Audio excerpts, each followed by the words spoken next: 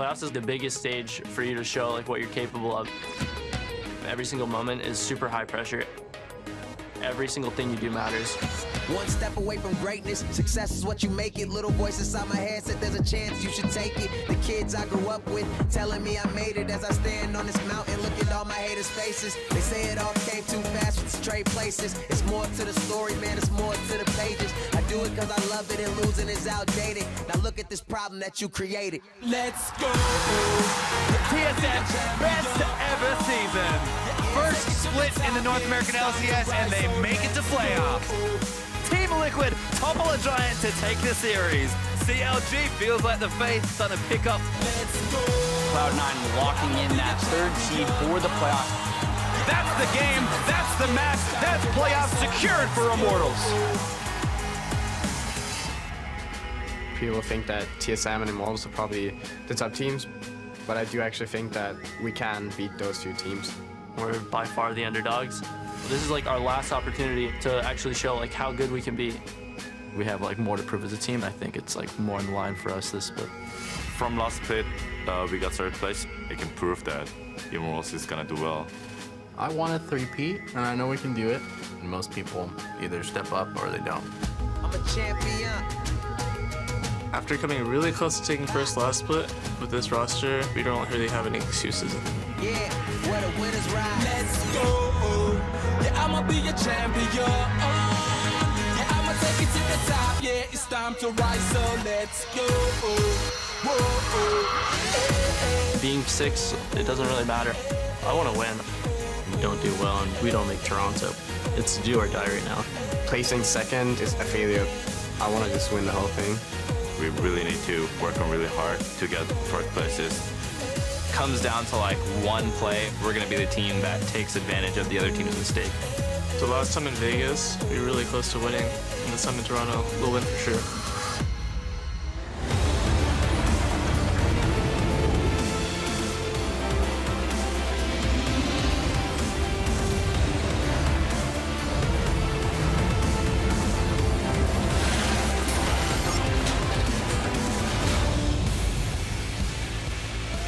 Welcome, ladies and gentlemen, to the 2016 North American LCS playoffs. Today, 2 of our top 6 teams embark on the next step in their journey towards the Summer Split Championship, and fans have packed the Battle Arena to see our teams duke it out in our first quarterfinal matchup. Meteos arrived ahead of his team a little bit earlier today, ready to go for today's matches. There on the opposite side of the rift is Team Envy, Laud, and Hakuho in their first playoff performance, alongside Seraph, who's the focus of our alt stream today. Thank you, everyone, for watching with us this afternoon. I'm James Dash Patterson, joined once again to break down all the action by Mark Zimmerman and Alberto Crumz-Rengifo. Gentlemen, you've been with me all season long, but here we are into the postseason. How excited are you to watch the top-tier talent in NA go up against each other? I'm super pumped because this is like crunch time. This is when everything you've been working for all season finally pays off. You get to see how you stack up against the best people in the league. No more, messing around with new picks. You really have to perform on today. I don't know about you guys, but it's been 2 weeks, and I've been dying to see some league action, covering it all split long. This is the culmination of the strength of these teams, and it's about time that we can actually determine who is the best. All right, well, with that, then, let's take a quick look at our roadmap for the Summer Split postseason. Today, third-place finisher Cloud9 battles against 6th-seed Team Envy, while Counterlogic Gaming and Liquid face off tomorrow in a rematch of the Spring Split semifinal showdown. Now, TSM and Immortals, they finished the regular season in the 1 and 2 positions, so they've earned themselves a bye into the semifinals next week. Now, regardless of who wins this weekend, the lower-seeded team will face TSM, and the higher-seeded team will go up against Immortals. That's important because if Envy then wins today, that changes things up, right? Now, before we get into any more of that, there's more than the North American crown on the line here. Championship points and the chance to represent North America on the world stage is also at stake. So let's get a little refresher on where teams are currently positioned and what they stand to gain during playoffs. The first column here shows each team's current points. You can see that CLG, TSM, and Immortals are the top dogs for their top placement in spring. Now, the second column are the current points awarded for summer. TSM and Immortals with a guaranteed 40 since they have a bye to the semi. So this is representative of the minimum amount of points that the teams can secure based on where they are currently. Of course, if they go further into the playoffs, they will secure more points. But right now, it looks like CLG and TSM locked together in that tie there for what would have been the second qualified position to Worlds. Now, more are on the table, with first place in summer auto-qualifying for Worlds. Then second place earns 90 points, third gets 70, and fourth takes 40, while fifth and sixth earn 20 each. Now, the team that ends the year with the most points earns the second seed to Worlds, and the remaining 4 playoff teams will face off in the regional qualifier. A lot of information, a lot of stuff to parse through there, but ultimately 3 of our teams will be representing North America at Worlds, and it's decided starting from here, moving through the conclusion of the regional qualifier. Before we get into today's matchup, let's talk a little bit about the state of the game in playoffs with the introduction of patch 615. We've seen it in a few other regions. Less lane swaps are happening. How do you guys feel about this change? I think it impacts the junglers a lot, particularly with Rek'Sai and Nidalee being the strongest early game junglers. You just have so much pressure, and it impacts lanes in a way that is unmatched by anything. So we saw over in Europe how difficult it was to deal with the likes of Rek'Sai. So having blue side on this matchup seems like it's almost a guarantee. Either you first pick Rek'Sai or purple side has to ban it. There's a couple other small changes just in terms of how teams move around the map. Obviously, 2v1s are mostly gone. You see it less. It's more of a fringe strategy now that you can maybe potentially do it. But a lot of teams are focusing heavily on laning phase, and then even if you're winning lane, sometimes people swap out of it just because they have a tempo advantage. They can take the first turret to get that first turret blood gold, basically. And of course, this is the kind of thing that we will expect to influence picks to some degree. You already mentioned, particularly with the junglers, but also in the likes of those 1v1s and 2v2s top and bot lane. For example, we saw Corki picked up today. Not something that's necessarily meta, but operates a much stronger in a 2v2 laning phase. And I hope we can see the Vel'Koz out of Jensen, because it's such a strong laner individually, and it needs a lot of influence from the jungler. So if Proxen is not on his game to help Ninja out through the laning phase, Jensen can get a massive lead on his own and will be pretty much unable to be dealt with because it's so easy to just take cleanse and be safe. All right, let's dial into that matchup then. Today's matchup, where third seed Cloud9 is taking on Team Envy. Now, the boys in blue are heavily favored in this series, but this is the exact spot we found Cloud9 in last split before they got knocked out of the playoffs. So what do they need to do to make sure that they have a different outcome this time around? I think they just have to prepare really heavily for the pick and ban phase of the series. I feel like that's where a lot of it's going to be decided, with the heavier emphasis on laning phase, as well as the fact that we know Envy is a very counter-pick heavy team.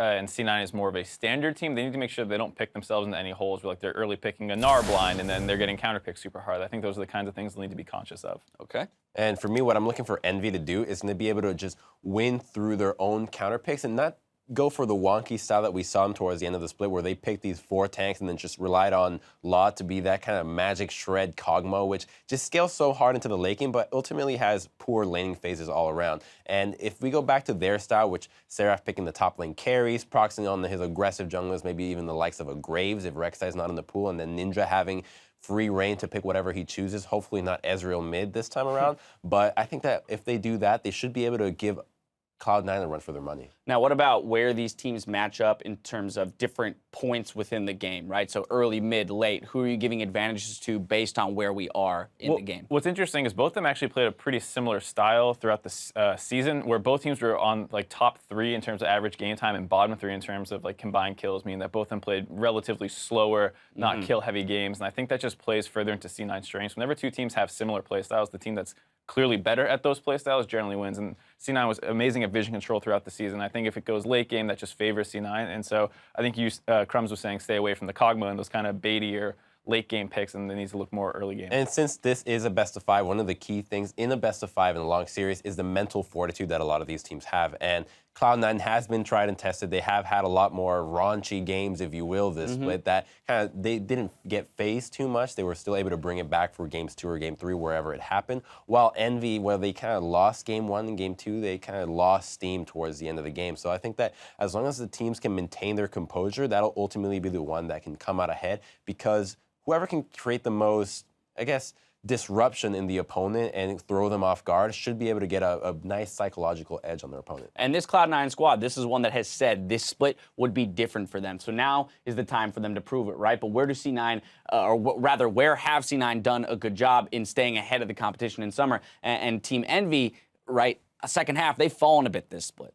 Right, and I think Crumbs was mentioning before that there has been this kind of communication barrier in the team, where there's a heavy emphasis on Korean speaking on the top side of the map and English speaking bot side, and just players having to think not just about what they're saying, but how they're saying it. Is like, is this coming across correctly? It's an extra step. Right, it's just this extra difficult thing that you have to deal with, and that's something that was plaguing Envy throughout the season. All right, well, let's focus then on what Envy could possibly do to come ahead in this matchup. So what would be the keys to victory for this freshman LCS squad? You know, understanding that there might be some communication issues. I'm looking at their dual lane, specifically Lod and Haku. I think they're really strong laners. You know, we saw them as kind of the stars of the team, rounding out the composition of Koreans within their team. And Lod has been such a star player throughout the split. Obviously, he's not the best AD carry. There's quite a bit of competition there, but he's solid. He brings a lot of damage to his team, and he's such a young talent and a leader that I think that if he can get rolling, it's a lot easier to be comfortable in the position of a shot caller when you're ahead. Right. And we have seen Cloud9's dual lane kind of struggle in the laning phase every once in a while, so if the dual lane from Envy can exploit that, come out ahead, maybe with a little bit of help from Proxen, make sure that they can snowball and translate that into that first tower gold, which is absolutely massive, I think that they'll be able to take over a nice lead and snowball the game. I think another person to look at is Seraph. He's someone who obviously has some weirder counter picks, and against Impact, who mostly plays the same stuff, he might be able to get an advantage and then transition that to the bot side as well. I think obviously bot side is where the game is kind of won or lost at this point, mostly, but if he can get a snowball-y pick topside that gets ahead of Impact and then starts making TP plays or just draws all the pressure away from the bot lane, he might be able to help snowball the team. Which I think points light to the Ashe pick right now, which Ashe at level 6, you hit 6, you hit an arrow bottom, free tower, free objective. Right. So powerful, sneaky, wonderful Ashe. All right, well, yeah, we'll be tracking picks across all lanes, but a big part of Envy's map control has come from their leader in the top lane. You just mentioned him, Seraph. So we're going to be looking closely at the top lane in our featured matchup today, which is Impact versus Seraph. Gentlemen, this is a big one. As we mentioned, a lot of it is going to hinge on these two players. Of course, Impact necessarily hasn't hit numbers that we've seen from him in the past, you know, the good old days of being a world champion, but has been a solid performer for the Cloud9 squad this whole split. And I think you just need to look at the champs played. You see 3 tanks basically for Impact, and on the flip side, for Seraph, you had a bruiser, a mage, and a tank. So they play very different in terms of the champions that they pick. Well, the meta is kind of already defined, so I think that the player that can find a way to redefine it on the fly and just say, hey, I want to be able to play this into this matchup, because as series develops, the meta within this series is what matters. It's not about what's the actual pick. So if, say, Gnar becomes the biggest priority and the Aurelia counter side can't deal with it, then Gnar is quickly the #1 pick, and people have to try to find a way to trust their team and say, maybe we haven't scrimmed with this, but I have a feeling that I can come out ahead in this matchup without it. One of the most exciting things about Best of 5 series is the adaptation, the development of the in-series meta itself. I've got to put you guys on the spot, as I always do at this time of the season, asking you for your predictions of this series. Mark, let's start with you. I'm going to say 3-1 in favor of Cloud9. I think that having Reaper as the coach helps a ton, because as we were saying, the draft phase and adapting throughout the series is going to be a key part of it. And with Envy having such a weird draft, having a mind like Reaper helping you figure out what is really the key parts that you need to react to is going to help them a ton throughout the series, not just the fact that I think that their players are a little better in most positions. Okay. Well, I think that C9 has the advantage in this matchup. I don't think it's going to be as easy as it's made out to be. I do think that Envy is going to give them quite a bit of a run for their money, particularly because of the counter picks that they can have, the wide champion select, and the fact that when put on the spot, a lot of the carries, for example, Impact hasn't been that comfortable on the carry matchup. So I think that the top and bottom side for Envy will be their strengths, and it's just a matter of how well can Proxen influence the map. So I do think that Cloud9 will come out ahead with their macro play, but it's going to be close. I'm giving it to them 3-2. All right, and in a matchup where most people would say this is our most lopsided matchup in North America, we did just see a 6 seed beat a 3 seed in Europe. We'll see if we get the same today. You guys are still giving it to Cloud9. As we continue to move through the playoffs, we'll be highlighting the greatest moments of the summer split. And we want you guys at home to join the conversation, so tweet at LOL Esports with your favorite memories and hype plays from the past 9 weeks, and we'll feature the biggest and brightest moments on our road to Toronto. Now, we're about to head over to our casters, but first, a quick reminder that we are broadcasting an alternate stream experience over on NALCS2 featuring Freak, Dyrus, and Zig. They'll be focusing on the matchup between Impact and Seraph in that top lane. So hop over to that stream if you're interested in a closer look at the top lane. Now, though, it's time for the main event. So the North American quarterfinals starts right now.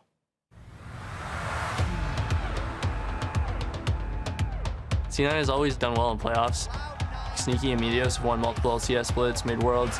Impact is a world champion. They have a ridiculous amount of experience. People are definitely not expecting us to win. I think we're in a good spot to take it. Envy is kind of like one of the weaker teams. We'll have a pretty easy first round. Being 6th or 3rd or 4th or 5th, it doesn't really matter. It's playoffs that matters. I want to win. I'm not going to be happy unless we win. 저는 방심은 언제나 하면 안 된다 생각해가지고 왜냐면 일주일 안에 뭐 바뀔 수도 있는 거고. 2 weeks practice and like a new patch, it can go either way. It's completely like different game. I think we can get a chance to beat them. This is like our last opportunity, all 5 of us, to actually show like how good we can be. Cloud9, I haven't missed out on any Worlds in like their existence.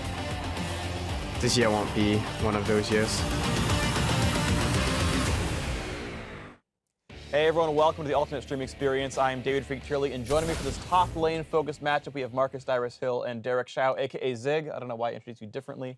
I put the alias in the middle over there, but so talk to me, for those who don't know actually real quick, Dyrus formerly from TSM, played professional LCS for several years. Zig recently qualified in Phoenix 1. So LCS caliber top laners here to talk about Impact and Seraph in the top lane. And I want to ask you guys about Impact and Seraph specifically. Zig, I'll start with you. How would you contrast or compare these players in terms of anything that you think stands out? I think stylistically they're actually pretty similar to each other, Seraph and Impact. Impact's like kind of all-around player, and maybe Seraph's a little better at split push. That's like probably the 2 highlights I'd give him. It's pretty hard for me to give the same kind of analysis that Zig would, because he's playing against them when they have really good teammates or they're in their prime. But I've played against Seraph when he was on CLG. They had bad team atmosphere.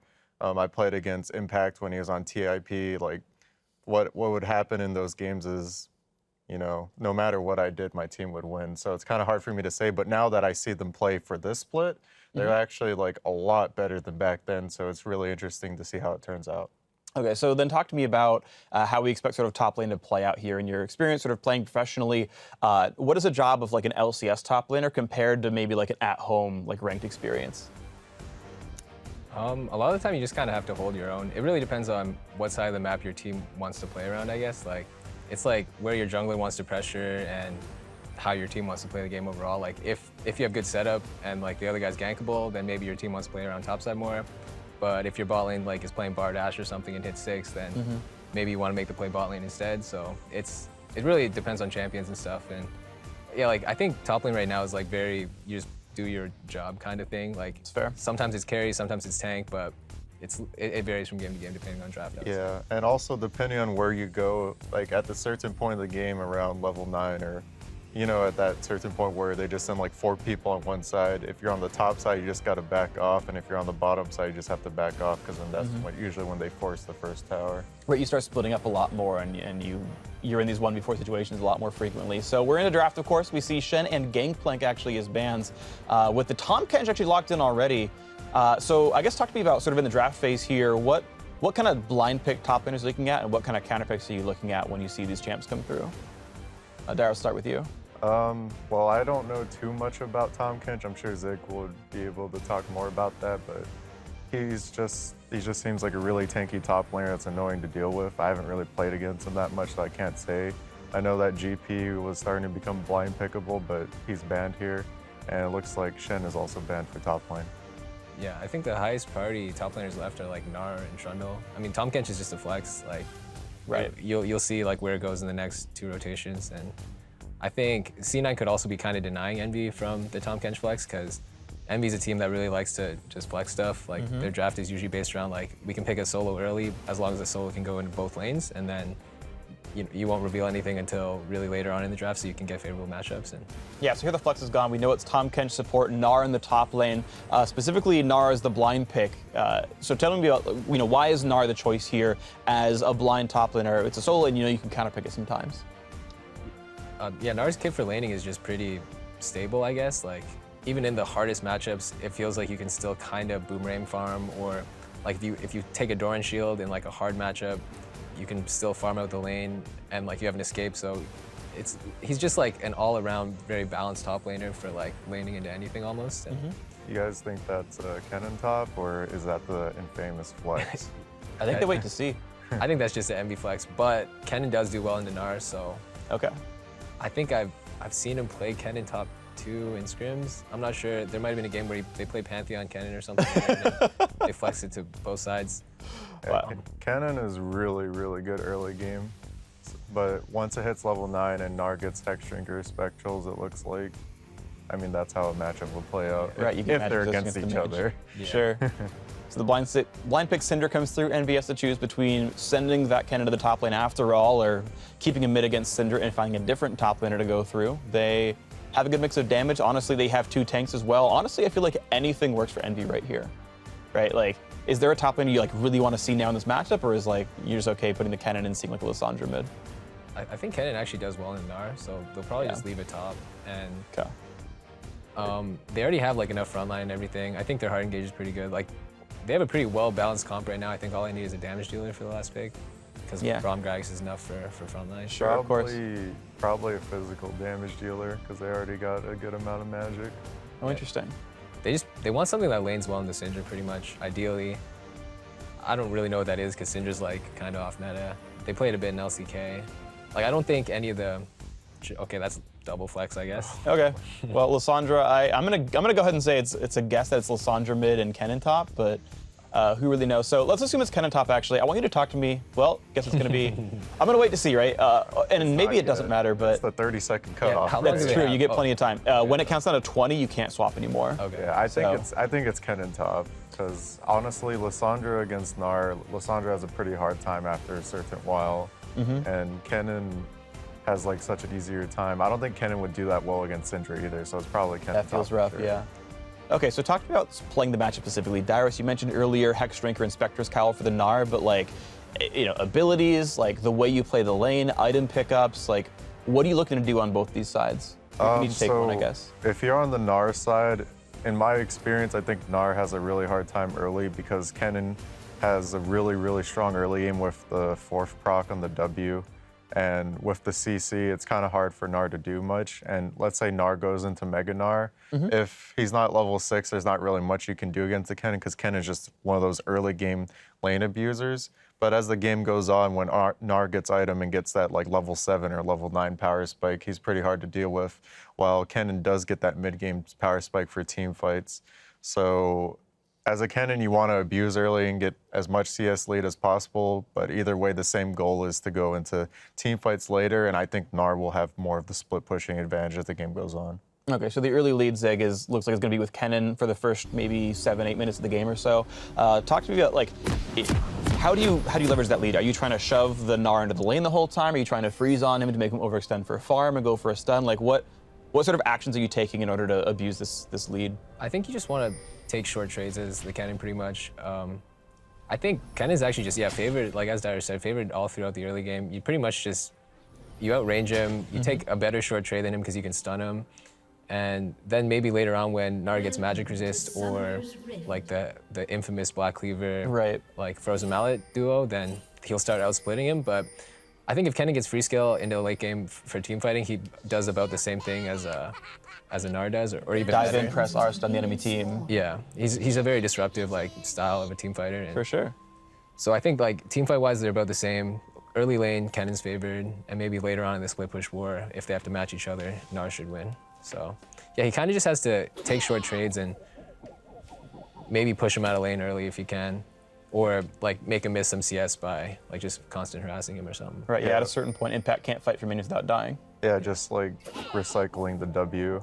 This is like one of those weird matchups where it favors Kennen early, starts to favor Gnar, and then later on in the game it favors Kennen in terms of team fight, depending on how fed they are, because Kennen can potentially one-shot the AD carry, while Gnar is just super tanky, and while he can't one-shot, he can just set up for the rest of his team. But it looks like for late game, it probably favors Envy's side. I think Envy's team fight way later is like super good. It looks like they have done it. Yeah, it looks like Lissandra, Kennen are both really brutal combos, and Gragasol, Sivril, like it just looks insane. So I think if C9 doesn't win by mid-late or mid-game, it's gonna look pretty hard for them. And it looks like Envy just looks like they're opting for the late game or mid-game team fight. So what's interesting actually is even though Envy's top laner has like a matchup advantage, he doesn't need to abuse it because they just want to make it to mid-game anyway. Like he doesn't need to win lane to like help his team win the game in a way, right?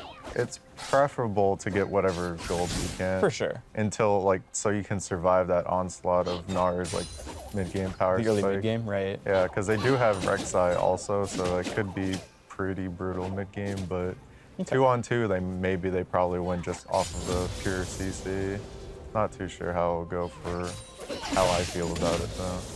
Impact took flat magic resist in this matchup. That's probably pretty good because it's actually unavoidable if you want to walk up. Like Gnar has like 500 range or something, so taking a range creep under tower, you're gonna take Kennen's 3-hit stun combo. For sure. Does he have HP per level? I can't see. Almost for sure. Like, I don't know the exact numbers, but everyone runs health per level, I feel like. Yeah, I think that's best in slot for seals. Okay. Yeah. You think Kennen's running health or armor?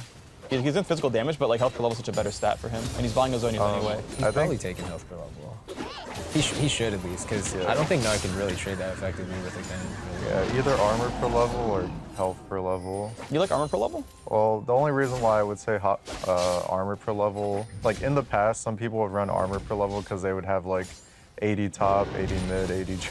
Oh, right, and then they would just build like HP, but nowadays it's probably just health per level and then Zanya's, I guess. Okay. Yeah, armor per level is actually a good stat too, though. I think people in LCK run. Like, they change between the two, depending. Yeah, I think armor per level is a bit underrated. I think it's definitely a good stat, but yeah, he's going to buy his Zonias on his own, so I think there's slightly less value in that, but yeah, either way, we are seeing that the NV top laner shoving in, of course. You'd also seen them leech for their junglers. They took about 5 seconds. Like, camp spawns at 145, they auto-attack till 150, and that way their jungler got a better start, right? They got extra damage down, the camp died sooner, but none of these guys missed gold or experience. So for those of you out there who want to help your jungler out, you have 5 seconds to spare. Help your teammates, get them through their camps. It means their first gank gets to be faster.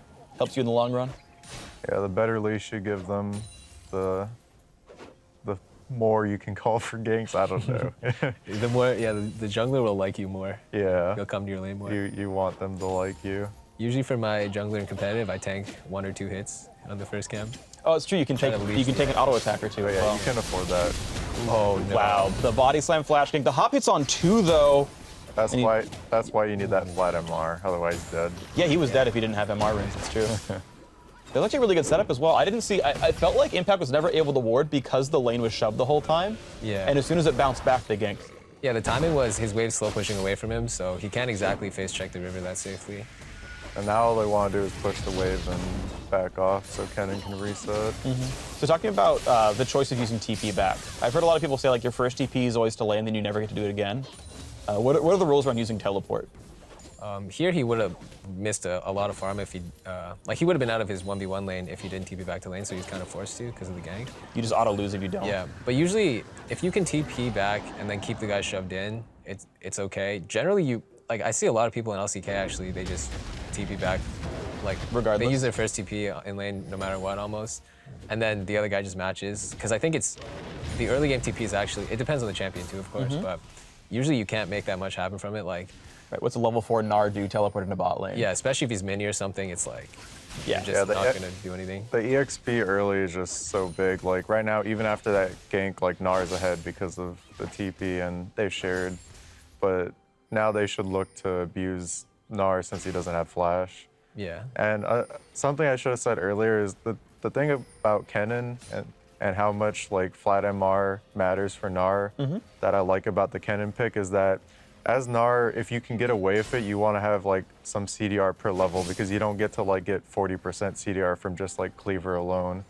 And right, yeah, you can't like really afford Cleaver Visage for any part of the game. Yeah, so like if you have like 10% CDR per level against ADs, it's like really good for Gnar, but since he has to go MR, it's kind of like it gimps a little bit of his CDR power spike. Sure, yeah, even just having to lane against AP, you just have longer cooldowns now because you weren't able to get away with a greedier rune. That's actually a good point. I didn't think about that in the matchup. So here Kennen also saved his TP. He walked back to lane after. Yeah, he recalled immediately after he shoved. Yeah, and he didn't, like I think he missed a total of 1 or 2 melees, yeah. And he got the XP for maybe one of them. So now they're gonna play around top because his flash is down. Yeah, I think Seraph should have flashed. He landed, I think he still got the stun. But yeah. But he needed to stun him closer. I agree. This is rough because they have to play around top side since... Or wait a second. Shouldn't C9 play around top side because they have no TP? Yeah. To keep him safe, basically. Oh yeah, because if they gank bot lane, Kennen TPs. Yeah, because Kennen level 6 is still like good TC. Yeah, so Slicing Maelstrom is down, but yeah, I want you to reiterate the point for me about why you felt C9 had to play around top side. Someone's dying. I think we can just talk about the matchup though. Okay, they're using their TP advantage here. and it looks like he's canceling. Nothing. Nope. Why didn't he cancel? Yeah, it was nowhere in range. That felt like a misplay. It was a bit ambitious, I think. Yeah. So the overall point you guys are making, though, I want to bring it up, is so Impact got ganked, and he had to TP back to lane in order to not lose the lane. Right? He needed to catch the 2 waves of XP. Seraph was able to shove and walk back to lane and have a teleport advantage. Yeah. And so what you're saying is, if there was a 2-on-2 in the bot lane or a 3-on-3 with both junglers, only Seraph could have teleported down, meaning C9 is screwed if there's a bot lane 2-on-2. Yeah. Because Impact can't match. Yeah, that's why Meteor should never go bottom if the TP's down. And even then, you don't really want to be fighting with Gnar this early before level 6. Sure. So they just wanted to abuse the flash, but they weren't able to because they didn't capitalize. Yeah, Seraph didn't quite stun in time, essentially. Impact played it well too. The double hop on Gnar is actually just really good at escaping gangs. So played that super well, and he tried as hard as he could as well to drop Trinket Ward in the river that time. Last time he actually saw it with his river brush. So yeah, I was able to get away in time and walk away. Now, of course, the problem is you get to a certain point where your trinkets don't come up from cooldown fast enough, and Impact right now, I don't believe even has vision to see if Gragas is coming. But he's got flash up right about now, so he's probably okay. Yeah, he's safe. He's doing good. Yeah. He sustained a lot of ganks, and now his team's slightly ahead in gold. Yeah, the bot lane matchup's +6, mid lane's +14. The junglers are close to equal. This was actually risky by Impact. He had no ward and jumped in. Maybe a ward saw Gragas somewhere else. But he burned Leap to try to look for a trade, and that was, yeah, looks like wards might have seen Proxton running around. Some junglers, the way they jungle, they can kind of tell where the enemy jungler is. So if they tell you, then that's usually a time where you can trust your teammates and just play aggro at certain times. Yeah, but like if Lissandra walks in with a blue buff. Yeah, that's like one of the obvious tells. But there's more advanced ones, as you I want to talk about his item build. Do you think he's just going for Mallet, or is he just having that early like HP? Like from the fist. He's probably going Mallet. He's just gonna rush Mallet. I think maybe it's better to get like Mercs or something along the way, because like they have so much CC and mid-top jungle. So if he's in a fight, like he'll need more uptime, and Mercs gives that to him. But I think Mallet just lets him like win the split push war instantly, pretty much. Like if they catch each other in the long lane, he can just auto him down, mini or mega, and he's fine. All right, yeah, so far so good then. Frozen Mallet going to be very important for him to chase him around as long as he is in that ranged form. And right now it looks like the TP advantage is with Impact. You've got 2 more minutes before Seraph can do that. So, that vote's now flipped, right? If Envy looks for a bot lane fight, they've got to be afraid of the fact that Impact is right now almost Mega Gnar and has TP advantage. It really, it depends on which bot lane can push which bot lane in, but I think it's really easy for C9 to make the bot play because they have Ashe for setup, and Tahm Kench tanks towers really well too. Plus, Tahm Kench actually just facilitates dives because, like, whoever ends up tanking, you can just eat as well. So if they end up making the pylon bot play, C9 has, I guess, this 1 or 2 minute window where Kennen doesn't have TP. Yeah. Also, I think Syndra has priority in mid lane, especially after that blue buff. They should be able to push Lissandra in and maybe get a 4-man dive. But honestly, it's kind of scary at this point because you need to have the exact timer on TP. And if you don't do it well, then, I don't know, they're just pretty much back on even ground at this point. They already missed their chance. Yeah, for the most part, looks equal. So if you're either one of these players, what are you looking to do? Are you just saying, hey, I'm just going to sit in my lane and play equal, we'll just trade farm back and forth, I'll wait for the play? Or are you trying to actively create an opening? Personally, I think C9 should make a move pretty soon, but at the same time, I guess, MV's power spikes are pretty close too. But they should take advantage of the Ashe Syndra, because if they just let it scale, if the game stays this way, then MV is going to eventually, run away with the late game. But makes sense. I'm actually kind of not sure how it's going to go out, because their team fight's so good, but when do you fight when you're on C9 then? I think C9 just kind of has better pick off. If Syndra or Ashe can just catch someone, it'll be pretty good. But I think after double Zanya from Envy, it might be harder to do that as well. Yeah. It's kind of it's just how they team fight basically. I think C9 does have some good tools, but overall, if it's 5 people running at 5 people. Yeah, you like what Envy's doing. Well, we actually have a roam coming down. The teleport canceled by Impact, actually. He thought he might have joined up and didn't choose to. Seraph actually was able to roam down. And yeah, just kind of a trade of ultimates. Looks like Syndra used hers, Lissandra did as well. Gragas also blew explosive cast. I want to talk about the fact that Protobelt was the first item for Seraph. Of course, we have not seen a lot of Kennen in recent history. Do you think Protobelt first is the best choice? Is that up to style?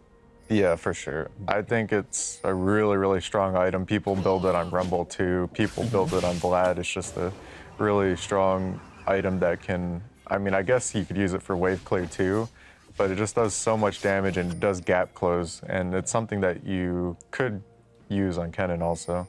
It's just part of your combo pretty much. And yeah, like in the range. Yeah, E gives you some mobility as well to let you catch up to them. And then Protobelt basically just seals the deal, it feels like. Yeah, makes a lot of sense, honestly. I get it. I just didn't know if it was like always the first item or if it was up to choice. And yeah, I mean, health and AP really never goes out of style. Yeah, I think the other two big items you see on Kennen would be the Abyssal and Zanya's, because they both can cooldown reduction now too. And right, yeah.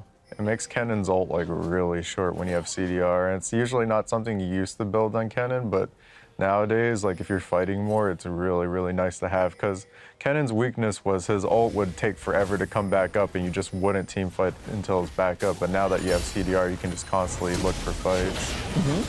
And there we go. You see him jumping in right into that. And yep, there you go. Didn't even Protobelt for it. He just got in. Yeah, they made the 3-man play. Proxing came from race, I guess. They didn't even use the Lissandra ult. That's how brutal that was.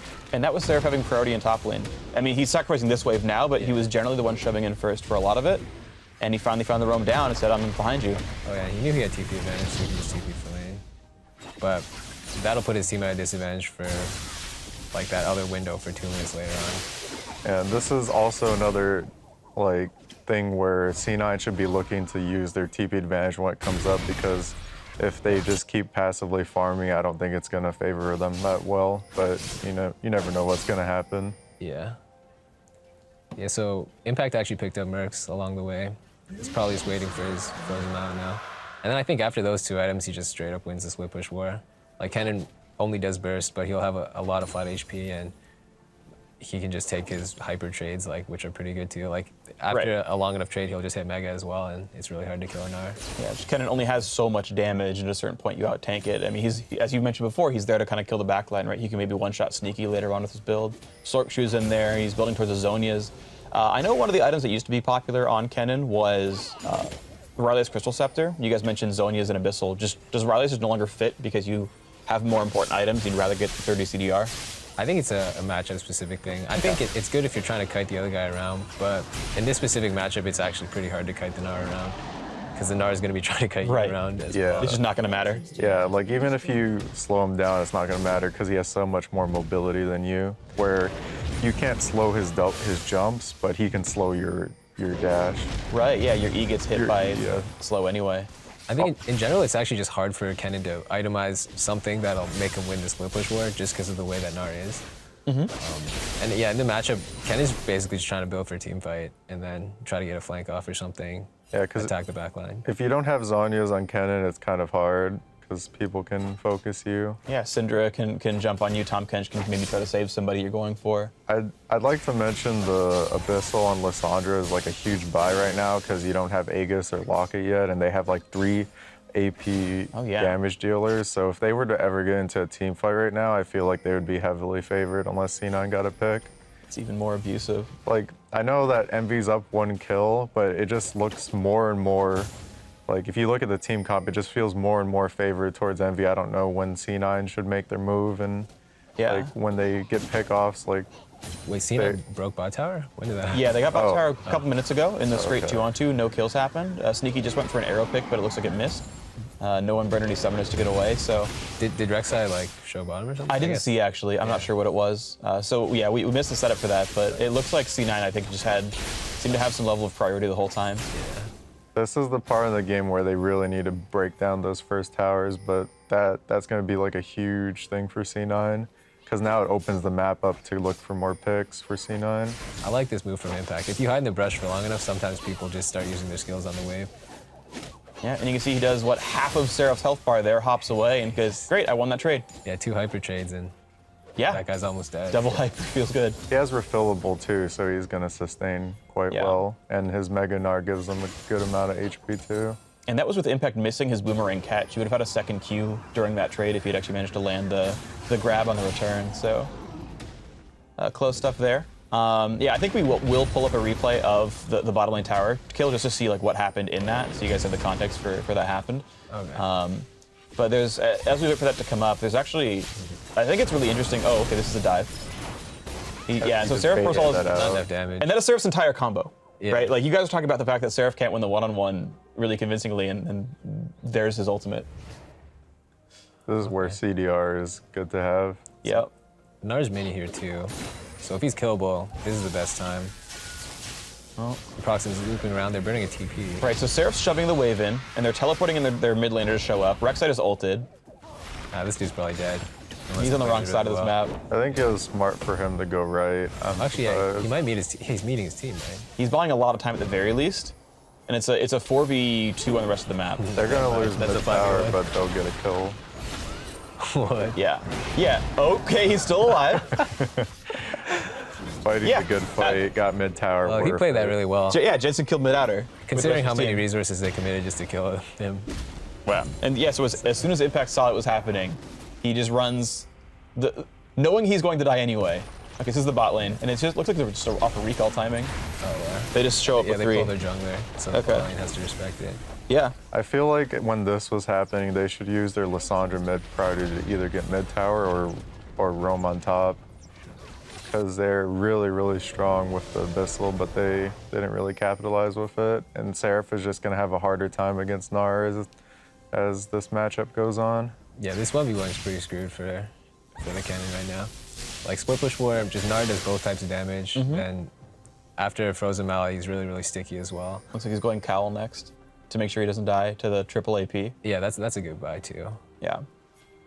So I know you guys were considering Hexdrinker from before, but he did choose to go Frozen Mallet to basically make sure the one-on-one worked more quickly, I guess. In retrospect, does that seem like it was always going to be the right choice? Yeah, I said Hexdrinker because it was like the thing to do in the past, but nowadays it's kind of like Spectrals is just better because you can just go Cleaver and get the CDR.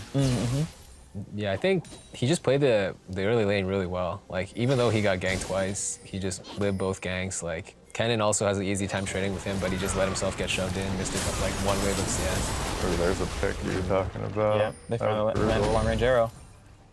So yeah, it's interesting. The way C9's playing it, it's a lot of sort of individual plays. It's like, let's try to land the arrow, let's try to get, this top lane advantage. Like, this turret's getting worked down right now. And Envy has to find the 5-on-5s, which means Seraph has to find times to leave this lane and sacrifice wave priority, right? Because Impact's always going to push him in, and Seraph still has to leave his lane. Yeah, it just feels like they just won their lanes individually, even with the kill. Seems like Envy should have made more team plays, but I don't know how it was playing. Yeah, but sorry, go ahead. Oh yeah, but I know for sure that, we all know for sure that this Gnar is eventually gonna push this down without any help from Seraph's team. And he just makes sure that he wards properly or has flash up or whatever he needs to make sure he doesn't die to those plays. And yeah, okay, Impact got 4v1 a while ago, but telling his team, hey, there's 4 up here, push mid down. Yeah, he played it extremely well. Yeah, absolutely.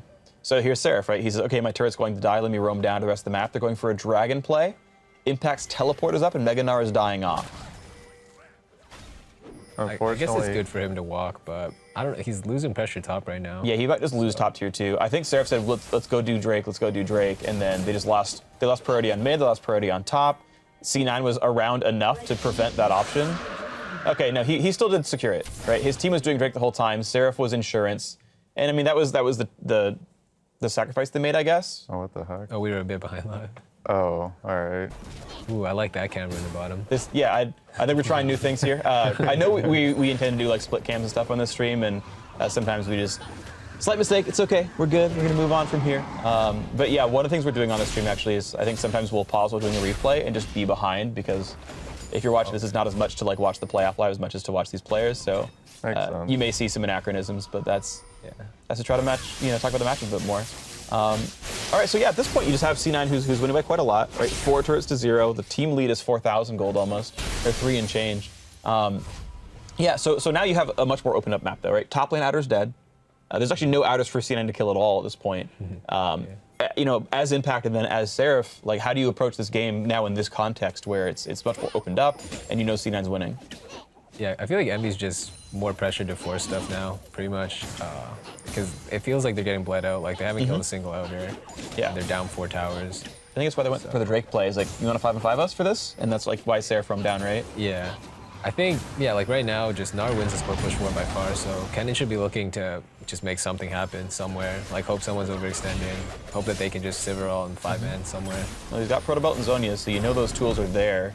Yeah, and like they have double TP, all their flashes are up too, so if they can get a flank ward, that'd be really good for them as well, because like coming from all angles is better for team fighting with mages. Yeah, their team fight is extremely good, but since C9's bottom lane killed the tower, they opened up the map and created a win condition of split pushing, while Envy's kind of put on a time. Ooh. Well, they found the opening, though. Yeah, that's 4 caught inside that, and Ashe did get taken out already, so that's the first one. The Seraph, Zhonya is actually going to keep him alive as well, and Ninja Protobelt's in 2. La gets another kill on a smoothie. Seraph lives. That's a 2 for 0. That's the team fight power right there. And yeah, Impact was split pushing the whole time. Seraph never once tried to stop Impact on the side. They said, yeah, he's going to get to our turret in 35 seconds. Let's use that time to set up a team fight, and they did. Yeah, I guess C9 just, I mean, they got flanked as they got chased into the choke. Like, the choke that they happened to be running into, Kennen was just behind, so. Yeah, I think C9 was trying to join Impact, saying, oh, the split worked, we're at front of the turret, let's join this for the 5-on-5, and they got cut off. I think they took a very, I guess, an unsafe path, or it was kind of like an unexpected flank too, but they just needed to take it slower. Yeah, I think they were just too far pushed up mid or something. So Seraph's going through fog right here, basically. Oh yeah, bottom is not showing, so. And he ults before anyone can even see him. I don't think he really needed a flash, but it was good by him. He got exhausted too, I think. Yeah, it made sure they killed Ashe faster, because he wasn't in range of her yet. Yeah, I guess it's good, because Ashe had flash too, so. Yeah, if he had Zhonya's, he would have dodged exhaust, and that would have made him do even more damage. But I mean, at the end of the day, it still worked out 2 for 0.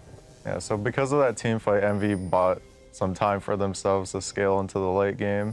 And they still have TP advantage. I mean, they're down gold, but that's like a morale booster at the very least. Yeah.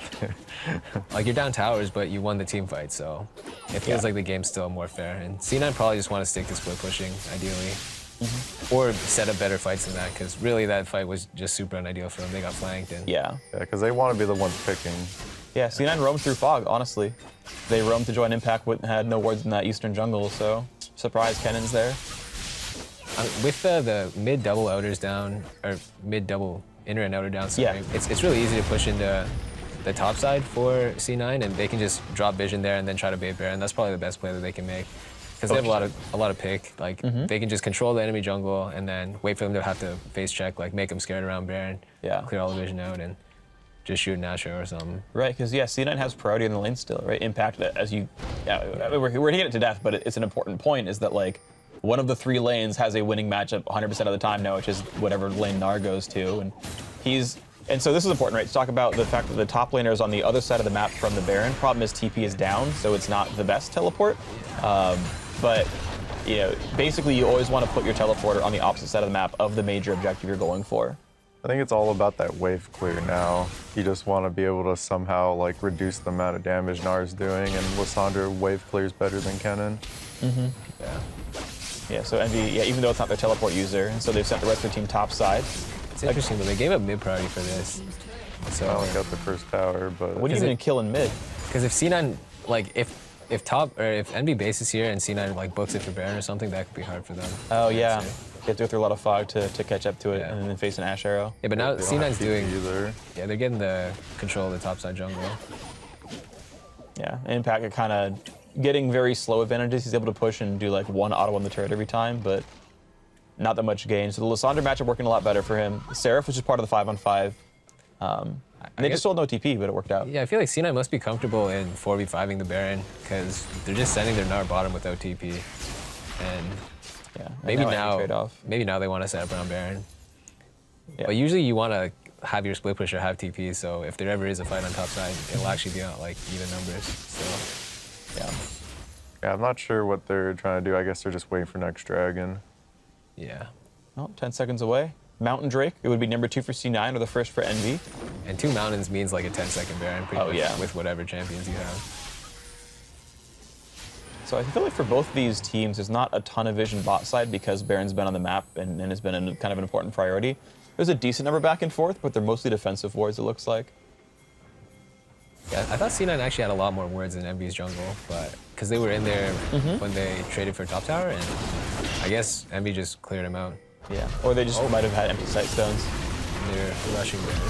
Yeah, they Sivir to run away faster. Oh, what the heck. But yeah, C9 said if they're going to start Drake, we're going to rush Baron down, and then Envy goes, oh crap, you're right. That's a good interaction.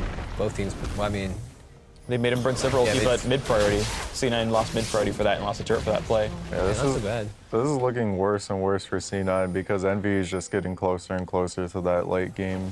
They got been gold a lot, actually. I mean, for being down 4 towers. Like, sure. Well, they got 2 back unanswered. Yeah. Which is really good. They got 2 kills with 2 turrets back, actually, unanswered. I think they should be helping Nard get that bottom tower for free, but it looks like they're just trying to team fight now. It's a difficult priority, right? Because you need to care about Baron, but you also want to care about that bot outer, or that bot tier 2 that you know is really low. And C9 have to basically juggle both those objectives well. You know Impact can make it happen, but he needs help. Yeah, I really think Impact should probably actually just keep splitting. Yeah. I don't think Group is gonna... Oh wait, this is a pick. That's Syndra ulti down, it still didn't kill him. But now it's not Syndra, Probably, sorry. Not as many here too. Which isn't so good for team fight. Lysandra didn't really... Oh wait. Okay, Medius is safe. I'm trying to farm. Okay, so Impact mini, half health. Gnar ulti is up if you can transform. Seraph teleported and didn't get to use ult. Okay. So they have TP advantage in top laners. Yeah. I think they're too low to move Baron, so... Jensen would have killed Hako if he ulted. Honestly, what I think C9 should have done was probably, off of that mid priority, they should have gotten like a ton of wards in top jungle and just used that to pick for Baron. Yeah. Well, C9 made top finally work. This is looking pretty good for C9 though, actually. Yeah. I think 2 mountains means you threaten Baron a lot better. And with all the with all the towers that they have down on the map, it's pretty easy to walk into their topside jungle and just make Envy really scared to leave their base. Okay, let's talk about, as we get farther into this game, the itemization choices that were made. So Impact went from Cal to full Banshee's Veil. He's going Randuin's as his 3rd major item. On the other side, it looks like it's Void Staff pieces for Seraph. Do you think it's correct that Impact's just going full tank? Does he need any more damage? Were there better tank items he could have gone for? The only other option was Spirit Visage, but I think Banshee's Veil is just fine because it's a cheap item and it blocks like a lot of spells. So what's his CDR right now? It's probably 0. 0 from items. Pretty sure it's 0. And probably none from runes. That's the only thing I'm kind of like, is kind of iffy about is the CDR. But I guess he'll eventually build that black cleaver, or maybe he'll just build more tank. I don't know. Yeah, I would have preferred having a cleaver here, actually. If I was Impact, I would have rather have a cleaver than. Why would you want more damage? Is it just the CDR to get more spells out, or? I think, well, it just, Cleaver works really well with Nard. Like, in his Mega form, he actually, well, actually in mini, like in everything, he just does so much physical. And hits a lot of time. Yeah, he gets a lot of hits off, so. I'm pretty sure the same thing would have happened if he just went for Cleaver instead of Mallet here, because it feels like the Mallet's not actually doing that much. Okay. Yeah. I think it's a little bit more health, I think. If he's tanking up, it just means they want to be better off in team fights, pretty much. But like the Black Cleaver Mallet build's like better for split pushing. And right. It looks like he's just grouping, even though they have TP advantage. Like, well, sorry, the enemy mid has TP too. But. Right. But you know, he could teleport himself and get away from Seraph with it. So interesting. Yeah, I guess he could have made the choice to go Cleaver to index more in the one-on-one and try to use that as more of the leverage of the game. Maybe he's just trying to catch people with Mallet. I'm not too sure. Yeah, I mean, Mallet and Randuin's like 2 slows, definitely useful, of course. Arrow's gonna land, they get the knock-up, a lot of damage, and Seraph actually gets popped without getting to cast anything. That's huge. One of the big team fight ults is down. And Media's got a really good angle there. Yeah.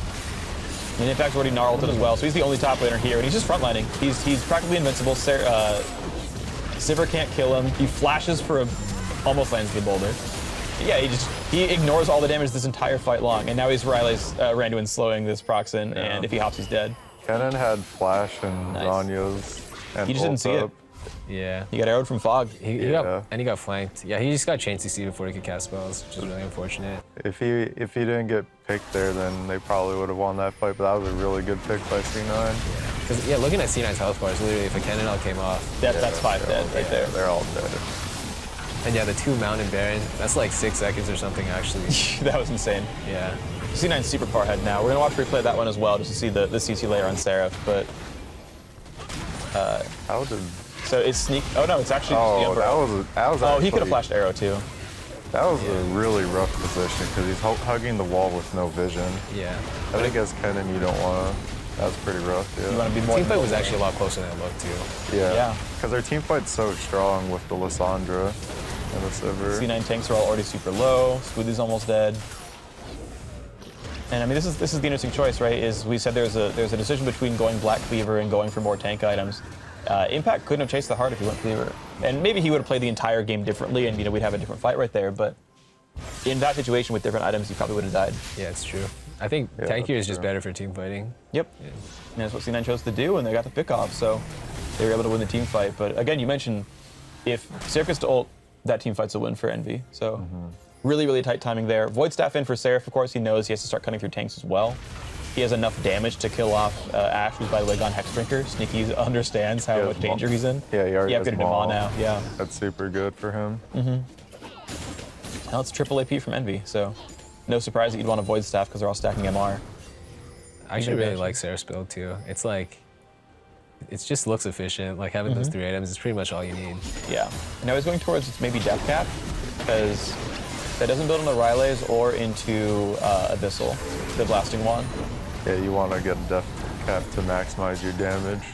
And once he hits 16, that would be really big for him. So right now, Envy just wants to stall out until they get more items because they're in a pretty rough spot right now. You get rank 3 ults.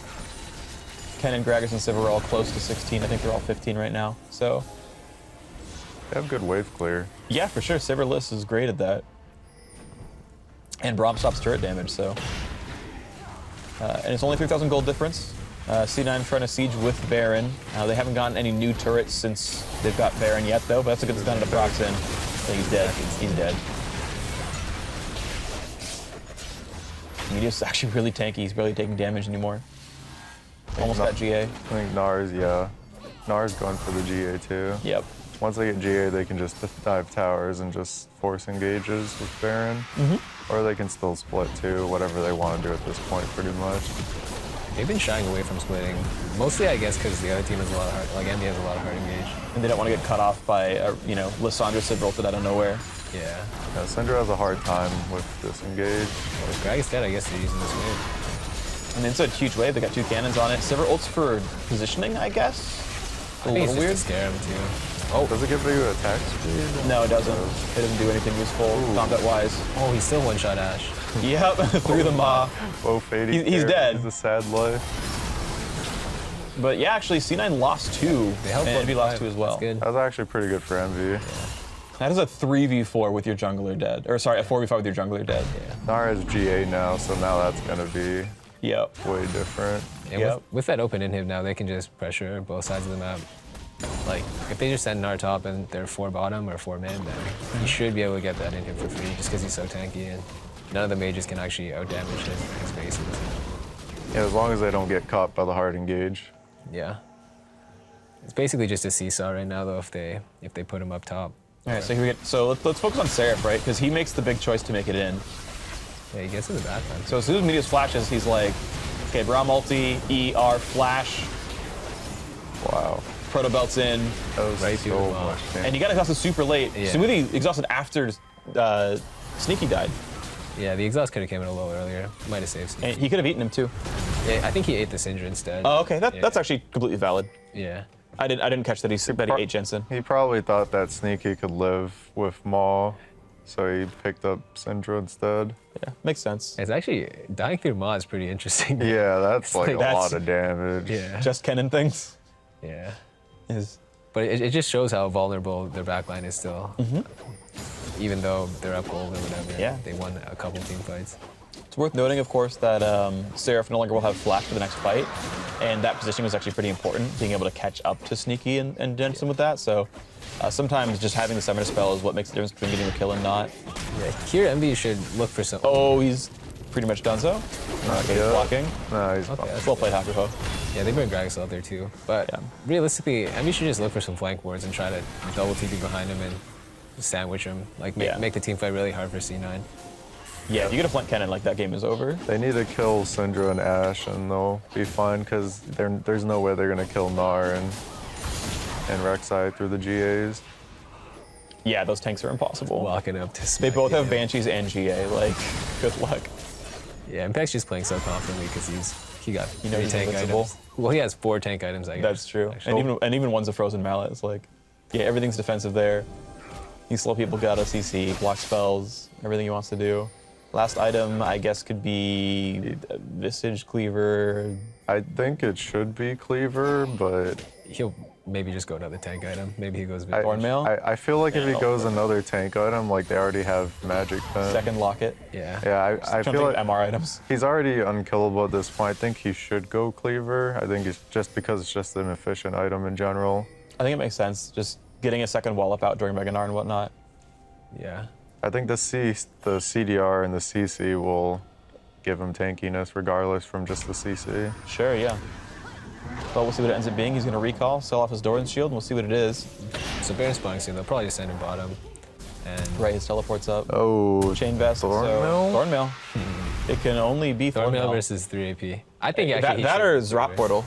Ooh, that's true. Or he could go Omewrecker or something. Oh my god, yes! All the Omewrecker. potential. All the potential! I think Zrot actually would make sense here, though. Right? He kind of wants both stats, and he actually kind of wants to split them up, right? Yeah. Because the only way they lose is a 5-on-5. It's pretty good versus APs too. Yeah, they're hard to kill, Voidlings. Or sorry, no, that's Banner. Never mind. It's okay. I mean, it's okay. It's yeah. not ridiculous, but Yeah. it's not crap. Are they sending him bottom? I guess not. He could. I guess, are they just afraid of the 4.5-second channel? They have that Like- open inhib, and I mean, I think the best play for them to make is probably send him bottom, or send him top and send the rest of his team bottom or something, because he should be able to get free hits on that inhib. If you but do maybe that, they- doesn't Envy get to rush Baron, though? Yeah, I mean, yeah, maybe they're scared of. Yeah, I mean, like if they push him up through the lanes first and then go for the inhib, that would be better. But I guess they just don't really care about that inhib. They want to fight around Baron, and that's fine too because they're just so tanky, and they have a lot of pick. It is kind of interesting. Like C9 is opting to play a heads-up 5-on-5 because they're afraid if they 4-1, they get flanked and lose the 4-on-5. Yeah. Like they have to play Envy's game. Yeah, I think the threat of double TP is always a lot, and just Liz, Sivir, Kennen, Gragas, Braum, like all those dudes all can start scary. a fight pretty easy. Yeah, so. So Impact, though he could split push, has to play with the team so his team doesn't get flanked. And then Seraph wants to play with the team so that he can, like if they ever get a deep board, he can of course TP flank, but he wants to team fight as well. And so they're both just sort of playing bodyguard for the rest of their squads. And they like as 5 clear minions. The thing is with 2 mountains here too, yeah, Baron's actually a real threat. Just 2 dudes and they can they kill him really quickly. So much. Yeah, teleport in, they got vision. Alright, it's 3k, so they're not damaging anymore. It looks like they're just gonna fight. Mega Gnar hit Hakuho, Lod got away. Impact actually lost a lot of health there. He gets eaten by Smoothie. Mias is cut off. Is this the engage yet? When Seraph going in, Hakuho's dead. Looks like they're just fighting front to back. Oh, there we go, he's in. But they exhausted in time. Ooh. Ninja's in. Looks for Jensen, can't kill him, got him.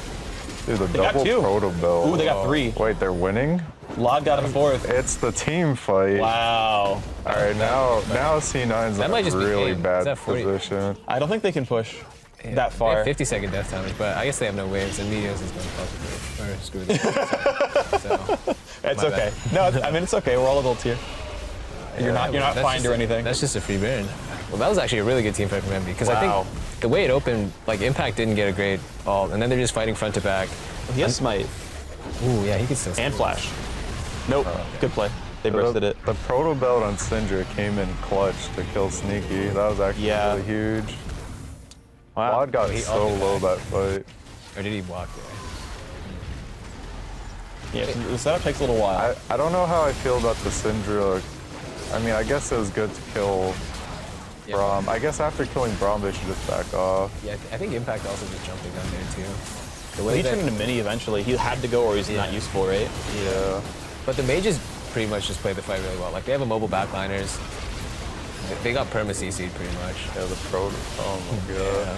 Smoothie walked in a Baron pit to escape and just got blasted. I think not having Syndra ult there for like a more important target. deadly target was really big there. Yeah. And they probably should just back off. There's a lot of mistakes made there. Yeah, so the only way to fight if they burn Syndra on Braum is, I guess, to leave after. Just immediately get the heck like, away. It's like, yeah, like that's an important cooldown. You probably don't want to keep fighting him 5v5. It's got to be hard though, right? Like, because Lod like cleanse flashed away from the stun, and then both Liss and Kennen have Zonias. Like, there's not a lot of great targets. Yeah. Not that you're not right, but like you obviously don't want to ult the Braum. I think he has enough CDR to like stall it out though, because they have like the kind of team where they're tanky enough to like stall it out. If Envy wanted to force Baron, that would be fine for C9 because they would have the tanks to check it with and just like take care of the rest of their team. But instead they kind of just like weren't patient. It feels like C9 not having the patience is like biting them in the back for this one. Do you think C9 should just take this game differently then and send Impact to split push more? Because that 5-5 did not work with the gold lead. He's going to try right here though. They're going to slow the queue. Depends on how all the players play, but it definitely favors Envy right now. Seraph gets a little bit, but Sneaky's okay.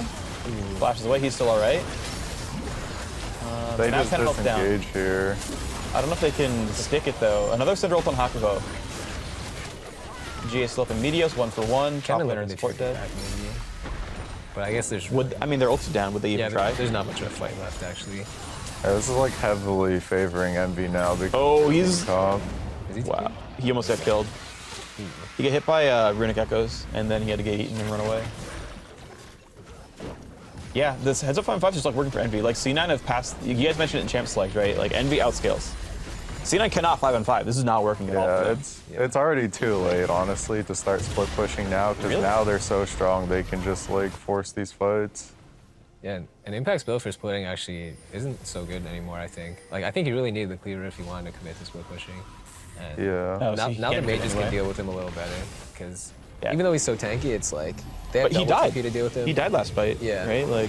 Well, yeah, he was tanking 5 dudes too. Yeah, sure. Like, that's fair. Yeah. He's tanky now. He's like, well, he's always been tanky, but he just like tank doesn't scale and carry late game. Yeah. Right. Yeah. Everything else scales it. Now Kennen has Def Cap. He has Void. He has all the items he needs basically to like one-shot their back line. Sneaky has Maul, and even through Maul with 3 damage items on Seraph, like it still wasn't enough.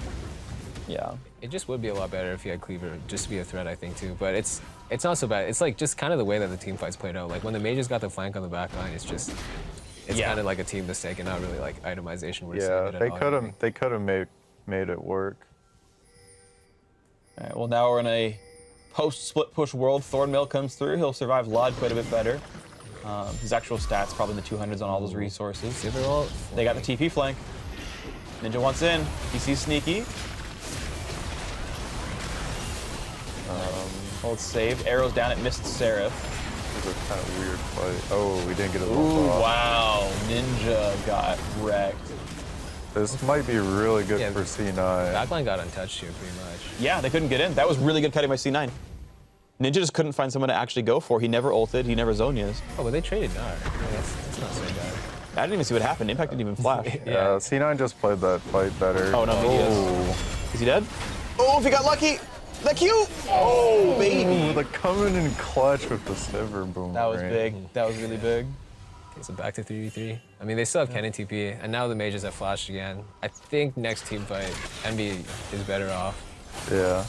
I honestly think they should have like won that team fight. I think that Ninja should have just went over regardless, because he kind of trapped himself there and got kited over. Yeah, I think he E'd too far up or something. Like, it looked like he could have... I guess he didn't know that he was in vision too, which is a bit... Well, he got hawkshotted, so now he has to know. Yeah. I think he should have won up there. Okay, it was a kind of weird spot for him. Perfect body slam. That's what happened. He got body slammed out of Zonias, or Rek'Sai knockup, I think it was. But something CC'd him right off of Zonias. But he got chain CC'd too. Yeah. Jeez. Yep. Ooh, another fight. Elder does a lot, so I don't know how this one's going to go. It's like 7K. They have GA backup too. Well, Medius just respawned now, though. Medius was off the map until the second. Ash Arrow misses. This is really... There's no smite. Oh, there is no smite. Oh, we had no tunnels. There you go. Okay, that's Elder. Now Envy just straight up wins. Oh, those are good knockback though. Syndra kept him out for a bit. Still got the Elder proc. Yeah, they can just back off. Or okay, never mind. Oh, the flash W, really big by Ninja. And Envy wins. Game. Yeah. Wow. Yeah. So that late game, like I don't know. It really was player dependent here. You guys said like multiple things about the build and the team comp, but And then like C9 was in the driving seat, but they just didn't take advantage of everything. Like there's a lot of things they could have done early mid game. There's things that they could have did mid-late game for the Baron and such, but I think they were scared to split. And it seemed like they had the tools to win, but it's just like later on, Envy just has this godlike team fight. yeah, their team comp is just so good for team fighting. Envy had a very safe win condition here. They just played it out and wave cleared when they messed up, and here they are. And hey, against all the predictions, really, Envy starting out the series very well. Picked a cool comp. I really liked seeing them go Ken and Liz. I thought it was really interesting. They got a good matchup into Gnar for like the super early game, and then, yeah, I mean, okay, Gnar eventually like outscaled the 1-on-1 matchup, and that was good for Impact. He had priority. He got C9 a couple of early turrets with that kind of pressure, and then the team fights came around, and it felt like C9 just said, yeah, Impact, you're just be a team fighter now. You're just going to join the 5-on-5s. I don't care that you're a better split pusher. You're just going to play this style. And when you're just playing 5-on-5, Seraph had more to do. Envy's team comp overall had more to do, and like that just looked great for them. Yeah, I felt like he could have split pushed for a little bit longer, but since he wasn't, what they should have did was played the fight slower and made use of their tank, because what was happening was that even though they're super tanky, they weren't able to put out like the effective amount of damage for being a tank. And as Envy, you want to like team fight, rush, use all your spells, and all then just try to win the fight. But as C9, you want to slowly play it out and just abuse your tankiness and your lead. But they weren't able to do that because, like Zig said, Impact jumped the gun. Yeah. We saw Syndra ult Braum, and the moment that's down, you should just like look for picks and not like go in at all. Just like hop out entirely. Yeah, play it slowly, because you have all the advantages. You have the Mountain Drake. You basically have control of Baron there, because Envy was far behind enough to like, be punished for what happened early mid game.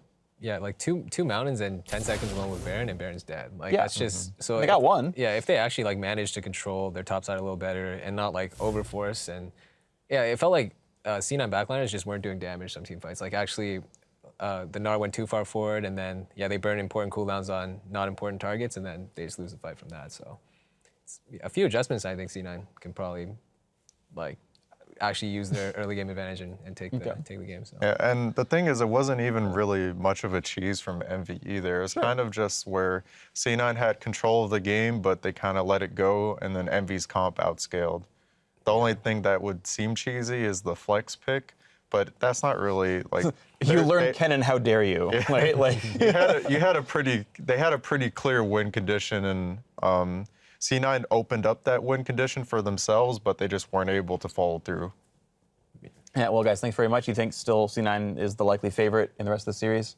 I think it all just depends on draft. I think C9's a team that historically does pretty well at adapting. Like, I'm sure they'll make some changes in this series. It's a best of 5, so anything can happen. Yeah. But yeah, I really liked Envy's draft game 1, and they played it really well too. So cool. Yeah, I agree. Envy's draft, it looked a lot more clear and easier to play. Yeah. But C9 still seemed like the more dominant players. So honestly, I haven't really had a side to choose in this series, because I feel like when playoffs comes around, people are more scared to make plays and like get things done. And I felt like C9 had a lot of opportunities here that just weren't done there. They just didn't take the opportunity. Yeah, while Envy kind of just like wave cleared, they got a kill early. Envy didn't capitalize on it. Like neither teams are like hard capitalizing on what they're doing, like playing off of cooldowns, playing off the TPs. Like we were talking earlier how like you push in a wave and then you TP somewhere else. There's a lot of like missed TPs. We saw the Seraph TP mid, missed opportunity on killing Gnar top when he had no flash, missed opportunity on potentially TPing bot with Kennen. Like there's a lot of things they can do, but it never really happened because I feel like that playoff pressure was just there. All right, well, we'll see if the teams shape up. A good champ select from Envy in Game 1. C9 maybe better players. Maybe it turns around for them. But now, that's going to be the Game 1 win for Envy. Let's check in with our analyst to break down that a little bit more. Weird itemization based on the team composition he's up against. I think that just plays out to the way that Envy was playing. You have double teleports, and while I thought that their use of TPs was extremely lackluster, not using it on TP advantages and whatnot, they were allocating farm properly. You can play a 1-3-1. You have 2 relatively safe champions in Kennen and Lissandra in the side lanes. You put Sivir in the mid lane. Pressure there, lots of farm. Now let's take a look at some fights here. We had mentioned the fact that Envy being a little bit more pressure-oriented out of the jungle, both out-farming Meteos on the side of Proxim, but also out-pressuring in terms of ganks, right? We saw a couple ganks go up into the top lane, not necessarily get anything out of it. It's not till 13 minutes that we finally got that first blood in the mid lane when they transitioned the pressure. The game, though, didn't break open until about the 30-minute mark. We saw a very, very static game, very reminiscent of most best-of-5 game ones where the teams are really, sussing each other out. But this was the big fight that broke it open in favor of Cloud9. Right, so the insta-give to Kennen, you think it's a pretty free fight, and Envy actually has a chance to kite out here. We see them drop this ult and get a lot of good damage, but Law's gonna walk into melee range of impact here and just get chunked out super hard. I think if Envy played this fight a lot slower, they might have been okay.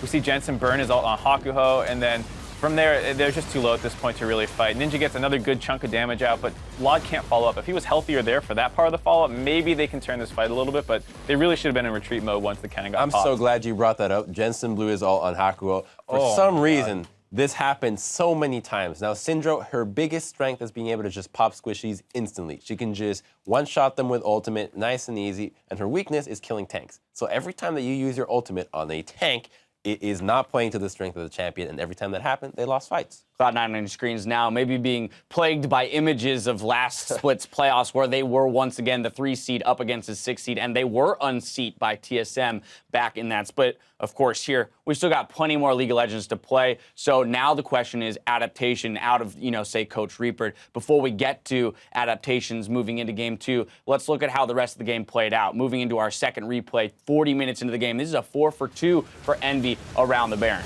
There's two bad things here. First, his impact ults everyone away. There's no chance that his carries can follow up, and he doesn't even get good stuns or damage. So he's basically no longer a threat. They kind of go on Lod, he kites it out, and then once again, you see the Jensen ult onto the Braum. It's great that you kill him, but look at Kennen go in. It's all about the failure. And now Lissandra's free to follow up. Right, so there's no more threat, no giant burst threat from Jensen. They're able to go in pretty freely, and they kind of get pinned up against Baron as well. And I think what stands out before this fight, especially with that Gnar ulti, is that they just weren't actually looking at the itemizations. Lod had a QSS, so if you're actually, or is it a QSS or a Crucible, so being able to actually disengage out of the CC is so important when you're playing one of these carries that your main role is to just crowd control the carries. And if you're not paying attention to this, you're going to pay for it. And which also is a reminder of the first blood that happened in mid lane where Jensen died with Flash and Cleanse, could have easily dodged out of that misusage of the Gragas Slam where you can just auto and then flash out of it instantly. So maybe a little bit of nerves or hesitation. Very much so. We'll be tracking to see if the mechanics improve throughout the rest of the series. Our final fight came 46.5 minutes in.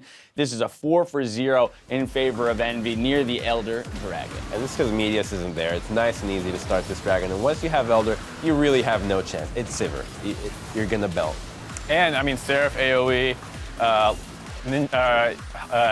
the whole team's AoE, actually, if you really think about it. Gragas AoE, Lissandra AoE, Sivir AoE, the burn is going to apply to everybody. I think they had 2 dragons or something at this point, so it's not huge, but it's substantial, and the fight's pretty easy to run through because they had pretty good access onto it. Right, and C9 made their best efforts to wait out those cooldowns, those key cooldowns in the Lissandra ultimate, and using Lissandra's E in order to keep Kennen out of the fight. But as you mentioned, the sheer damage increase off of ricochets, for example, on a Sivir, and her ability with her ultimate to close the distance, there was no kiting it all the way back to our base. I think the problem was that Cloud9 fell too much into the game plan of Envy, which is just, we're going to just 5-man brute force fight you and beat you every single time, whereas you have the Ashe, you have the Tahm Kench, you have globals, you have a Syndra and a Gnar that can split push. So being able to play the game plan, use the arrows, and we saw just how effective the snowball was. Off that first turret, you go middle, bam, 2 turrets right off the bat. Why not keep doing that the entire game? It just stopped for some reason in the mid-game. Would have liked to see them continue on that track. All right, best-of-5 series means we're looking out for adjustments. We're going to see who's going to adapt better moving into Game 2. So with that, Envy has chosen red side. They've elected to stay on red side here, maybe perhaps still looking for those strong counter picks and strong lanes. But your guys' thoughts on adaptations moving into Game 2 from either team? You got to get rid of Sivir. Yeah, I think Sivir's a big one too. What's interesting is I think Syndra is very hard for Envy to deal with in lane in terms of their champ pool, but it was kind of hard to play Syndra in that game in terms of targets. You don't really want to ult Lissandra. You don't really want to ult Kennen before he pops his Zhonya's. Double Zhonya's. Yeah, there's double Zhonya's as well as the self-ult. Braum is huge. And Braum is a huge blocker on Syndra ult. So I think it was difficult to play the Syndra in the later game, but I think from the lead that they had with it, it shouldn't have shaken out that way. So I'm interested to see how the Syndra pick plays into the future games. Okay, so we're looking for maybe a Sivir ban or takeaway on the side of Cloud9. Either way, they're the ones that have to react and adapt. As they lost and they're staying on the same side, they're going to have to look for a new strategy. Team Envy has come out to an early lead in this series, but we'll see if Cloud9 can tie it up after game 2. That hits your browsers in just a few minutes, so don't go anywhere.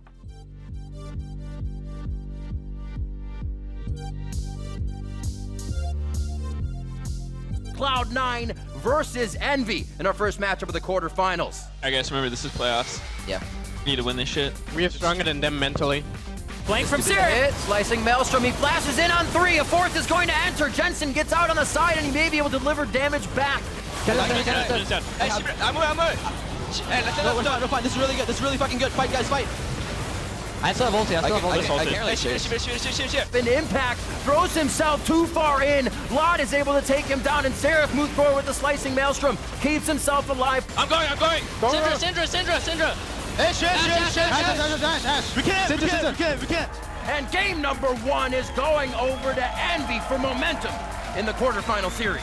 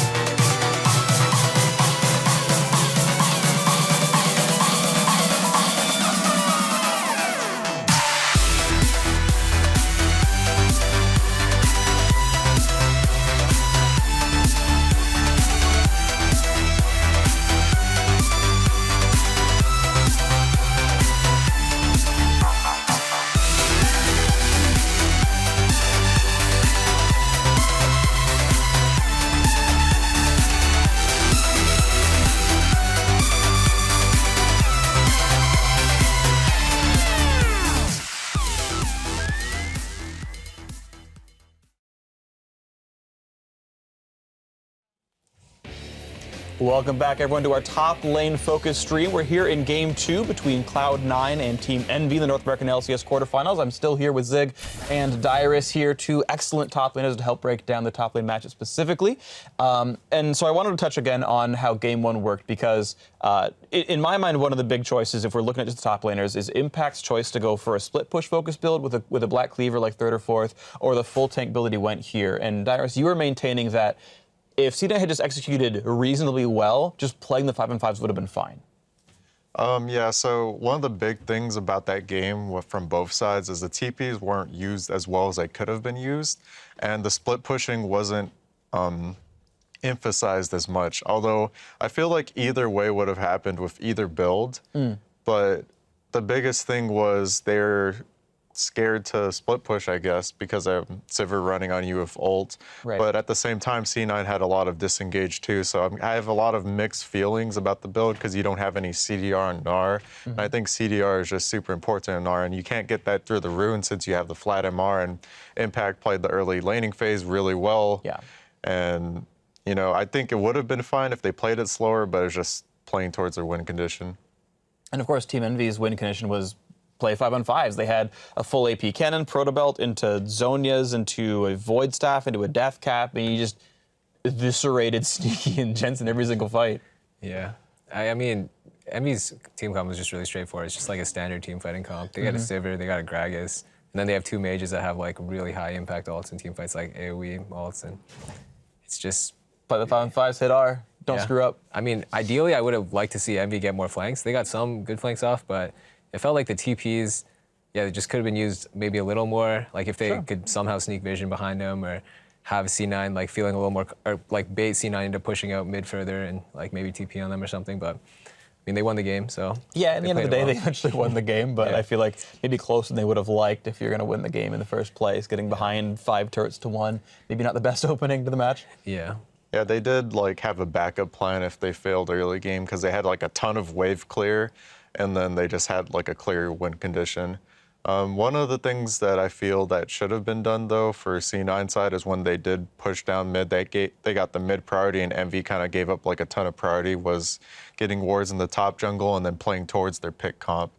All they would really have to do is send Gnar bottom, put wards, go on Baron, look for the pick as they go for Baron, either back off from Baron and let Gnar split push, or let Gnar TP in and get that mallet, use that mallet, and just chase down people one by one and do your best to protect Sneaky and Jensen, because they did have the tools to protect them. They had the Tahm Kench. Sneaky and Jensen both had like some kind of defensive items such as Abyssal Rallies for Jensen, and they had Maul for Sneaky. Even though Sneaky did die that one time with Maul, I feel like they did have the tools to win that. Okay, so better execution should help for C9. Again, Envy kind of getting props for a good team comp here, but we're basically just waiting to get ourselves in a champion select for Game 2 here. Team Envy did choose to remain on red side as the lower seed. They get to choose their side for Game 2 and 4. Game 1 ended and said, yeah, we'd still like to counterpick. We'd still like to play that flex pick in our second round red side spot, and then last pick another solo for the last matchup, basically, and make sure it all goes well. And we are back in a champ select with some very similar bans to before, but now Sivir added to the repertoire to maybe stop Envy from team fighting quite so much. GP might make it through this draft, actually. Usually people like banning it on blue side, because you don't want to really blind pick GP. There's a lot of, especially in standard lanes now, like it feels like there's a lot of stuff you can play into it that really punishes it and gives it a hard time in lane. I also really like that Envy actually picked purple, because I think they're just much better at flexing and using the 4-5 or the 3-4 and 4-5. Right, yeah. Well, so I have a question actually on this. So I've had a theory that like, in a matchup like this, like I agree. Like I think Envy makes use of red side very well. If you're C9, should you just pick red sides that Envy doesn't do that? Like one side is clearly sort of favored for one of these squads. I feel like, I don't know if they plan for that, or maybe they feel like they're just better on blue side. Maybe they think that they're the better team, so they're gonna win by playing standard, and they have more success on blue side, and they're not taking. They didn't. Do you pick it before the match? So now they're picked 5 minutes after the game ends. So game 1 happened 5 minutes after the Nexus blew up. Envy chose to play red side, and now after this game ends, C9 can choose blue or red. Then maybe for game 3, C9 would want to pick red if, you know, Yeah, it depending doesn't on how turn this out game well goes, for them. Yeah. Oh, there's a GP challenge. Yeah, you mentioned counterpicks. So tell me, what are the insane counterpicks to Gangplank? There's some stuff that makes Gangplank kind of unlaneable. I feel like Pantheon's like one of them. It's like really cheesy stuff though. Usually like Pantheon, Riven, Irelia are all pretty hard. I think Impact will probably end up going Irelia or Gnar. Gnar, I think GP gets free scale with Gnar lane, but then once you get Black Cleaver, Mallet, it's really hard for the GP just because you build full damage on GP and Gnar just like gets really tanky and does a lot high bases. So split push war eventually I think GP loses, but early on laning, like when I lane this sometimes from the GP side I can kill the Gnar early on just because like he can't trade back like if you just Q him. So Yeah, is this a missed opportunity? early game's pretty weak. Is this a missed opportunity though? Like if you had an infinite champion pool, would you like? Yes. Yeah. Would you play Gnar here? Yes. Right, like you know, like if you got to have a magical top lane that could play all 130 something champions, would you still go Gnar, or would you rather they like have learned Quinn or Kennen or Fiora or something? I mean, I talked with Huni and I asked him if I blind pick GP versus you, what would you do? He's like, I pick Pantheon. Like I'm pretty sure if you could and you were confident in your counter pick, like picking counter pick's way better every time, especially in the standard patch, because you can only 2v1 after 5 minutes if you don't want to lose a big lead, which means 5 minutes of pain train for Gangplank, like no matter what. And yeah, here I think C9 just plays really standard from the looks of it. Like they don't have anything cheesy up their sleeve. And almost nothing's changed here in this draft. Yeah, it looks They have almost one new identical. champion. And it looks like Thresh kind of does the same thing Tom Kench does with more pick though. I mean, Tom Kench was banned. Other than that, they did this exact same draft. This is They did the exact same draft. Yeah, this is pretty much the same comp, except now Envy's dynamic has changed from super team fight to now to like playing for, I guess, late game. Or I guess it depends on what their mid pick is. Yeah, it feels probably very just random. pick the list again though, to be honest. Like, does Liz fit here? I mean, this looks like the same kind of Liz team. fits anywhere, Okay, honestly. that's fair. She's That's kind fair. of, she can disengage, she can engage, she has wave clear. She's very mobile, or very like all-around kind of champion. Kind of similar to Gnar in that sense, where Gnar can do a lot of things too. I think their AoE is pretty much identical last game. Jin's a different type of team fighter than the Sivir, but like it's only utility carries being played here. And yeah, I think Gangplank into Gnar actually is just good for the Gangplank. Like I'd want to be the Gangplank in that matchup every time. Yeah, and this has actually been a question for us actually, is Impact kind of only plays like 5 champions. He kind of plays the same dudes over and over again, Gnar and Trundle being the top 2 for him, a couple of Maokais. Yeah, it seems like he's a defensive style player. Like he likes playing the same stuff and then there's not very much volatility and he plays the lane pretty much the same, gets out of lane with like even farm. Then he likes going tanky instead of like something split pushy or something, so. The thing about Impact is I feel like he's the kind of player that is able to play those other champions, like before there's like Ryze, Yasuo. I think he's definitely capable of playing those champions, but maybe his team is kind of like holding together and playing towards more of the team.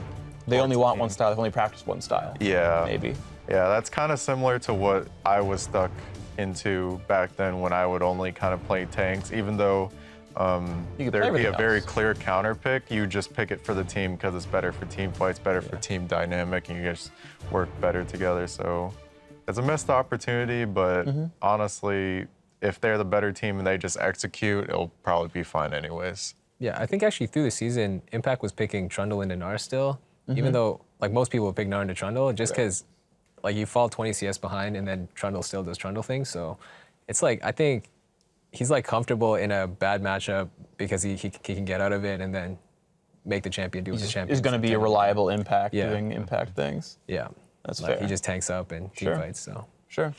All right, what's going to be interesting, of course, Gangplank top. We've seen him for a while now, basically ever since Worlds last year. He's been a really, really good top laner out there.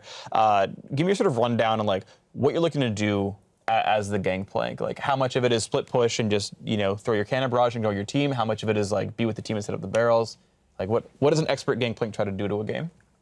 So early lane, you kind of just Q the guy a lot. You parlay him for bandit stacks. Gold. Yeah, 10 gold. It's better than last hitting minions with it. I would die for a bandit stack, actually. Like, I have died for bandit stacks. That bandit stack is just so, it's so appealing. Like, it's so good. It's like, it's a reward for pressing Q and clicking the dude. And it's like a short trade that Gnar can't really do that much to.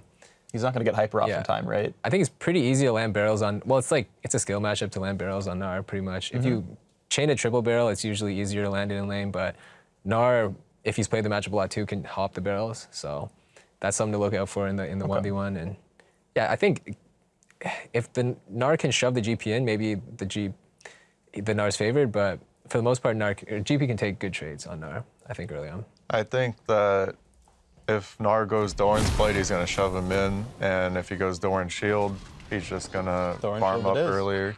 Yeah, because Doran's Shield's really good against GP. Yeah. And like GP won't have enough mana to kill through the Doran Shield. And while GP kind of just wants to scale up around level 6, when Gnar gets Mega Gnar, they can constantly dive the GP. GP is kind of like a top lane Karthus, where I feel like you ult for your teammates, but sometimes you got to ult for yourself too. I mean, it's always situational depending on how the matchup is going, but he's just kind of a character that you want to camp a lot. For example, like, you know how when TF hits 6 middle, you kind of want to stop TF from roaming on your teammates and ganking him a lot. I feel like it's pretty similar with GP, where you want to shut him down as hard as you can so he's not as relevant later.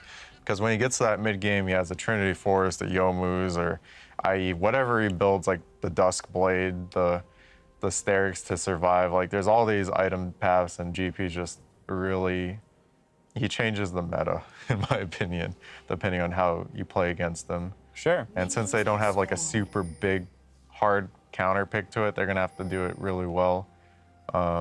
I honestly don't know how it's gonna play out, but that's usually what you do, or what I've seen anyways. Okay. Yeah. I feel like any lane where GP gets free scale is just a good lane for GP. And I feel like Gnar's early game is just, you can't really punish him.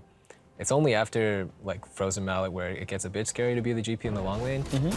And because, I mean, 2v1's like not here anymore. As long as he can save his first tower, it's like he'll always have something to run back to, so. So Seraph gives him 5 auto attacks and a parlay. He didn't even tank a hit for him, man. I know, it's scumbag right there, Seraph. You know, would have had the region anyway, but yeah, walks in a lane, misses nothing. Melee minions still waiting for him to lose health. So once again, top laners, just walk out at 150. Just use that as your timer, right? Just auto attack until that happens. You'll be good to go. I guess 140, not 145 is when they spawn. I got that wrong last game, but yeah, and then there we go. The 10 gold parlay. Just get those bandit stacks. The first 3 CS is always like the most like conflicting, because you either CS or you trade. You usually get only 2 of it, because both of the top laners only got 2 there. But Impact got level 2 first, so Seraph is forced to play back.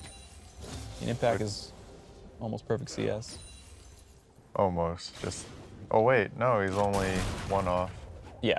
He's -1, I think. Oh, -2. Oh. Garbage. All right. Feels bad, dude. I know. All right, so the defensive barrel. Talk to me about sort of Gangplank's laning pattern. You pretty much, to my understanding, is you always want to keep at least 1 barrel up somewhere so you're ready to chain if they go on you. Behind you or in the brush is best, basically. If you're getting shoved in, you kind of want 1 behind you.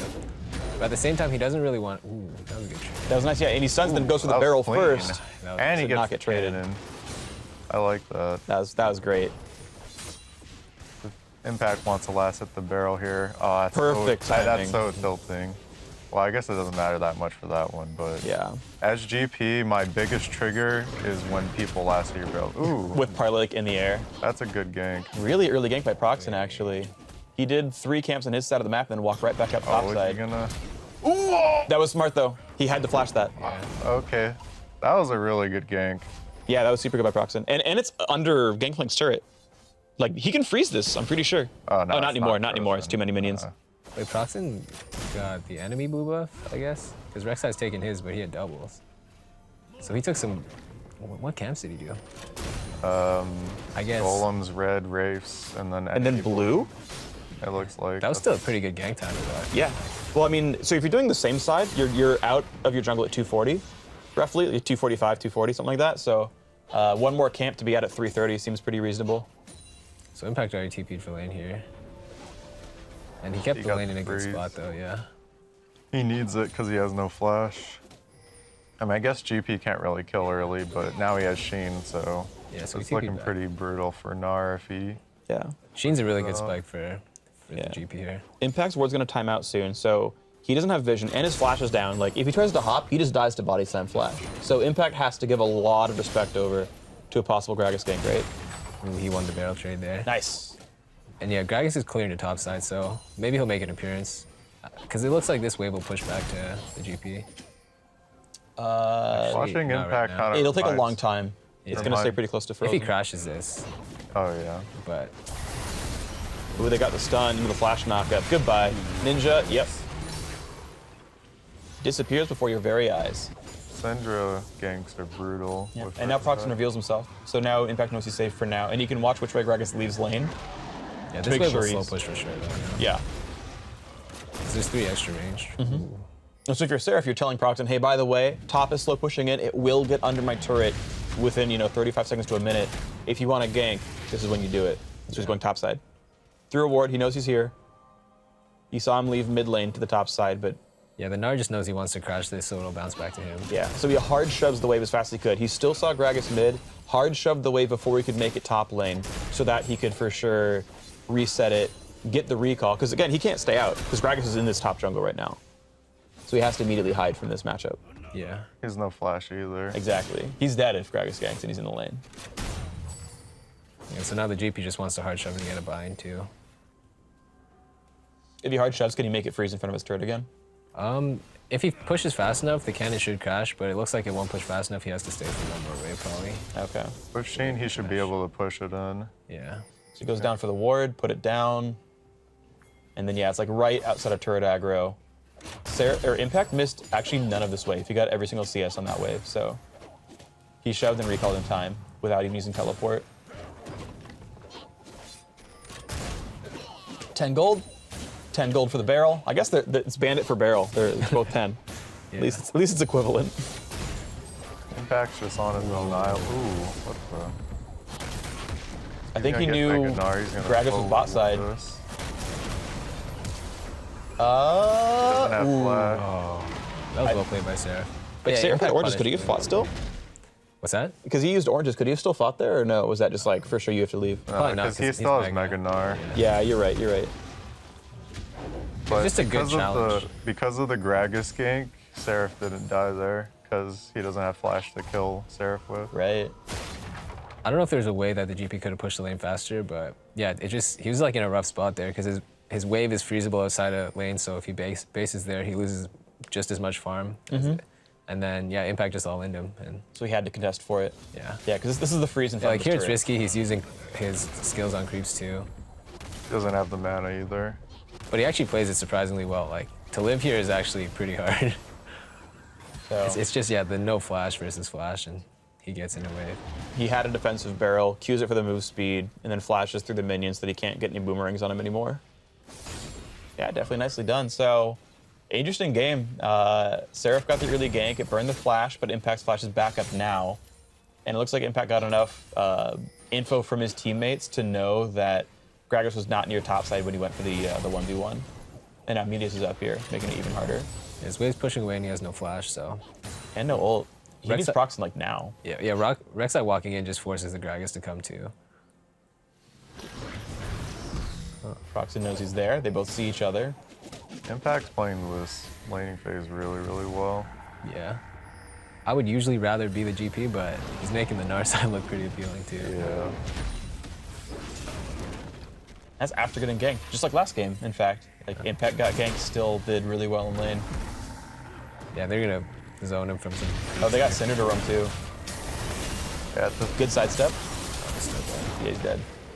Wow, that was really impressively played on both sides. It was like calculated help. Yeah. Yeah. That really hurts the GP though. Yeah. He lost a whole wave. Yeah, and he's gonna miss another. He'll have TP when he's back up, but he's probably not going to be here in time. I mean, even if he does TP, he's probably going to die to the duel. I don't think you can TP on a 1v2 like that. I think you have to give up this wave. Okay, he ults for it. Yeah, that's a bit reasonable. He'll get the melee, and you got all the casters. So although it wasn't done in the way... Oh, wait. Forcing somewhere. Goodbye. Proxen, be careful. There's a Gnar. You're dead. Pretty sure you're dead? Yeah, he's dead. Yeah, that's pretty brutal. Envy's gonna have a really hard time this game. So I was mentioning it earlier, but Gnar usually like starts to abuse the GP around 6 or 7, and with the jungler. And instead of helping Gnar out early, since Gnar is pretty weak early on and just wants to survive the laning phase, like Gnar had a really, really good laning phase, and the moment that GP showed potential weakness, or because GP didn't really it didn't go as well as it could have for GP since he's just scaling. Because C9 had pressure middle, they just did a calculated dive top, kind of like what TSM usually does with their dives with middle. They just roam, and GP's just really abusable. Yeah. Especially without ult. So he's pretty shut down here. All right, Jensen had priority, so hey, guess what? Let's go kill your top laner for you, and Impact gets on their receiving end of a really nice gank. Yeah. And Jensen's actually 1-1 and 2. Like C9's been getting kills everywhere. A lot of them with Jensen specifically. Been good stuff for C9. Yeah, they're, Impact withstood a arguably rough matchup. And Seraph is, he's had to ult for himself. You guys mentioned that before. It's like, you said it was like top lane Karthus. He had to ult for himself to survive a matchup, to survive a one-on-one. Hasn't been able to turn the rest of the tides around. Yeah, I think with the amount of waves that GP missed now, it just gets really hard in the 1v1. And Gnar will eventually win the split push war again just because it's Gnar. And if he gets his 2 items, like the 2 split pushing ones, he'll probably actually opt for Randuin's instead of the Cleaver this game too, though, just because he likes tanking up and being there for team fights. The interesting thing about C9's comp is that they have CC everywhere, so they can gank everywhere, but the thing about what makes the Gnar pick here better than the Pantheon pick now was the way that C9 played. Because C9 didn't play towards their top early, like if he was Pantheon, he would have had a harder time with the Gragas gank, but because he was, we can just look at this team fight first. Yeah, looking for Jin snipes, roots up Smoothie. So continue your thought? So anyways, they just played towards the Gnar power spike, where Gnar sustained against the Gragas ganks early and just calculated the time to abuse GP later on in the lane instead of early. I said, okay, we have ultimates. Now we'll go for the play. Now we have the damage to kill Seraph, who's not building tank items to start. And this is really hard for the GP now, because he's just hard freezing the lane. It's really perfect time by Impact. He's getting the barrels almost every time. Then he flashes the barrel slow. I don't know if he's gonna get anything. It looked cool, but that was a useless flash. He's just really trying to abuse him in the 1v1, because the wave's still pulling to him, actually. Oh man, this is so rough. Actually, okay, now he's pushing it out. Okay. But he kept it kind of frozen. Oh, actually, it might still be frozen. This is really good, frozen. Yeah, it's frozen for sure. So describe for everyone the really smart thing Impact just did. He just after he killed the tower, he bounced the wave for himself, and now he's just forcing the GP to walk up without tower. I think taking risks just to clear the wave. Oh, he missed the barrel, or he dodged the barrel. Yeah, the barrel cut a lot of minions off. He has flash here, so he might have to flash away. He might. Mega Gnar stun, oranges, flashes the house. He's probably fine. Whew. If Impact didn't waste the flash, he might have had a better opportunity to kill him there. Yeah, because you could flash Mega Gnar probably. Land the house and flash Mega Gnar, he's dead. Yeah. But yeah, the wave's still pulling to him, so the GP's actually super screwed for farm. Yeah. So the thought being if Impact was going to recall and buy items anyway, I might as well have the wave crash into my turret so that when I come back in, I've denied another wave or 2. Yeah, he's probably just gonna farm for Mallet, and then with a flashless GP, it's really hard for him to walk up at all. Yep. And then they'll have perma priority on top side. Right now, what Envy needs to do as a team is just to force things to get GP out of this, and just scale and somehow find him farm. Because right now it's looking really rough. Their mid laner is having a hard time too. Yeah, it looks like they're actually sending their bot top here because they already got bot tower. I think Gnar can actually 2 versus. Oh wait, no, they have sending 3. Yeah, I think. Yeah, they're just trying to break the freeze. They can use this wave that he's freezing to push. Yeah, a lot of Nakuho, as you mentioned, they had killed the bot outer turret. They've actually gotten a kill onto Smoothie themselves as well with no deaths to their name. So that's been pretty good for Envy. They've done good things bot lane. Pressure on the mid. This looks bad for Ninja. Good ult. He actually dodges the Syndra, but yeah, there you go. At this phase in the game, it's pretty good for Envy to rotate lanes just because the GP can always ult a wave on the other side of the map if they're trading sides. But it looks like C9 just went mid. Yeah, they're in desperation mode right now. Good flash. A nice flash. Jin Gangplank sounds like a really good combo though. Gangplank gets guaranteed slow to make the Jin bullets easier to land. Yeah. That does not sound easy for C9.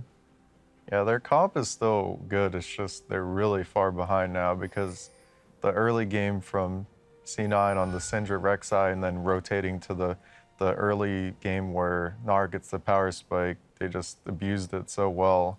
And even though they don't have bottom tower like Sneaky's 2-0 from whatever happened earlier.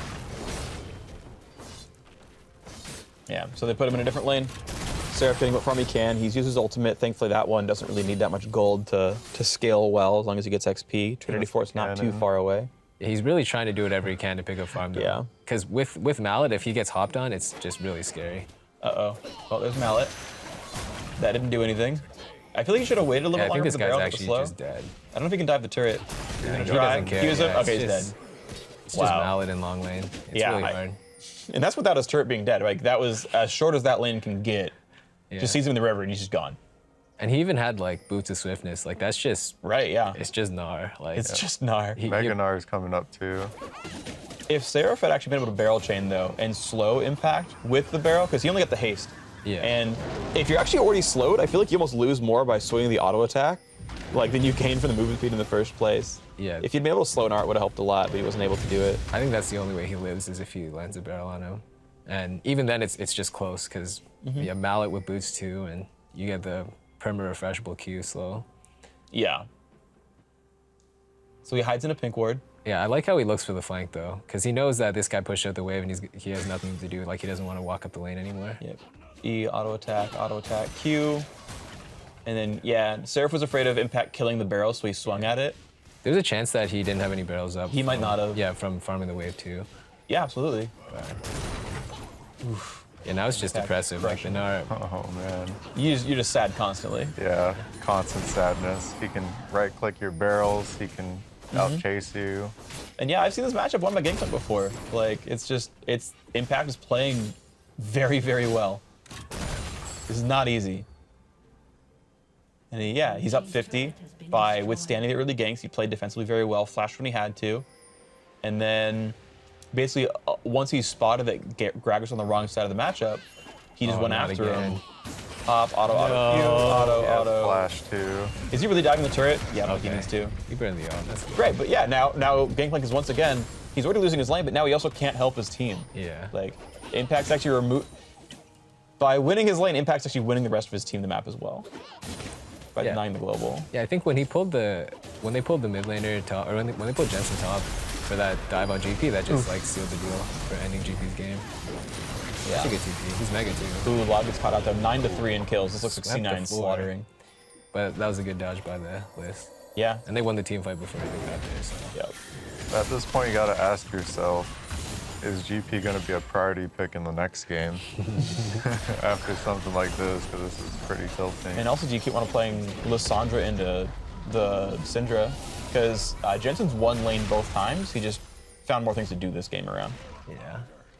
Yeah, I feel like Liss isn't a great pick in the Syndra too. Like you're really relying on your 2v2 or your team fight later on or something. Because in lane it just seems like that's not good. It's just Liss is just too low range. Yeah. Life's been hard for him. But Seraph gonna knock down this red buff. Get himself some more gold, plus 69 for that. He's waiting for his Trinity. Yeah. He's really begging for it. And he's down 4,000. It's definitely a pretty reasonable deficit. What's the goal differential between him and Gnar right now? I actually can't look myself. The observers can check for us. 5,100 to 6,300. Ouch. I think are the numbers. So yeah, 1,000 gold difference. A quarter of the gold that C9 has is just the top lane. It's just off of him like freezing the wave and getting a gank and some stuff. And just killing his him management by himself. Yeah, it's like it's mostly stuff done by himself. Or nothing like completely. It's not like the jungler like hard camped his lane. It was like jungle pressure's about even, and he just played the 1v1 really well. Yeah, and it was his choices of like when do I push and shove in. Like he got the turret kill. That was some of it, right? He went for that as the play. I don't know if it was the first turret kill, if he got it first or if Envy got it first. But this is 615 where you have the first turret gold. Yeah. I didn't see who did it first. I just know those are the first two turrets to die. Either way, that's a lot of gold to him, at the very least. And then after the turret died, then he mostly played for freezing, because he's like, I can't shove tier 2 down without the rest of the map opened up. So he then played for freeze instead of for shove, and he kind of got the best of both worlds. So Seraph got his Trinity now. His game's looking a little better. Yeah. Even then, though, like once Gnar gets his black cleaver. Uh-oh. Here it goes. Seraph's dead. again. Seraph's dead. How is this guy? Rest in peace. He's just sneaking up on him every time. Seraph's dead. Goodbye, Seraph. Goodbye, Seraph. And the best part is he actually has magic resist. Like he has a cowl, so. Yeah, no one can kill him. Yeah. Goodbye, Proxen. Goodbye, Proxen. Jensen, 6-1. This is all just. Goodbye, Ninja. Oh yeah. That's maybe a Baron too. They don't have no mounts. They don't have any mounts, but. I think they get mid-tier 2 and reset. There's no Drake either, so. What do they want to do? They got a lot of time actually, but they have double TP, so. They can honestly do anything. I guess resetting's the safest option. Just get back on the map quicker. Yeah, we'll see what happens right here. Obviously, a big lead, 7,000 up right now is the advantage for Cloud9. Impact gets to recall away, and yeah, he was winning his matchup by enough that he was simply able to, do this. His tank items for his lane matchup was Frozen Mallet and Ninja Tabby, and that was all he needed to be able to ignore Gangplank for the rest of the game.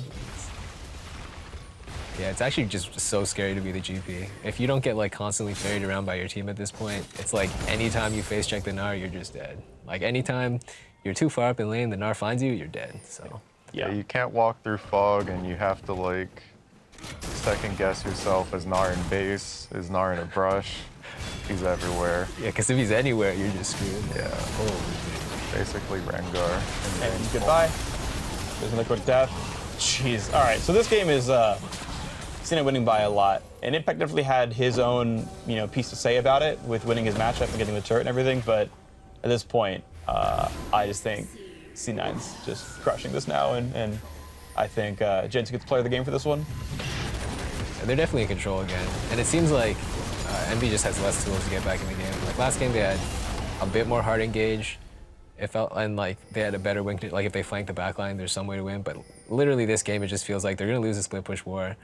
The mid lane's too far behind as well. Like the solos are actually really, really far behind, and it's just C9 are just gonna close it. Yeah, it seems really likely. I mean, this is a much bigger lead than they had over in game 1, and I don't think they had the same X factor here, where, at least in game 1, Seraph was like farming well and had decent kill score and whatnot on the cannon. He could like one-shot Sneaky in the back line, but I just feel like it's not on the same scale right here.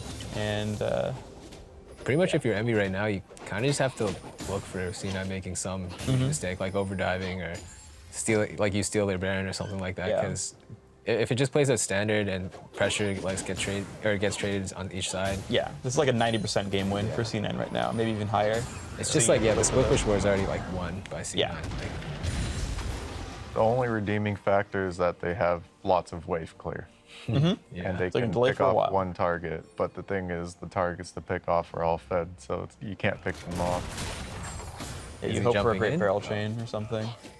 So you're hoping for the small chances. Impact does get slowed down there. That's decent damage. The team's coming. Lissandra's in. They're gonna get the ulti. They might get Impact. Oh, this is the... Okay, so there's the first kill, right? Shut down. That's not bad. But unfortunately, Baron's they out. committed 3, they brought him. Well, they have double TP, so there's a chance. Like this is a good play. If Hakuho's wards, they're in. And the bullets give vision, so they know what's happening here. Chance of a steal. The 4th shot's gonna do a lot of damage. There's actually a decent chance they can steal this. Yep. Oh, that was super close. And they could have gotten that Jensen too. got it. Yeah, Syndra gets it. That was like the ultimate setup for the comeback. Yep. Yeah. That was really smart. Like Just well played by C9 though. Actually, it seems so lucky because he didn't even smite it. Like, yeah. And I mean, Lod played that super smart, right? He's like, okay, our best chance of a steal is a 4th shot for my ultimate. I'm gonna waste 3 and then wait for my team to ward. Like, that was legit. Like, a lot of smart plays by Envy right there. And they almost got back in, at least closer with it. Yeah, I think committing 3 to Gnar is like pretty much best case scenario there, and forcing the other team to do something. But unfortunately, they actually did get the Baron, so it just puts Envy farther behind. Yeah. You know what surprises me here is that Impact is not even that much up in CS, even with all that freezing. I think GP gets some from barrels. I think if you barrel chain, you get +1 for the barrel. Oh, really? There's like I've seen that creep square bug or something. Yeah, it's specifically if in a barrel chain, I think it counts incorrectly. If you kill just one, I think it's normal. I thought it had something to do with it doesn't count neutrals or something too, but I don't know if they fixed that. I forget, like, and maybe it's even been fixed at this point as well. I don't know, but I actually just don't remember anymore. But I know Seraph's also been spending a lot of time like trying to farm the jungle and whatnot, right? He's been desperate to get gold anywhere he can. Yeah, he like picked up a red buff earlier on. Right, because you can see like it's +20 for Meteos over Proxen, and some of that's because Gangplank's been stealing. I actually think just Impact's also been running around the map and stuff. He has. He was like walking to attack mid lane and something like that.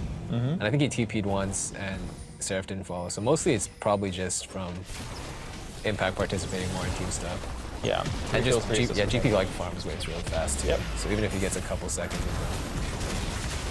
I think for him, he got the kill when they went for Impact earlier on. Now we've got the bot lane being sieged up with a Baron buff, so every time he hits life those is hard. barrels.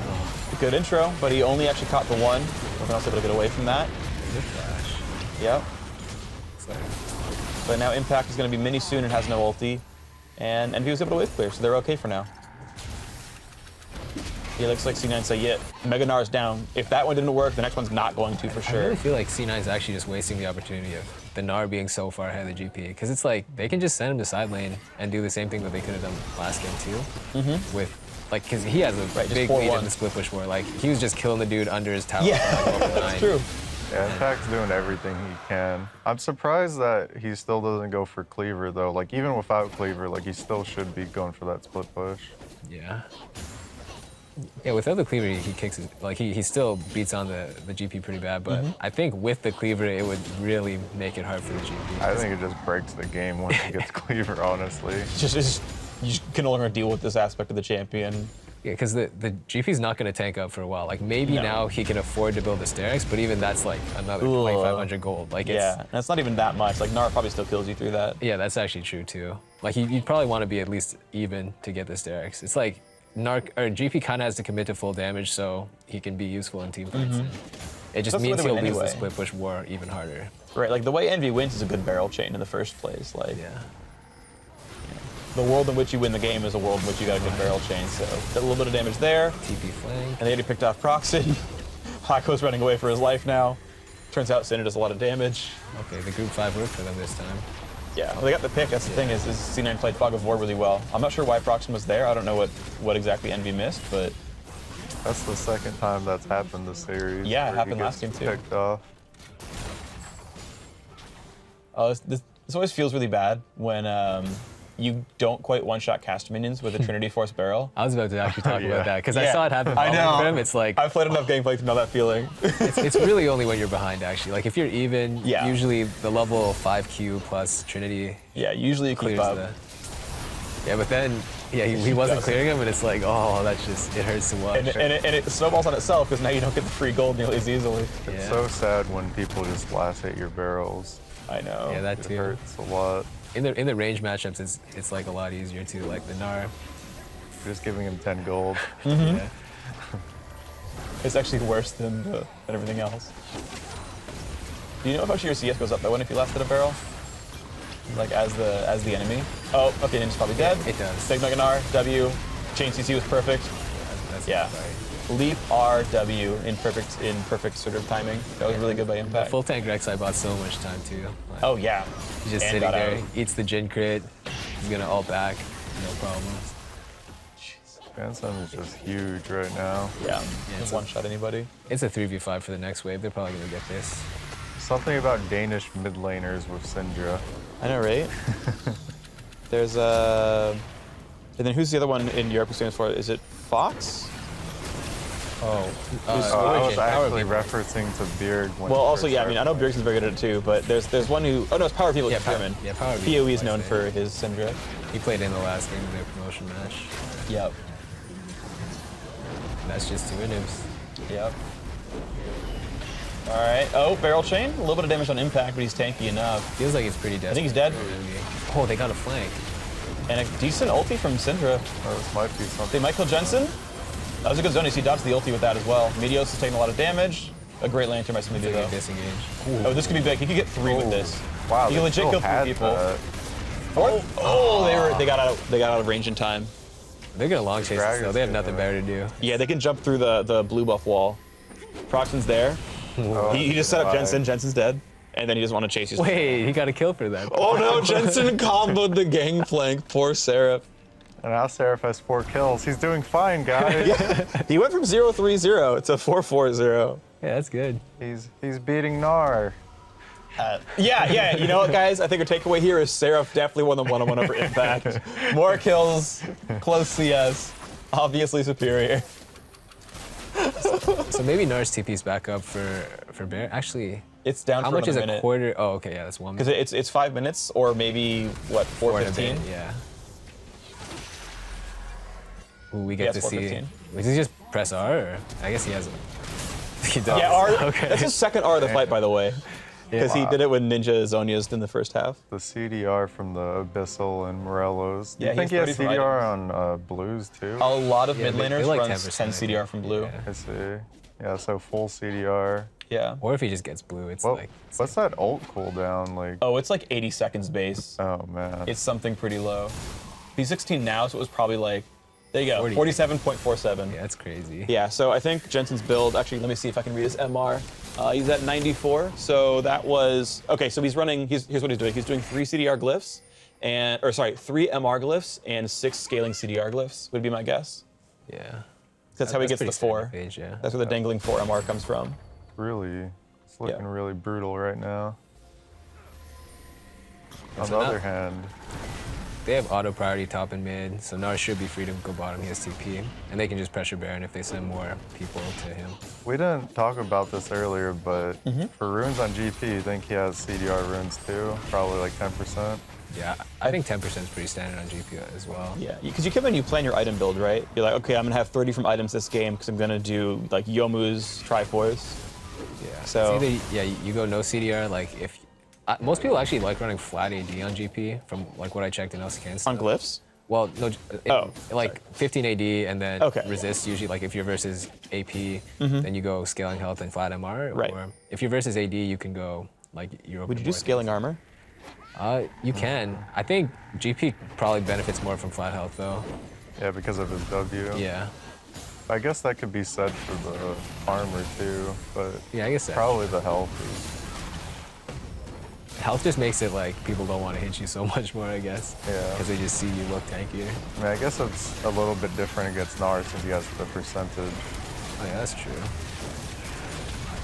Oh, gets the ulti on a 1. He has a decent intro. I think if I could have held it a bit longer, but they got the kill. And now he's just tanking. He's fine. Okay, he's almost dead. He's dead. Okay. Wow. Support for top. That's why arc gives- treads are so important. Oh yeah, he went ninja tapping because of the Gnar. Yeah. I feel like maybe that was wrong. Do you I mean, it's a tough choice, right? I think Well, he bought it really early, actually. Yeah, he got it like Just second delayed. item. I think these guys could have, like C9 could have played it a lot slower though too, because they had 2 in-hit pressure going in. Yeah, At least you're they right. burned the Attack tower. going a like, little crazy. I don't think they should stay any longer. They can just come back for the 2 inhibs. Missing a top laner versus missing a support. Yeah. Yeah. They're up And the 10K. support's about to spawn too. Because they're so far ahead, Ooh, but yeah, you're right. your top laner is gone. Like, you don't want to risk that. They're honestly taking a lot of risk. Like, even though they're gonna home super grade him right far now. ahead in Yeah. these games, there's a lot of risky things that are happening. Oh, maybe That's because of that. They wanted to buy Oh, yeah, time maybe for they top. got a top Nexus for that, or? It might have already died, I don't remember, okay. but it certainly was hitting the Nexus, right? So Now he has GA, so. yeah, turret died during that, so that was what happened. We missed the call out. And of course now Superman is given armor aura, so it's even harder to kill his casters.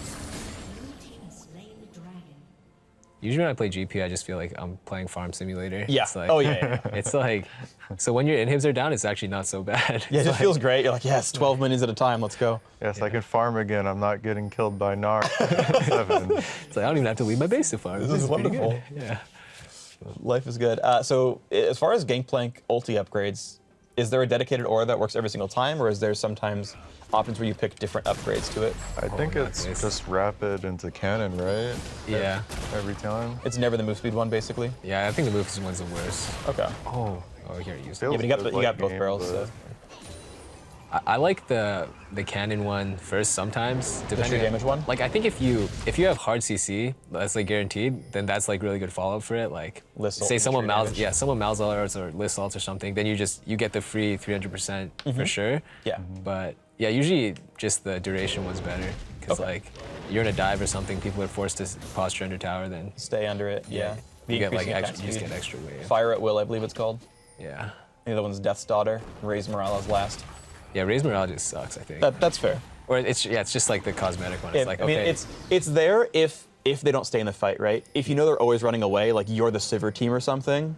Yeah. It's like, okay, well, or they're the Sivir team and they're running out of it. It's like, well, because rapid fire, like the fire at will, the rate at which cannonballs drop increases over time. So if they leave at like wave 2, you've gotten no impact over it, right? Yeah. So that's the thought, is like, if they're leaving, you can run through it and catch them. Okay. I agree, it doesn't feel as good. Yeah, but I think that was I the don't think idea. it's like the first one to upgrade. I think never. It's usually like, I just got 1500 from Silver Shepard. Right, So I mean, I'm gonna buy something. damage always feels better, right? Like, and I can't hate on that. I'm just sort of saying the reasoning behind it is the first 2 waves actually aren't any better unless you land the true damage, and so it's like, if you know they're running from Gangplank ult, then you can use that to catch. And that's like, sometimes there's like, 1 in 100 games you make that choice, and like, now you know. Maybe we'll see it one day where it's the right choice. Yeah. Actually, I feel like I never feel that third upgrade on GPL. I mean, you have to like run through the field, right? Yeah. And if that never happens, then you're not getting anything out of it. Oh, committing a lot for wrong. Yeah, they got him, but they also separated with Ninja. Decent damage in the back line. Videos and impact are low. Wow, they're actually. Gragas ulti separated them too. Even with. Oh no. They popped GA. Good dodge by Jensen. Yeah, Gragas ulti separated the entire back line. So they had like free time with Meteos. Wow, this is like. It's really, a lot closer This is deja vu. Yeah. I mean, they're It's way much better farther spot, ahead though. this time, though. But still, I mean, this is the threat, is Envy keep having really good 5-on-5 champions. And turns out Gangplank does work in these situations. I feel like C9 is just constantly messing up, though. Yeah, you think? Yeah, because they're so far ahead. Like, they had GA on Gnar. There's no reason for them to, like... I think their front line is just overfighting. Like, they had too much AoE that was zoning. Like, the back line seemed to not get that much damage. Sneaky had to walk around, like, the mid side of Wraiths just to get, like, 2 autos on something. And then it's like, yeah, the GPL is really just... Like, no one wants to walk into a GPL. Of course not. And Envy's early picking Gragas every time. I think they're first rounding it every single game. And they, like, when those fights happen, they separate the backline. They just ult out Sneaky and Jensen and then fight the tanks. Yeah, this is really good for them now. Because they just picked up 2 of the naked inhibs. And And there's only 1 Nexus turret, so like there's very little in the way. It's double Infernal plus a Mountain Drake. C9 can kill Baron pretty fast. Yeah, I think C9 just has to take it slow to... Oh, he hit the Baron. Whoa. Yeah. But he takes no damage. So. Yeah, right, he's invincible, just so whatever. full tank, skips Cleaver. And so they still have 1 Scryer left. But GP's in base. And Gangplank ulti is up. Yeah, I guess he can this global is that. on. This is actually good. It's just, okay, never mind. Yeah, there's like, not much they can snipe. do. Yeah, he used it late. I mean, it's whatever, right? Yeah. It wasn't going to change anything, probably. Yeah, GP ult is actually getting nerfed next patch, too, right? Yeah. Right now, the change is cooldown and damage, but it's still in flux. Because, like, 6.16 just came out, so it could be really anything. I think in standard lanes now, GP's just, like, a little worse.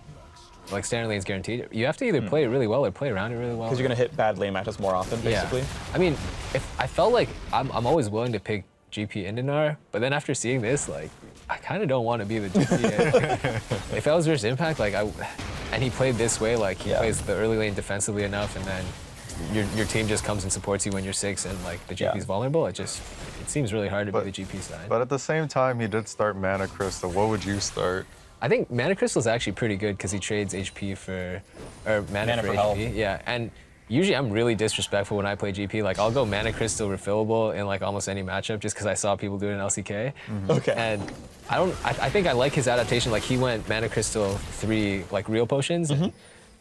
Yeah, I don't know. I don't know if there's a way he can play laning differently. Like, sometimes corrupting's better.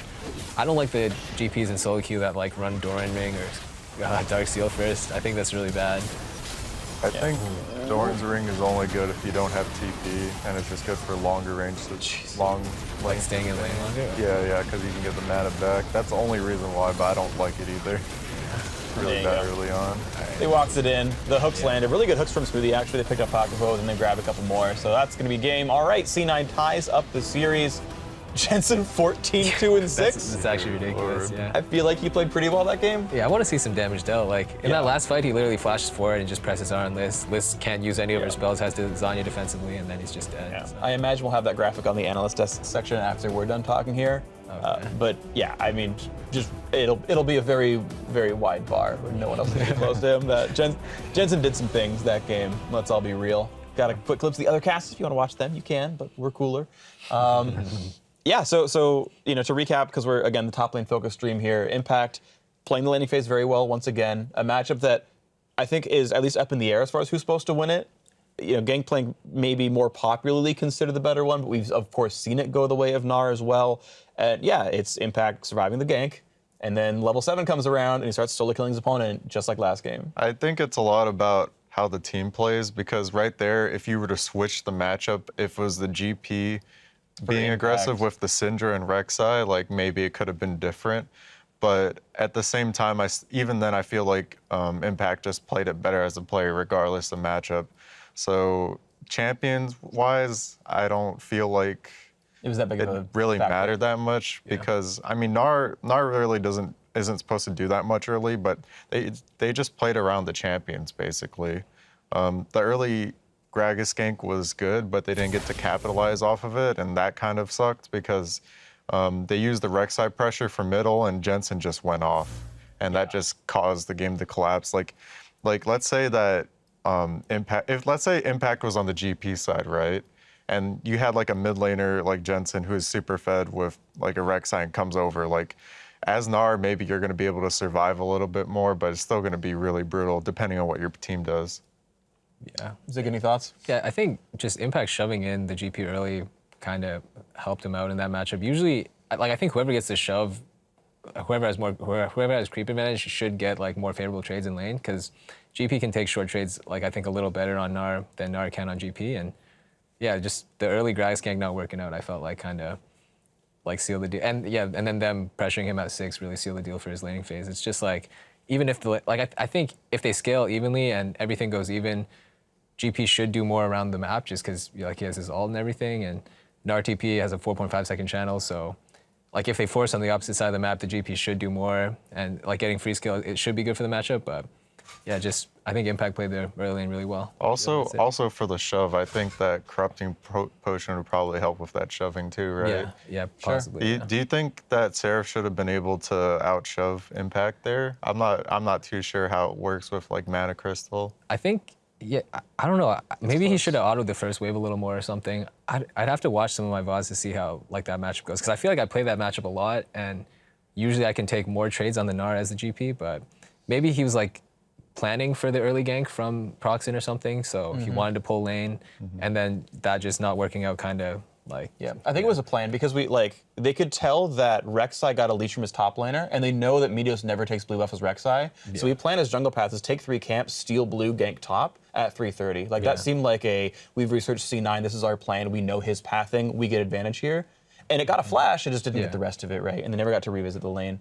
But yeah, I've seen the Gangplank win that one as well. I've watched, I think it was Darshan do it, and he basically only queued his opponent, but he would like auto attack barrels to shove. Yeah. And so he'd shove with barrels and autos, and he'd queue his opponent on cooldown basically, and that was how I saw it played out.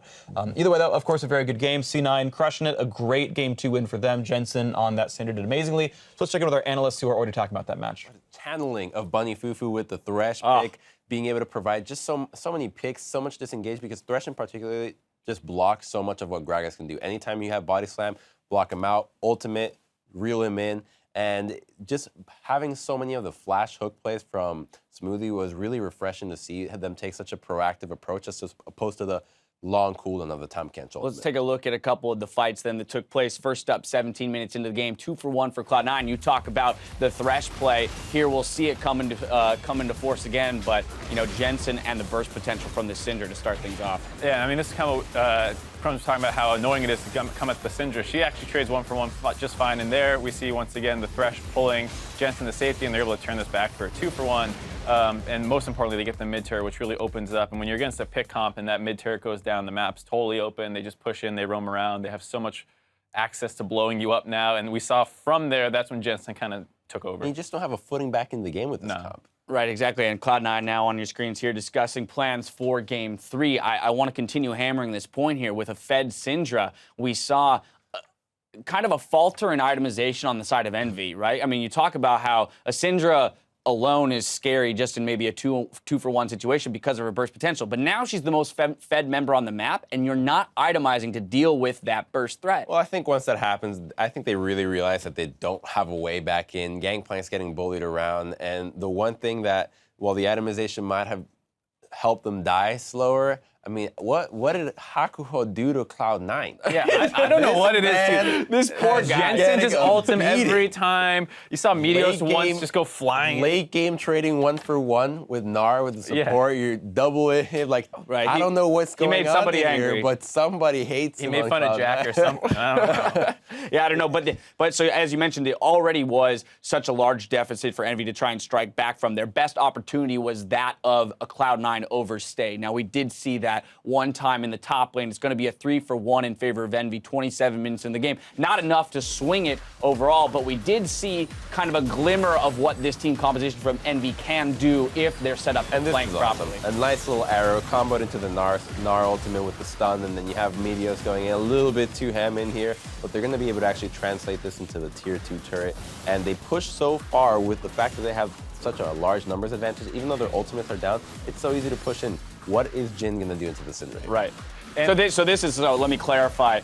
So this was the initial fight brawl from C9. They get an advantage, but now they're opting to stay in the face of respawn timers that are about to come up. And I think you're going to see what Envy's comp can do if they're ever equal. So, I mean, the fact that they're overstaying kind of sets it up, but if they were ever equal, it's very obvious. The Lissandra goes in for a flank, and then you have very easy follow-up from both GP and Jin, who can just kind of throw their ults in on top. And this is a nice, nasty little flank from Ninja. He's going to flash out of that hook. That is awesome. Watching him do that. Unfortunately for him, that exhaust from Smoothie really blocked a lot of the damage, and they're going to be able to continue chasing here when the Gangplank ult comes back up with the Laud ultimate from Jin. But it's not going to be able to net many kills here. They're only going to be able to pick up the Thresh, and Jensen's going to get away with the skin of his teeth. Oh, Jensen ends up getting... Jensen does die, but he trades back onto the GP here. Yeah. Because look at that man. Look at that man. No Q's down. I'm out. Look, no balls, down. And immediately it's like, oh. I'll just kill you. Thanks. Thanks to that. Syndra, man. I mean, the second game of Syndra for Jensen, solid play in both games, even more dominant here in game 2. This is definitely a pick that Envy's going to have to look at in game 3 as a ban away. Ninja's champ pool, as far as I'm aware, does not deal with this champion well. The fact that Karma's out, which I think would be one that would be okay into it, Vladimir potentially another one. Right. We talked about the possibility of a Zillion if you build a comp around it, just because Zillion could go Roa first, but it's not ideal. So yeah, I don't think Ninja's going to play that. I don't think you're going to play like Varus into it, really, especially when the other team's clearly prioritizing pick. No. That's just kind of Varus gets destroyed by any kind of Ash arrow or anything like that. You have to take cleanse, and it's rough. They didn't take cleanse, they didn't take QSSs, they didn't take Mikhails, as Jat mentioned here in this game, but then again, the deficit just almost too great, it wouldn't have mattered. At that point, you're chasing them down in itemization, trying to figure out where to put your very few resources. But I think the priority of the Gangplank, because it was banding first game, I think maybe Envy thought it was very important. They pick it in their first rotation, gets bodied by the Gnar, and just Syndra in general is such a powerful pick that before the only really counter picks were due to itemization, a lot of ganks, pressure, and maybe Orianna, which is a non-meta pick right now. So now, interestingly, C9 has opted for blue side one more time. So, of course, having traded wins on the same side, they're choosing, after their performance in game 2, they're saying we are confident, we are comfortable being first pick, not getting necessarily the counter pick, but running it back at Envy. I think one thing is that GP pick you touched on. You see GP versus Gnar as a common pick kind of matchup, and usually it's just as long as GP's farming is fine, and Seraph really fell behind this game. Not just like I died a couple times, which is usually actually okay, but when you're down 60 CS and you're not hitting your item power spikes, that's when you fall behind. Well, you need wave clear picks to make Gangplank work, and when you have the likes of Lissandra and Jin, which are not safe wave clear at all, they go middle, they're going to get hooked or arrow dead. Okay, you lost turrets, and now Gangplank has nowhere to farm or stall out, where he could easily just sit a turret, wait for Gnar to push up, and maybe get some farm that way. You just don't have any way to slow down the game. Yeah, we saw the success of strong lanes for Envy in game 1. They opt for a little bit more of a scaling late game composition here with less strong lanes. They get punished for it. Now, Cloud9 has managed to tie up this series with Team Envy. So stick around for game 3 to see who pulls ahead. Stay tuned. We'll be right back.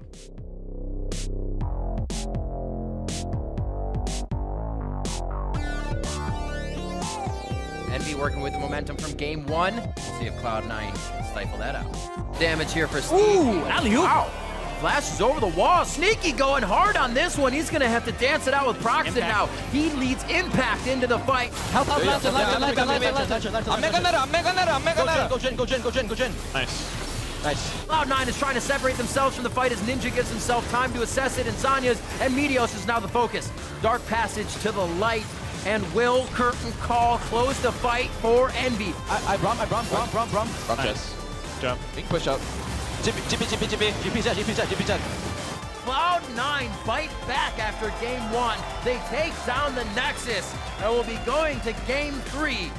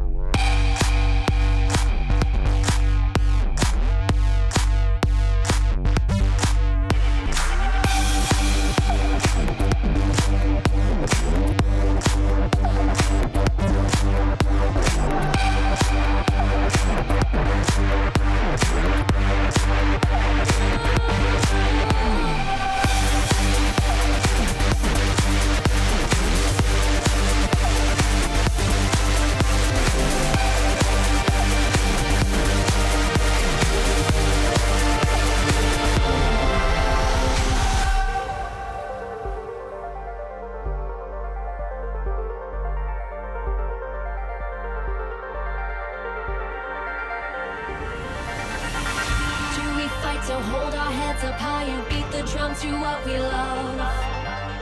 Risk the fall, or we have felt it all come crashing down from far above. Stars are rising, countless worlds colliding, only one will take it all. Can we bring to fall the giants? Can we make the final call?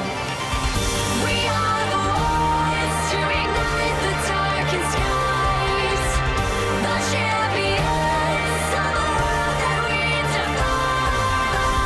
A solo ride of the few who rise up high, and we all fight at the last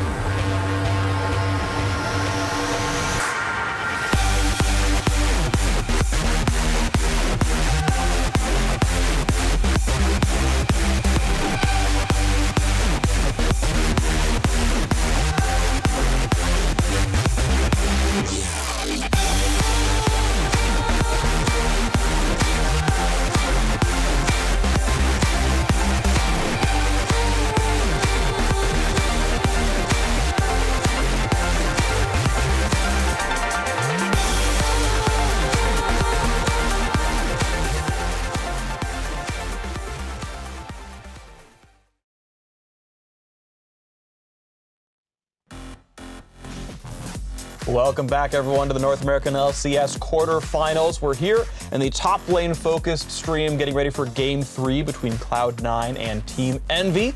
1-1 in this series, actually. Envy had a great job in Game 1. They had a team fight comp. They executed it well enough. They won in 40-some-odd minutes. Game 2 is like a C9 stomp. Jensen hard carry, but Impact won his lane as well. So because we're talking about the top laners mostly, Zig, you were talking during the commercial, actually, that both these teams were relying on their top laners as the playmakers of sort. I guess I'm a little biased too because we've only really been looking at top. I forgot that Jensen had 14 kills that game. Obviously, like people are carrying, but you know, the roles these players play at the very least. Yeah, I think like they are a source of a lot of playmaking for each of their teams. I liked Impact's defensive play all game on Gnar. Like they pick him early, so he's like putting himself at a disadvantage kind of. Like they pick his champion early, but I guess this game he had counterpick. He counterpicked the counterpick, yeah.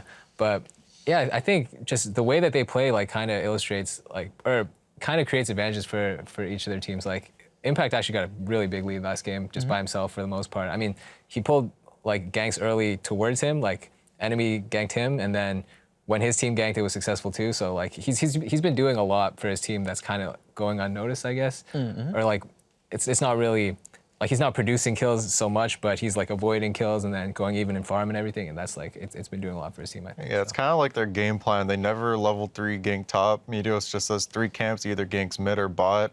And since he's Gnar, you never gank for Gnar early on because you can't do much His level with 3 it is anyways. pretty useless. Yeah, they just have like a really solid game plan, and then they come back to help him when it goes around his power spike, when he has ult, when he's Everyone like level gets 6 or 7. He shoves the wave in. And by then they already have priority middle or bottom with the Rek'Sai pressure, and then they use that to give him a little bit of advantage, and they leave him alone again. He just like snowballs on his own because of the matchup. Yeah, so this has been pretty good stuff, honestly. C9 playing very well. They chose blue side, by the way, during the break, so they like the side they're on. They don't seem to really care about what Envy's going for with their counter picks, so that's kind of their style here. Envy, interestingly, actually are wearing KT roster icons in the client, so I think that's interesting. C9 have the green potion. If you want to match your favorite team summoner icons, KT roster and green potion. Any thoughts on icon synergy? Yeah, I just remember in relegations, we were using the Fox one, and Fox was using ours. That's so awesome. That's about it. When you played each other? Yeah. I mean, different teams have different ones. Like TSM likes the Wolf one. From week to week, like we use the Phoenix Stance Udyr one. Right, Because yeah. it looks pretty good, like for Phoenix one. And, yeah. I don't know. I think some team used the blue one to try to counter us. Like. Water over fire. Yeah. And it's just, most teams like to match though in general, I think. Right. When I was playing, all of ours were kind of different, so I guess our team synergy was a little bit off. That's okay. I know there's some teams that actually have run all 4. I think it's Liquid. They do all 4 Udyr icons, and then like Dardoch just plays something random or something like that. Like he's just off on his own world doing something stupid. I don't know. It's always fun to me because oftentimes like they're in the lobby, and sometimes there's not much else for the teams to talk about as they get ready for the games. They're just kind of chilling, like spamming like random stuff. Like Smithy loves to put a bunch of space bars in and then type out someone else's name, and then for like he'll enter space. TL Phoenix, I'm really good. And he'll like like he tries to troll everyone with that. Yeah, a lot of people used to do that all the time. Sven always types GL HF every game too in all chat. Yeah. Sometimes when watching, I get to see the chat. Sometimes they'll speak in their native tongues to each other as well. I'll see like Danish back and forth with like Sven and Froggen, etc. Every player kind of has like their own ritual for like getting their mind off the pressure and like working together as a team, and like even the hot hand stuff and the hand warmers. Yeah. When I used to play Warcraft 3 competitively, I would you could actually set your text to only observers, and I would talk to the observers during my matches and be like, "That was a really bad fight by me. I should have done that better," and then like go back to play. Wow. Take Completely it to useless. the next level. It's kind of like how you would taunt in this game, and just see if the spectators are looking at you. It's like, hey guys, taunting. It's time for me. All right, so we are back into this one. First pick, Tom Kench comes back through the Syndra ban for Team Envy. They didn't like the matchups they got. We are still keeping with a lot of similar bans though this time around. Impact is not allowed to play Shen like ever, and he's gonna have to play something else, of course, here. And Gang playing left back up. They probably won't pick it. Yeah, they didn't pick it this rotation. Impact has been playing Shen for 3 seasons now. Yeah. Yeah. Well, heck, this is his 4th season playing Shen, I think. Pretty much. Won Worlds in 2013 with it. Yeah. Back in 2016, hoping to go back. So, look at the draft, right? So, C9 got their Tom Kench back because Thresh was still good enough for them, but they still care about the champ a lot. Ashe takeaway and Rek'Sai takeaway. Envy actually changing quite a bit with their first round here. They might just go Gnar again this rotation. They seem pretty confident on it before, even into the counter pick flex that Envy was running. Like he laned pretty even with the cannon. Yep, and that's the case. Yeah. So it's interesting. They're not looking for their AD carry yet, and they're actually, I guess they already know what their support is, right? But yeah, I guess they are giving enough respect to the fact that Envy might take Gnar away, that they're locking it in. And at the same time, because like they could have waited on Gnar and just picked an AD carry, right? Unless they think Gnar is going to go away. Well, you weren't kidding about the whole Reaper. We're going to learn one play style thing. They're just literally playing one play style. Yeah, and I think champion. I think there's some merit to that. Like if the team is new for the split, and in this case it kind of is, right? I think there's something to be said about perfecting one thing and learning all the rest of the fundamentals, and then branching out from there. I wonder if it'll be different next week. Or they just really think this is the best style. I don't know how Thresh does into Tom Kench, but I guess they can both save, I guess. Wait, what do they have? Oh, they have Braum instead, right? Yeah, so they chose to not go for Braum. They chose Thresh instead. They've gone back for the Kennen though. Yeah.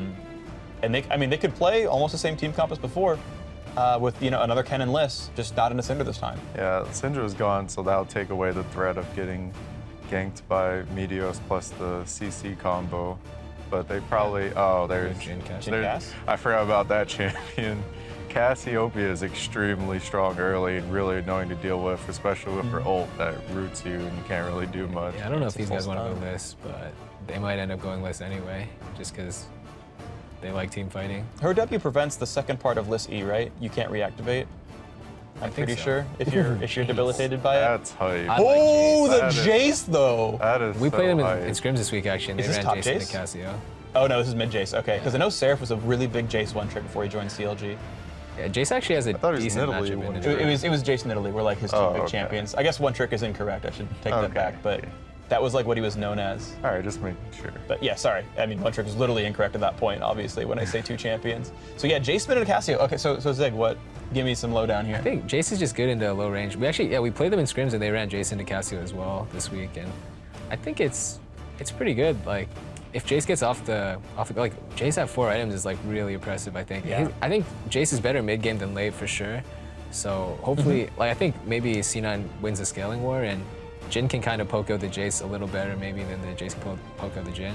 You used to play a ton of Jace too. I still do actually. Nice. I love Jace. Like I played a lot of Jace in Gangplank, and I love seeing Jace, but it's good for poke. Yeah. And he has some minor buffs coming in for the next patch. Yeah, the art is getting, or his passive. Basically the cannon, the melee form of his passive is going to have an AD ratio on it. The thought is basically his late game sucks really hard. Like his mid game's good, then he crashes and burns post 30 minutes. So they're giving him one more ratio. They're buffs to help his 30-minute plus. Like one of the potential buffs was like buffing the W rank up on hypercharge on the multi attack. The one was like making the mana cost on his E better. So like it didn't suck so much in the late game. Yeah, I remember when they gave 6 ranks to his spells, like that was pretty good already. Yeah, and he started getting crazy mana cost. Feels really good for Jason that. And even though he falls off late game, like the items that he builds still kind of scales anyways. So it's not as bad as it could be. He's also like a really good Maw user, so I guess into Cassie, like they kind of have a lot of. That's true. You just have to build the right items all the time.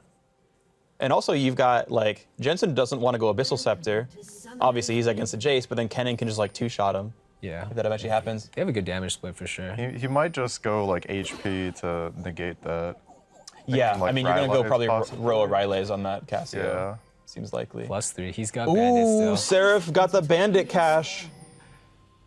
I don't know if Bandit. Did he forget to switch runes from or masters from Gangplank? I wonder. I think maybe Dangerous Game's a little better than Bandit in this case, but maybe he thinks he's getting a lot of autos in lane, so Bandit's still worth it. Like I think he's running literally the same thing though. Like he'll be running 12, 18 most likely, taking Thunderlords, because I think the mastery is like pretty much the same from Gangplank. So here's a thing about the top lane matchup this time. Like since they're running Jace, they're mostly AD reliant, which means Seraph is going to be much more effective as like a solo laner because he's the only AP threat, which is also important to note that if Seraph gets behind, it's going to be really rough for Envy, because if Seraph gets behind, that means that the rest of C9 can just stack armor. So it's going to be really important for Seraph to perform in this top matchup. Yeah, and even so, like Impact probably will only get 1 MR item and then gets to build full armor afterwards, because Kennen doesn't really want to spend his ult on trying to kill the Gnar. Like usually, like when people are playing against like Maokai versus Liss, you don't really need that much magic resist because you know the Liss isn't going to spend spells on you. It's kind of the same thing with Kennen. Like even though his ult and like most of his stuff's AoE, he's mostly going for backline. So right. But yeah, I just want to see how the early lane plays out actually, because I feel like it's not so good for Gnar, but he kind of gets away with it in my opinion. But with Doran Shield, it's pretty hard to abuse too. Yeah. So Seraph has a really interesting rune page. He has 14 magic pen just from runes. I think he's running marks and glyphs. Wow. And he's got 14 AP, so it's actually like, I think he's like running like 1 quint, all glyphs, all marks. he's not even doing CDR. He's just like, because he's going Cirque second, right? So he's like really, and the same with the Gangplank. He was running like 17 armor cut on Gangplank. He's running really anti-backline rune pages to do true damage to his backliners, and that's going to be a kill. Yep. So C9's winning the duo lane already. He has flash down. Oh, that was perfect play. That was perfect play. That is goodbye. That is morale crushing. Yeah. Yeah, that's on the second wave too. Yeah, that's just level 2 all in, and guess what? Tom Kench did better. That is so rough. Oh my god. It sucks too because Envy got like the support counter pick, or quote unquote. Yeah. But they saw the entire matchup and said, yeah, we're gonna go for this. Like, everyone can assume Jin's coming in that game. Not the cannon. Oh no, the cannon minion. Got everything else. Got the casters. So Seraph is up 2 CS in this one. And he waits in the brush. I like this. So he waits in the brush when there's no minions to fight, just to make sure like Meteos isn't sneaking around just yet. He gets like a couple extra seconds of vision. Just like you might as well, right? There's nothing else to do. You might as well get vision. Yeah, so as a top laner, it's pretty alarming that your bottom died. So it's kind of distressing. So maybe he's feeling like he needs to carry and win early game now and trade more. Because Impact is in a pretty comfortable position Yeah, he just gets to chill. Yeah, he's just like chilling. He's just last hitting. And he knows how this matchup goes after like early levels. Yeah. Because they just went even in farm, and then eventually he can take really good trades on. He got the slow. He's dead. Oh no, Lantern. Oh, that body slam flash was so good. That was clean. That was really clean. Wave still frozen. That ball lane screwed. Oh, like they're not gonna sneaky walk back in a lane with a serrated Dirk and then kill him again. Like, yeah, I'm sorry. So Would this be a time for a lane swap? Because this is looking pretty. Yeah, Would you actually do that here? 5-minute marker. Yeah, creative teams can do something like that because the fortification buff expires now, right? Like yeah, in 30 on the seconds. next Like wave. they're gonna be on the wave in time. Yeah. There's no opportunity cost at this point. They're not doing it. Oh man. Well, they actually have top as a freeze right now. Right, like C9's top lane's gonna freeze in. It's gonna push in. You can cultivate that to get your duo lane a good spot, or you can try to get Proxen up top side. Proxen has flash. He's got to play defensively because he doesn't know where the jungler is. Impact does? Yeah. Yeah. And his wave's like not in the greatest spot, but he has Gragas on his side of the map, so he should be okay. He has flash, so he should be fine. Meteos waiting around. Proxen does not know that Meteos is there because he wasn't moving. He's gonna go for the gank. He's gonna tunnel over. I hate this gank as a top laner personally. I hate dealing with the flash. No one's even there, I guess. Ooh, that was so close. Oh no. Oh no, he's dead. He might just be dead. He's not dead. Okay, we're good. Meteos snipe. That would be so sad. Did he have to flash there? Kennen? No, I mean the Rek'Sai. Should he have? Should he have just walked up and did it? And if I guess he wanted to CC him in range of his teammate. So like, Seraph didn't have to go as far? Yeah, if Kennen maybe flashes instantly like I did, I feel like Nar should die there for sure though, because he's way too far up in the lane. If Rek'Sai gets that type of angle on you, it's just so hard to... That's the kind of sadness where if you just had full AP blues. And then he just misses the Q. Dead. I mean, he had to be afraid of like Gragas coming into range, but yeah, I think better aim kills him. At least no one dies, but yeah, I mean, I'd be really happy to be the Nar on this side now, because your ball lane's just winning. Yeah, Nar is just chilling. Oh, he's actually going for Hexdrinker. Oh, he walked back though. Or is he? Yeah, that's a piece of Hexdrinker. Yeah, it looks I mean, or like, you know, he recalled and had exactly the money and was like, well, I'm gonna go Frozen Mallet eventually, but I'll get Null Magic instead of Ruby Crystal, but I don't see why you'd do that. Yeah, I think that because their bot lane died, maybe that it's even better to go have that MR. Yeah, stabilize the lane more. I mean, it could really just be pieces to the Mercs. Just like he could be yeah, the exact same thing. Yeah. The funny thing, he's actually against less AP than in game one. Yeah. Like Frozen Mallet's actually better relative to game one. Yeah. So he'll probably go the exact same build, to be honest. Yeah. Because it's like that's what he did game two too, even though he's versus the Gangplank. Sure, I think it makes sense. And yeah, now he's got an Ashe to deal with. Like life gonna be interesting in team fights. We know Envy came back from, you know, a rough deficit in game one with a similar team comp, so maybe it works out. Mid lane matchup itself actually still a lead for Jensen. It feels like this time around though, Envy doesn't have as good scaling late as they did in the first game. Yeah, I agree. I like Sivir more than Ashe, and I like Liss more than Jace late game. They also do have less wave clear, so Envy are gonna really have to win the mid game here. They have to withstand the fact that Xion's already ahead by a lot, because they can get a lot more turrets, you're right. Yeah. Like, they're basically at C9's bot lane's mercy. So now that Nar's wondering if he's diveable because he knows his Gragas is trading sides. He ran around, tried to kill off some tunnels, tried to look for Proxen, couldn't find him. He knows Kennen has ulti. Here comes the play. And they're gonna wait for Proxen to pull aggro. Ulti comes in. Looks like it's actually Seraph who pulls aggro. Another spell. Got it. It's a trade, but he misses the wave. But he played that really well still. To get a trade kill there actually feels almost impossible if everyone's flashed down and they open like that on you. I don't think Seraph wanted to pull aggro, but Proxen just never dealt damage. I think it might have been better for Seraph to go first just because he was full He's HP. healthier. Yeah, I guess it could go either way. That might have been better. At the end of the day, it still is a positive, right? It's, plus a wave, plus assist gold. Okay, he ended up going Hex this game. Yeah, that's actually weird. That is, when he was going Mallet in the first game. Yeah. But I think it's just better for the 1v1. And now that he missed all those creeps too, like, maybe it'll stabilize the lane a little more. Yeah, he's getting to that power spike. Yeah, Proxen waited for Seraph to pull aggro, specifically. I think Seraph needed to land the E on him too. Like, maybe he needed to E, ER, and then like hit him with the E charge. Yeah, I guess he really did never land the E. Oh well. But it's a close side. But Seraph's in a really good position now. In terms of like CS anyways. Yeah. I wonder if part of what happened is like Impact looked at Seraph's room page after game 1 and was like, oh, he runs 17 Magic Pen. I'll build MR so I'm like better in the matchup. Like there's even things like that. I know like a lot of players don't really do hardcore rune mastery math, but based on Seraph runing for that much Magic Pen, actual Hex Drinker's better than it. Yeah, Hex is better. It's actually a really big deal. I felt like he was beating him up with a mallet too though, so I know. I don't know. Like Hex Drinker Cal is like maybe he just feels like he's more behind this game or something. I mean, if his only job is not lose the game for his team because his bot lane's 3-0, like, I get that, right? Yeah. That makes sense. Yeah, that's true. Yeah, bot lane thing's still happening as we speak. Yeah. Oh, yeah, they got another kill in the bot lane, and now another double kill in the bot lane. So, pretty good game for C9. Oh, they got Jensen to roam down, looks like. I think C9's late game is better too because of Casio. And they're on the Gragas side this time also. That feeling to a top lane stream and the rest of the map is the important part. Yeah. Darn.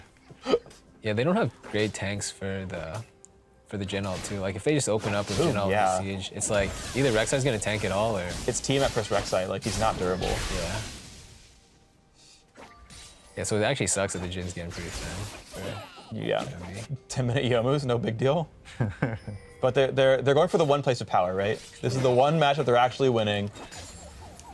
Yeah, this is what they have to do. This is just let's kill Impact again. I mean, it's the best chance you got. Another flash knockup. He gets most of the stun. Ulti in. He's probably dead. Hex Drinker popped. Oh no, you're kidding! No. Oh, Proxen, no. Okay. Oh. He didn't transform in time. He didn't W. Impact didn't W. MIA, where's the missing ping? Question mark. Wait, how does he trade every time he gets like 2 or 3 men? I mean, because Proxen just overdove, right? Like, he's just super tanky. He's under tower. Yeah, Proxen has no tank items, but they're kind of forcing it. They're kind of desperate at this point when I think it's the right bot's play. Having a hard time. I think they could have been a little more patient on it. They could have, absolutely. But yeah, it's like you can't do much when your bot side's really getting owned. Well, he's got 4 seconds to get out. He's gonna do it too. That's fine. Yeah. He actually could have recalled. 1, 2, 3. Yeah, he would have gotten out. Yeah. He would have gotten out, but it's just it's safer. Yeah, I mean, I completely agree with his choice to teleport. You can't just look at the back and be like, he should just recall. Twitch chat's gonna be like, wow, why didn't he recall? Save TP. He could be TPing in right now. Oh, he missed the Q, that's why, because yeah, I mean, he just took too much damage, right? He just didn't quite expect it, but also he literally would have lived too. Like, that's nice. If not for the random Jace appearing. That's a good roam. He probably would have killed Kennen too if he. No flashes. Yeah, he lands a blow. Impact doesn't care. Wow. He's manly. What jungler pressure? I mean, they got. He has Mega Gnar. They got wards, I think. They got pretty deep wards. Ash Arrow just got sent across the map and missed. They just despawned a second ago, but Lod looked for an opening, couldn't quite find it. Yeah, actually, I think even with all the jungle pressure, because he traded kills and he's itemized for it's closer than it could have been. He has 600 gold that he almost didn't deserve to have. Yeah, but now there's like no way Kennen wins a split push war already. Like he already has enough bases. He's level 9, or the Gnar's level 9. I mean, and Individual gold-wise, Kennan's only up 115. Wow, that's crazy, actually. Yeah. For the amount of jungle pressure and the waves that the Lord had to miss, it's well, because one is Seraph only got an assist and he had to share it 2 ways. So like in actual kill gold, like Impact has more because he's gotten all the kills. But yeah, even though the waves got denied, it's only making it for the farm just barely. Also, C9 up 2 turrets, right? So that's 225 global gold that went right into Impact's pockets from the turret kills the rest of his team got. He's looking for something now because he knows he can't with the enemy team pushing. Well, Medios is low, but the root's not going to land. They'll probably just reset off that wave because Nara's getting pressure. And this is what C9 looks like in the first 15 minutes of every game. Impact stays in this side of the map for a very long time. He constantly shoves all the time. And it looked like he was playing by himself mostly. Like Medios came up 1 time. Yeah. And got rewarded for it too. Like they got a pretty big count. Well, actually, no, Seraph was like 1 HP, but it was like super close. Every time their team goes top, it's always for something that benefits them. The team as a whole, not just Impact specifically. Yeah, they're just very calculated. Yeah. They don't really take like those risks for top. They mostly take it for mid and bot, and then they kind of just dominate the whole map. They're up 4 towers again. Yeah. But it's pretty much the bot lane that's like really snowballing this game. Winning a level 2 2-on-2, like, okay, I guess we should gank this some more. Like, let's go ahead and smash this turret down. Yeah, that's been the common like trend for these last 2 games. Once the bottom tower opens, like the rest of the map opens, and they start to get stuff done. Well, they're really desperate to fight time. I mean, Sneaky's super low off the shock blast. There's 2 very injured members in C9. And the Nara's just chilling. Like, yeah, they're making time for him. If they know they can get away. It's 750 gold for an outer turret. It's 800 for a tier 2. Like, that's worth in aggregate 3 kills with assists. It might actually be worth it once the Nar gets Hex Shrinker to send Jace up there. Oh, and switch the matchup? Yeah, because maybe the Jace could do something, but it's starting to get a little bit late for that. So he bases on this wave because it's pulling to him, and it's farmable when he comes back no matter what. Yeah, he's got like a minute to spare. He can do whatever he wants for like 60 seconds, right? Yeah, he's got free time. Yeah. He'll probably run mid first. And well, actually, it depends on what. Yeah, if Seraph pushes hard enough, like because if Seraph chills too long, Impact gets to go gank mid and then come over. But if Seraph hard shoves, he has to go right away. Get in that mallet. Seraph going towards Riley's or Leandri's second. I don't know which. What did he get last time?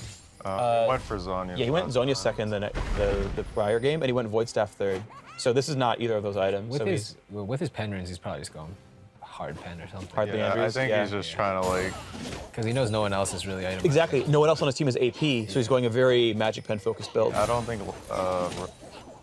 Riley's is going to do much for him either. I think Haunting Guys is more likely. Yeah. Just because of the rune information. Good ward there. Ooh, good hop. I mean, that was all in full vision, so. Yeah, it's true, but he hit the button in time. Yeah. I've seen players miss that. He just faked it really well. Like, he's still playing up, so they're like, oh, this guy doesn't know we're here. And then he just get the spell, get the dragon. And then Hakuho Mad Life's the thresh hook, and you're like, okay, never mind. I don't think he'd be in range. No, he wasn't. I actually just really like the way that Impact plays without much jungle pressure, though. It's like, it feels like he's drawing a lot of jungle pressure. He doesn't really play the lane scared ever. And then every time he gets ganked, he somehow like, if it's execution on the other side or whatever, he still manages to get a triple kill every time. It is really impressive. I don't know, like, we've seen him once in a while overstep, like in prior series. It's like when C9 loses, it's often because Impact slightly oversteps and gives away a kill. And whether that's their team's just being a bit better at abusing the style or what, or just small misplays. I feel like every time playoffs comes around, Impact always plays like slightly better. Because he isn't really afraid at all to play normally. I think Impact should die. He's gone. Okay, he's just He out. probably just knows. Like, his team's just getting so much, he doesn't care. C9's gonna kill bot lane. Yeah, this is inner for outer, and they just win the trade. Like, Envy has to base pretty much. Otherwise, they're actually gonna lose this tower for sure already. They're just too late to base. Yeah, they're late. Backing off at all the right places. Way too late in the play. They did not need 5 people. TP that creep? Yeah, because I think he's worried about the turret getting shut down and him losing that. That turret's dead anyway, though. Yeah. That's plus 850 gold for C9 off that play. Yeah, it's 2 trades for it. Oh, damage output! And he's dead. Alley-oop. Even with no armor, well, actually, does he have scaling armor this game too? Maybe he does. I would probably still lose. Actually, I don't know. Yeah. I'd have to, let's see. Impact armor right now is 82. That's pretty high. That's not Mega or without? That was on Mega. Oh, yeah, 76. With the cloth armor. So he's at 61. That's probably not runes. Yeah, that's just scaling health. armor per level. That's health per But I guess level. yeah, just everyone on the other team's behind, or everyone on envy is really far behind right now. Yeah. Individual gold wise, not a single person has more gold. The 80 carry is down 3,400. It's like 4.9 to 8.1. It's pretty ridiculous. Yeah, I think just in ARAM too, Jin's so good. Like, if they end up all grouping mid. Just group mid forever, yeah. And that's what, he challenges him. And he missed his QE though, right? Yeah, here's shot. That's pretty unfavorable for James. Puts on the exhaust. He's still just... just, hello. Right into the barrel. Smoothie brings in a teammate and says, let's go. Yep. I like the bell on that skin. Yeah, it's cool. The clock tower. Thing is, he played a different Nar skin as well, because he was Dino Nar in the first game. Oh really? It was game 1 or game 2. I know he was playing Dino Nar. I like El Leon the best, or the snow one. Yeah, I think he played. He played 3 skins in 3 games. He played Snow Nar the last game. Okay. I'm pretty sure. It was Dino Nar, then Snow Nar, and now it's he was Nar every game, right? Yeah, it's 3 Nars, 3 Nar skins. Okay. Maybe good on impact. Maybe he's trying to convince himself that he's playing a different game every time. It's like, oh, I'm so I get a new bored. experience. Yeah. Like these animations look way different. You can make me pick the same champ. You can't make me pick the same skin. It's different. I actually haven't seen that though. A player like actively swapping skins. Good on impact. The anti-faker. Ooh, good flash. Yeah. And Smoothie ults to make sure he's there in time, kind of. And this is the first result of the game, I think, or the match. I didn't see too many get picked up actually. Yeah. But it just really accentuates his split push advantage now. It's like, so he has way more magic resist than he did last time. Yeah. And with Mallet too, it's just the same story if he ever catches Cannon all night. And sneaky ults to clear the wave. Great, I guess. It's probably the best choice you could have made at that point, to be honest. He's just buying time. Yeah. And yeah, snipes down some of them. And so this time around, actually, Impact has a much more 1v1 focused build. The Hex Drinker is only good against Seraph, and he's got the Frozen Mallet as before. Yeah, he's going tank now, but this is actually a lot of attack damage on this Gnar. You could actually have a much better time going for the one-on-one. Yeah, he's probably not going to build any more MRMs after this. I don't think so. Yeah, that's as much as you're gonna get. Randuin's in a, like, Thornmail would be my guess. Seraph is actually going for the Rylai's, though. Oh, he is? I don't love that. I mean, his team has actually Morse. Well, similar to CC before, right? You can't really kite anyone, I feel like, actually. Right, like, it's, I don't know. I mean, it doesn't really It helps matter, keep Sneaky in the ultimate and people. I think Pen's just better, but... Yeah. I would have liked Haunting Guys. Or like a Zanya or something, because he can get ulted away by Gragas, like... Oh, yeah, that's a good point, actually. Zonia's dodges Gragas ulti. Ooh, I like this one. Wait. The Risk Baron to try to not...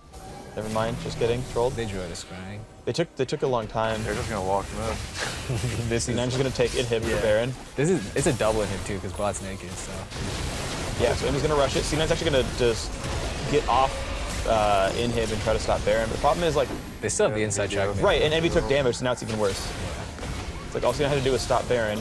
And here comes the Mallet. And Ash Arrow misses. He's just gonna get free damage. And Envy loses inhib for this, probably. Yeah. Like, this will play out as them losing a team fight or losing inhib. Because they need to base, but yeah, they're being chased to the wrong side of the map now. It's gonna get worse and worse. Envy's just like actually gonna lose the game off this now, I think. And Hako is dead. And now Lod's dead. Goodbye. Yeah, that's just bad, I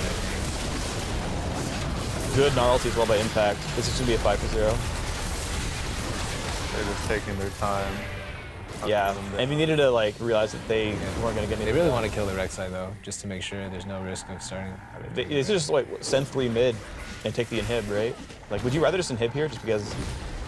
I think both are fine. Okay. But they honestly can do anything. They're in control of the game. They can either kill them or go for inhibs. Wait, this guy's too low to come back. I think they should.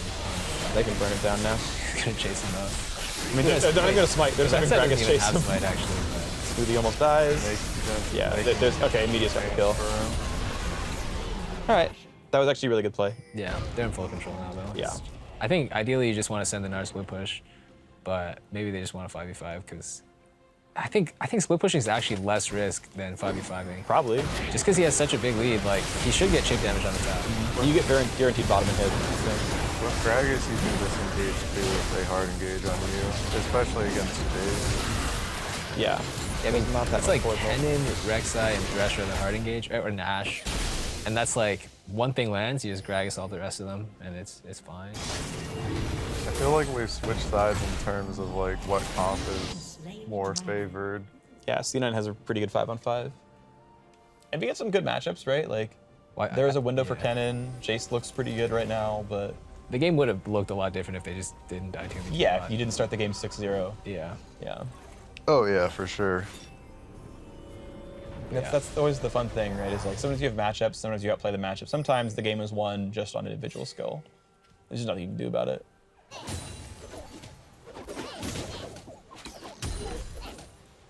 Glimpse of the Void on a Gnar. GP wasn't touched from either side this series, so what Yeah. do you think they're gonna do next game? Same comp again?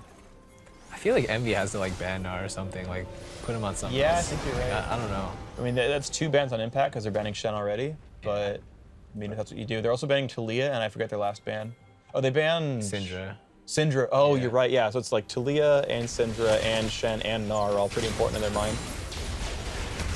And stealing Ashe did not seem to matter. Sneaky had his best game so far playing the Jhin. I feel like their lane setup is a bit suboptimal too, because bondage naked, but it's like completely whatever, they do what they want. And Yeah. Well, they're trying to use Baron to knock down the turret while they still have it. Yeah, that's right. true. Because bottom hit's free whenever they go for it. Yeah, they should get it here. Yeah, this should be easy. And they could either stay for Nexus for the next wave. Actually, no, bot's shoved in against them, so they actually can't reach bot. Yeah, they'll just 5-man top probably. Yeah. I mean, they're all still healthy, they ain't big guys. Double Mountain plus Infernal. They kill turrets real fast. And yeah, they can join the wave top now. They've got a reinforcement wave coming right now, so 15 seconds away from that, reaching the turret. Kind of a slow retreat. Impact's like staying for tunnels and stuff. Yeah, he actually feels invincible right now, I'm sure. Yeah, and he pretty much is. Like the 2 times he died, he trade kills. Yeah. And then 1v2 and 1v3. Yeah. Alright, that hit taking a million damage. The turret's gone. Gnar on the back line. He forced the flash out of Blood. Yeah. And Seraph must look for the engage. I don't think you give him 3 inhib. I think you have to go right now. Or do you really just wait for the respawn in 5 minutes? Oh. Well, Captain and Gnarl, goodbye. Too late. You never tried. Yeah. I think they had to try. The tragic lose slowly type. Yeah, either try double towers or try an inhib. And so C9 took the fight before they got to the double towers. I think it was a pretty smart choice. I mean, I think it's really just the volley got so far ahead. Yeah. Yeah. And C9 just played it really well. Like, they snowballed on with me, so. I agree. Yeah. GG, 2-1. The story of this game has pretty much been the same for other ones. Impact sustains all the ganks.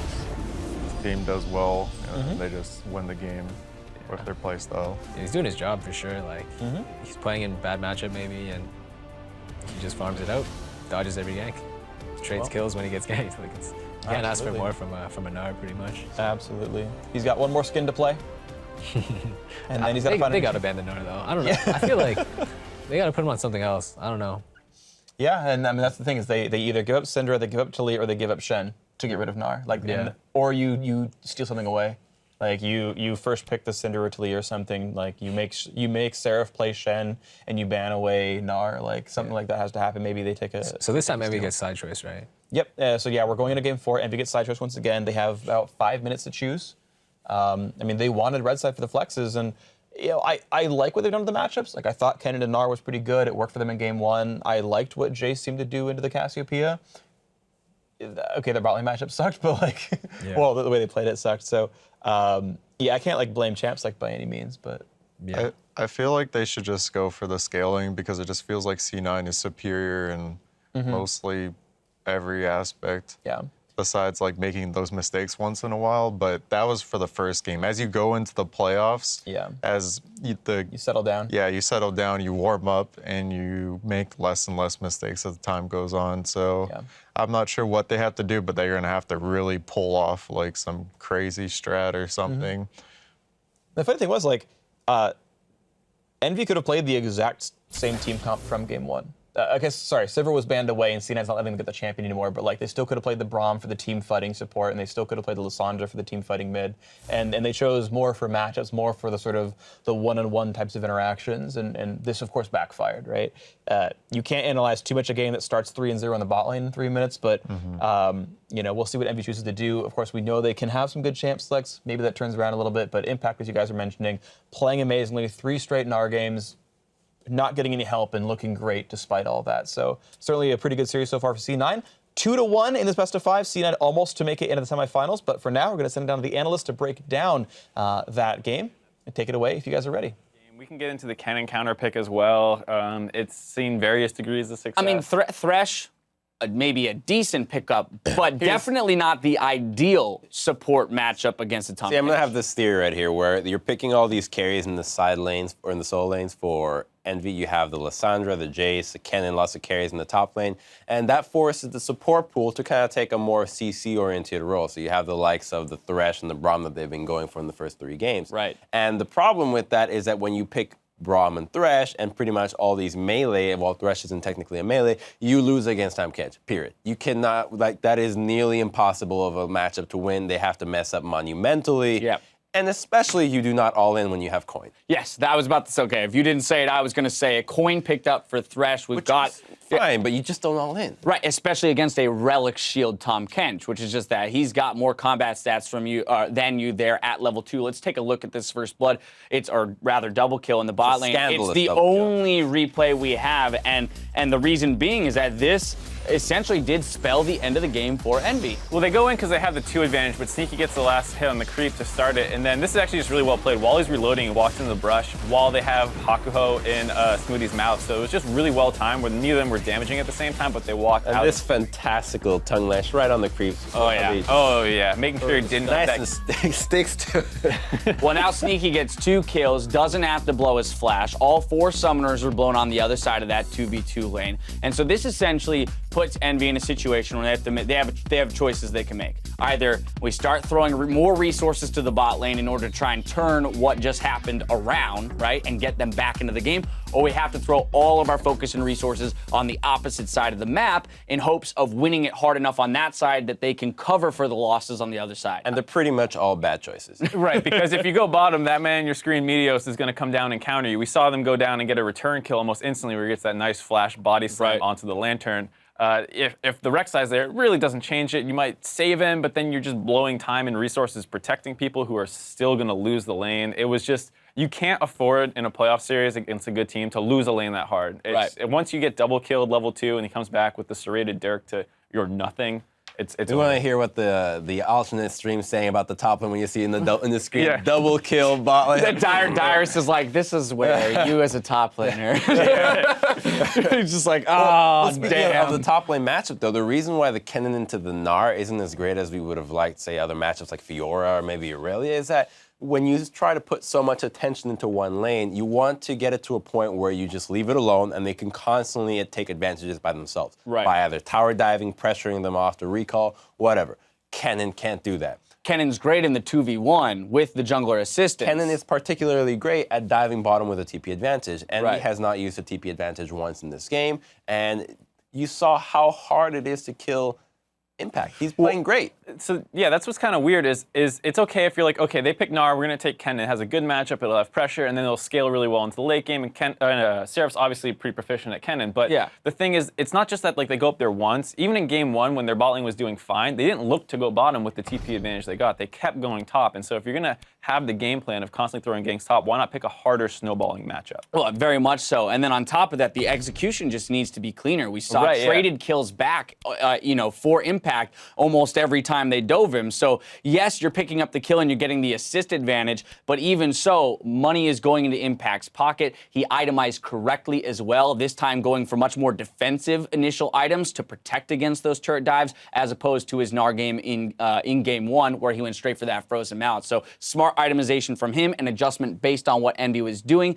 and a very tragic double kill coming through very early in the game, which honestly from there, as we mentioned, was just kind of the end of it. So now let's ignore the, the latter 2/3 of that game, right? Let's brush those off and let's move on to game 4. What will be game point or match point for C9 for Envy? They've got to win 2 in a row. Envy has opted to go for blue side. So for the first time in this series, we will be swapping sides. With that in mind, what's our approach here to champion select? Well, you got something? Because I got a lot. You got a lot. You go then. I actually would have liked to see Envy take the purple side again. Okay. But this is why, because I want them to clinch away the Gnar. I don't think Gnar right now is worth that first pick. You don't want to really give away so many things, but you can stay on the purple side, let them have the Tam Kench or whatever you feel like, and then you go, bam, you get the Gnar, you get the Cassiopeia if you like, right. and immediately you take the soul lanes, and you make sure that you have soul lanes that can deal with pretty much anything that you want. Right now on the blue side, I can't help but think that maybe they're trying to get the Tam Kench themselves, grab the Ashe, things that don't really seem to be for Envy style. Right, I think that's what I was going to say is I'm not exactly sure what they have planned on blue side. We've only seen them red side. Right. And we know that their strategy seems to be like get some counter picks mid, safe bot lane, and like just chill, and then make some plays around the top side. That seemed to be their plan going to blue side. I don't know what they're planning, but if they're going to just take a Tam Kench away, that doesn't feel drastic enough to change how this series is not going. at all. I mean, in my head, without diving into this too much, my first thought for an advantage of moving to blue side is simply for the sake of changing sides. Right, is simply for forcing Cloud9 onto the red and say, now you have to ban from red side. Now you have to pick from red side, which will inevitably change the outcome. Maybe they're hoping that Cloud9 only had blue side strats prepared.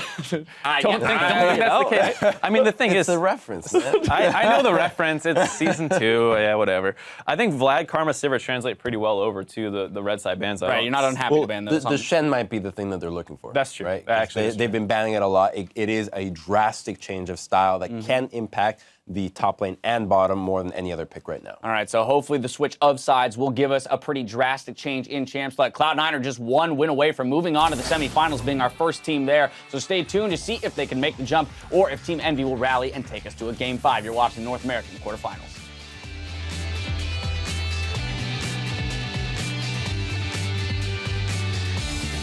Not putting anything by Envy. They knew they were the underdogs coming in to put up a very good fight. They want to make this worse. The horse is down. They look to kick it. Elad, the body slam into the dark passage. Godlike. Light. I ult for. Yo, I got flashed on. Come here. I'm eating you. They can lock it down. The flash forward. Ult from Jensen. There's 1. There's 2. 25 minutes on the clock. 16-2. Cloud9 bring it to game point versus Envy.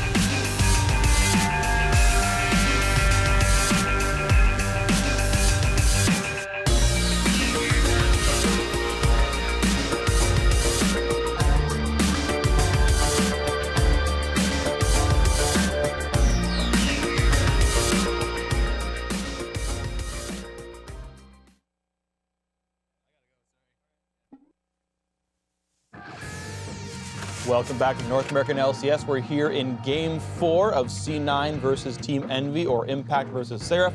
We are on the top lane focus stream. I'm here with Zig and Dyrus, and topic I want to bring up actually is specifically the rune setup and mastery setup that Seraph brought in. We looked at it after the game. Seraph was actually still running his Gangplank masteries. He had a point in meditation, mana regeneration, literally useless on his champion. And also had some other interesting choices, running a bunch of magic pen, no hybrid pen in the Kennen, and that could have contributed in him maybe getting a kill actually. Yeah, for sure, because one of the biggest things was he didn't have Assassin, and all that damage that could have been done from Assassin that was put into Biscuit would have killed him, even with like a slight more like optimization into AP runes would have killed Impact.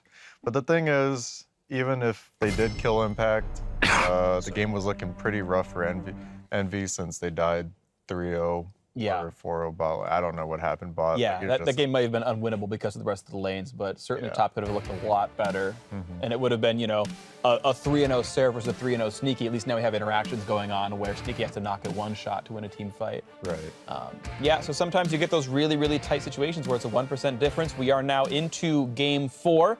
Envy chose to play blue side in this one. It means they let up on...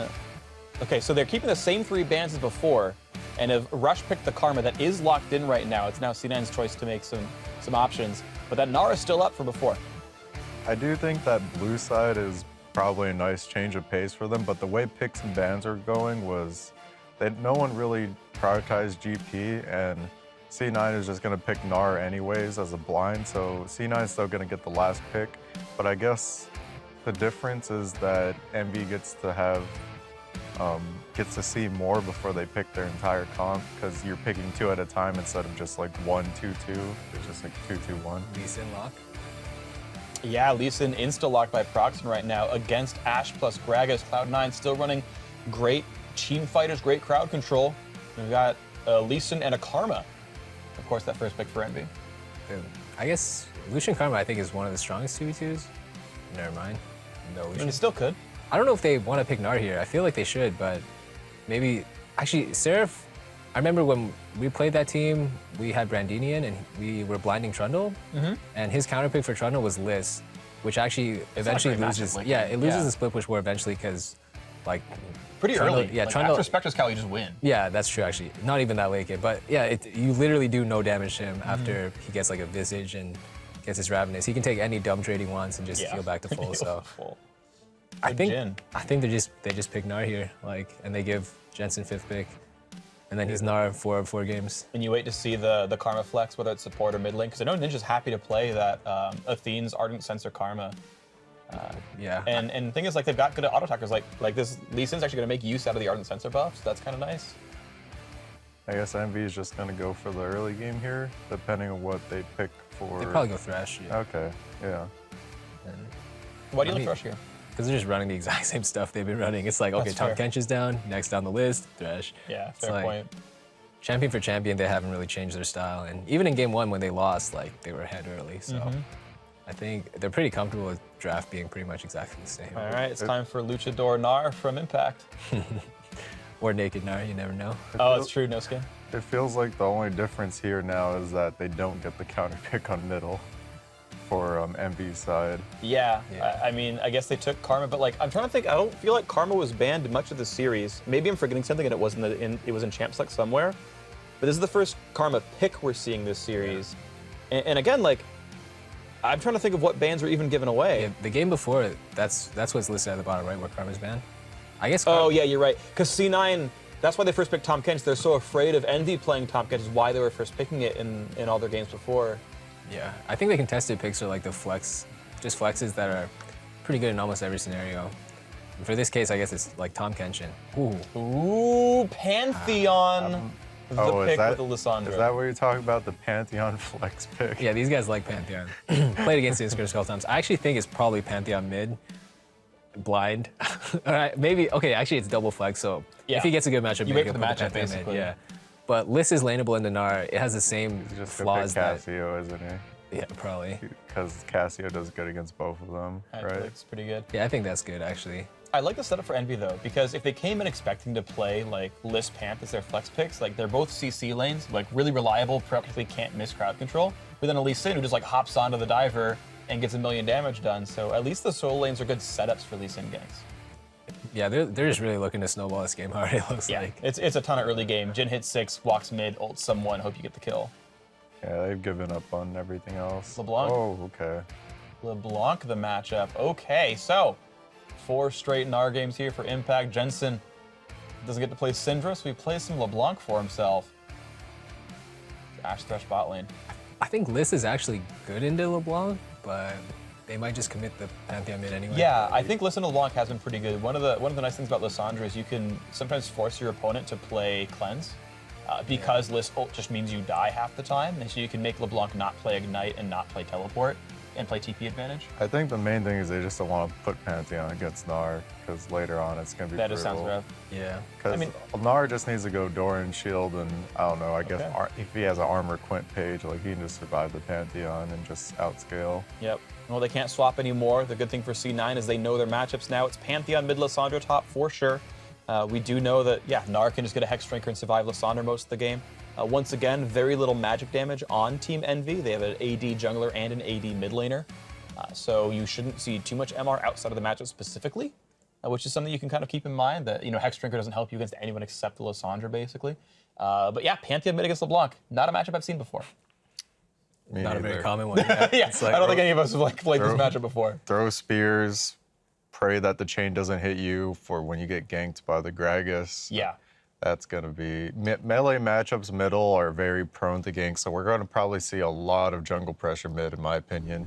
Even though this is a top lane focused stream, but it looks like for top lane... watch mid lane instead. I guess Lissandra has root, but that depends how Seraph plays the early game. Yeah. And because all the CC is really telegraphed. Yeah, it's probably going to be mid and bot lane focused for the ganks, and then top lane's going to be on an island again, which means that Seraph really needs to win early, otherwise Gnar is going to once again scale into the mid game. A moment of truth. Did we catch what skin Impact was using? Not yet. What do you think it is? Before we look. I'm guessing Elion. Standard. Oh, I don't see. Is that think Dino? I think it's Dino again. What? Oh my, Impact. It's a buddy. He just feels like huge misplay. Did he win the Dino Gnar game that he played? No, he lost. That's his only losing skin. So maybe it's like... He's getting redemption. Yeah, he's like, maybe it's like he switches his skin for the time he's on that side. Like his first time on blue side is Dino. Now right. He goes on the list. Now it's got to restart. He has different levels of power. It's like, this is not yet my final form. Well, based on skin win rates, this is going to be going to game 5 right now. Well, I think the only way Envy wins actually is if they play Chaos style, which like they literally need this Lee Sin, like to snowball really hard, and the Pantheon mid to snowball really hard. At the end of the last game, Proxen looks very upset, so I think they're really going hard on this one. Yeah. Triple Thunderlords. You talk about Chaos style. Yep, anything they gank is going to be taking a lot of damage. Yeah, I think like C9 just is playing the exact same stuff that they've been running the entire series, and they seem pretty comfortable on it. So if it makes it to a certain point in the game, and if C9 just plays the early game like cleanly, Envy's gonna really need to do some special stuff to get an advantage this game. All right, we'll see what happens. Impact and Seraph now squaring off in this top lane. Sets up the minions so he can queue all 3. Oh, beautiful. I like seeing that. Yeah, he can shove in with the Lissandra Q. Should have the advantage, really. I think a big thing about this top lane matchup is actually going to rely on middle, because middle can both roam top or even ult top. Seraph's actually still running Bandit, by the way. He's getting 1 gold for missed CS. Okay. But I feel like range versus range, like how much are you going to get? Oh, you got 3 gold there. So maybe more than I think. He's playing it very clean right now. Yeah. Ninja can block auto attacks. Lands the stun. That was actually pretty nice. If he sees the W come in, he Ws himself and then goes for the auto Q afterwards. Seraph got a hit another onto Impact. So yeah, I mean, Seraph's playing the hard push. He hasn't pulled turret aggro, so he's doing okay there. It's kind of the first damage he's taken all game is that boomerang.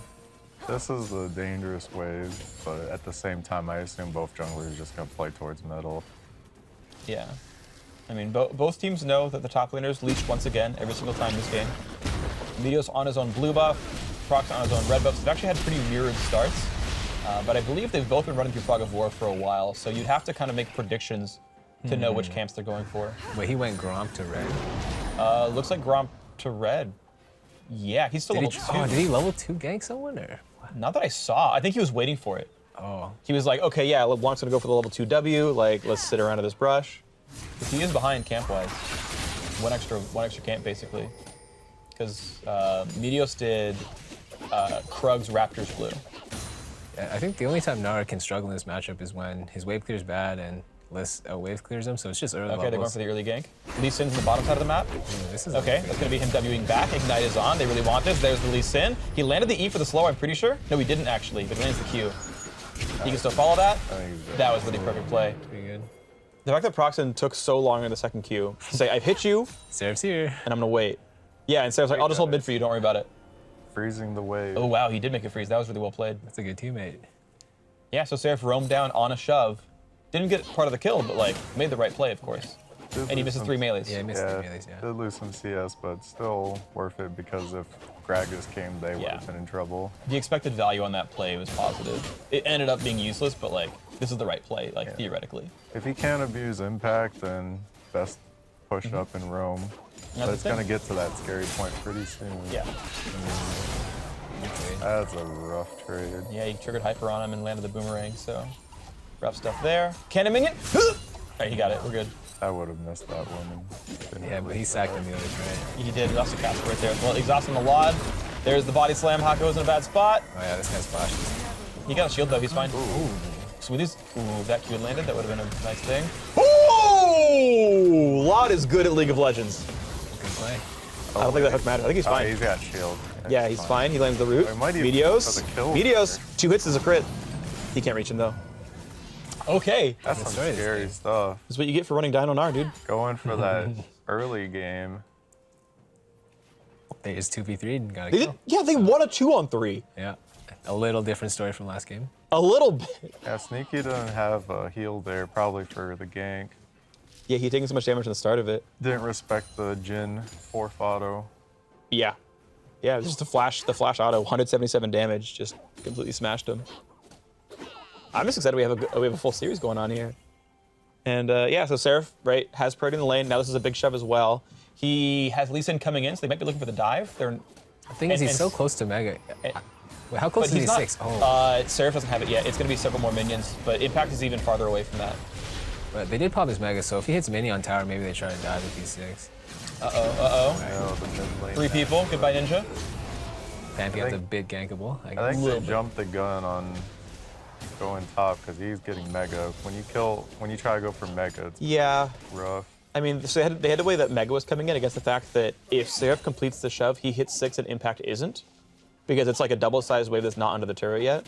So they were trying to play around Liss ulti, and even though he was Mega Gnar, it wasn't a level 6 Mega Gnar. And it just, you know, they just didn't get enough there.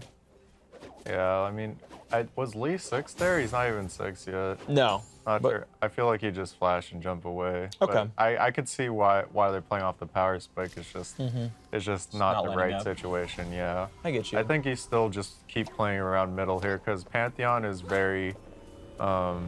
He doesn't have flash. It's very difficult for Pantheon to survive mid compared to LeBlanc, since LeBlanc has a jump. And with Pantheon getting 6, you want to support him to roam everywhere else. So Deep shove in his lane with him, then roam down to whatever the other matchup is. Yeah. Well, so I still think they want to play around mid, which is what they're doing now. I think they realized it a little late. Yeah, Pantheon Lee is like the strongest 2v2 early, I'm pretty sure. Yeah, how do you do more damage than that, realistically? Maybe Nidalee does more? Like, it's close, though? If she lands every ability? Hit the siege? Oh, okay. Nice. That's a nightmare every time you miss the cannon. When you have to auto the cannon minion in a full wave. Yeah, with a Lysandra auto attack. Yeah, exactly. With your 62 auto attack damage. Very. Bam! Yeah, that's right. That's a denied cannon minion. Seraph is the best. It's official. I think it's because Impact stayed 1 extra wave. He was really scared that the wave would freeze or something. Yeah, because before you saw him trying to recall when Seraph first got back to lane, but it was in front of a freeze, so he had to like finish the push and then just never had priority again. Because Seraph finished his recall, it came back with this lost chapter, and Impact was still on Doran's blade, and just like, well, I'm just gonna get frozen on. I'm gonna get pushed on. That means he's just rushing Morello's on Lissandra. Yeah, he is. Not sure how I feel. I guess when he switches to Meganar, does that solve the... It wouldn't be a heal. Okay, never mind. I think he just wants the CDR. Like, he wants to chain Qs on him, I guess. Ooh, the self-ult to dodge the stun, but if he had stunned Impact, he could have kept him in turret range.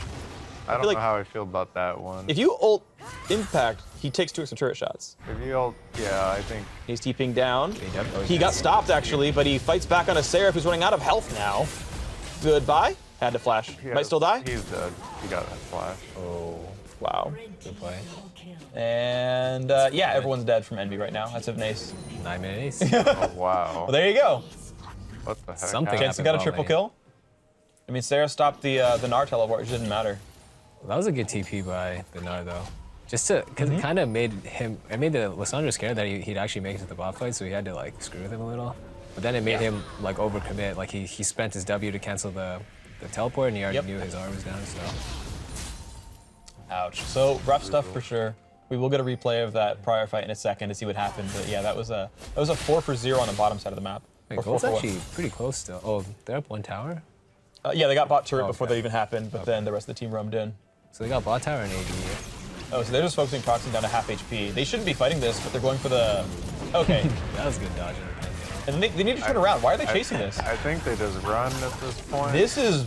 that's so greedy. They still need to run at this point. Wow, he hits the hook on the chasing Pantheon. Okay, they got one. And Meteos flanks in, and everyone dies because Jensen's full HP. Yeah, I don't know why they thought they could chase that in. They forgot that they had a LeBlanc that was still moving bottom, I guess. And yeah. I don't know. That was super overcommitting for that. Yeah. That was super greedy. They got the turret, and hey, that roam got on the turret. Good job, you know. And Jin Panth is a cool setup, but yeah. But I mean, they all just whiffed. Everyone just left the circle. Yeah, and you take your free turret and walk away from the game. I think at that point, yeah, it's like you got the tower. Yeah. You earned it, but anything more is too much. And yeah, good for Envy. They're roaming top to get this one as well. I like how aggressive they're being, but they just need to know when to turn off the... Yeah. They need, like... Because there could be a 1,300 gold difference right now if they hadn't chased that too hard.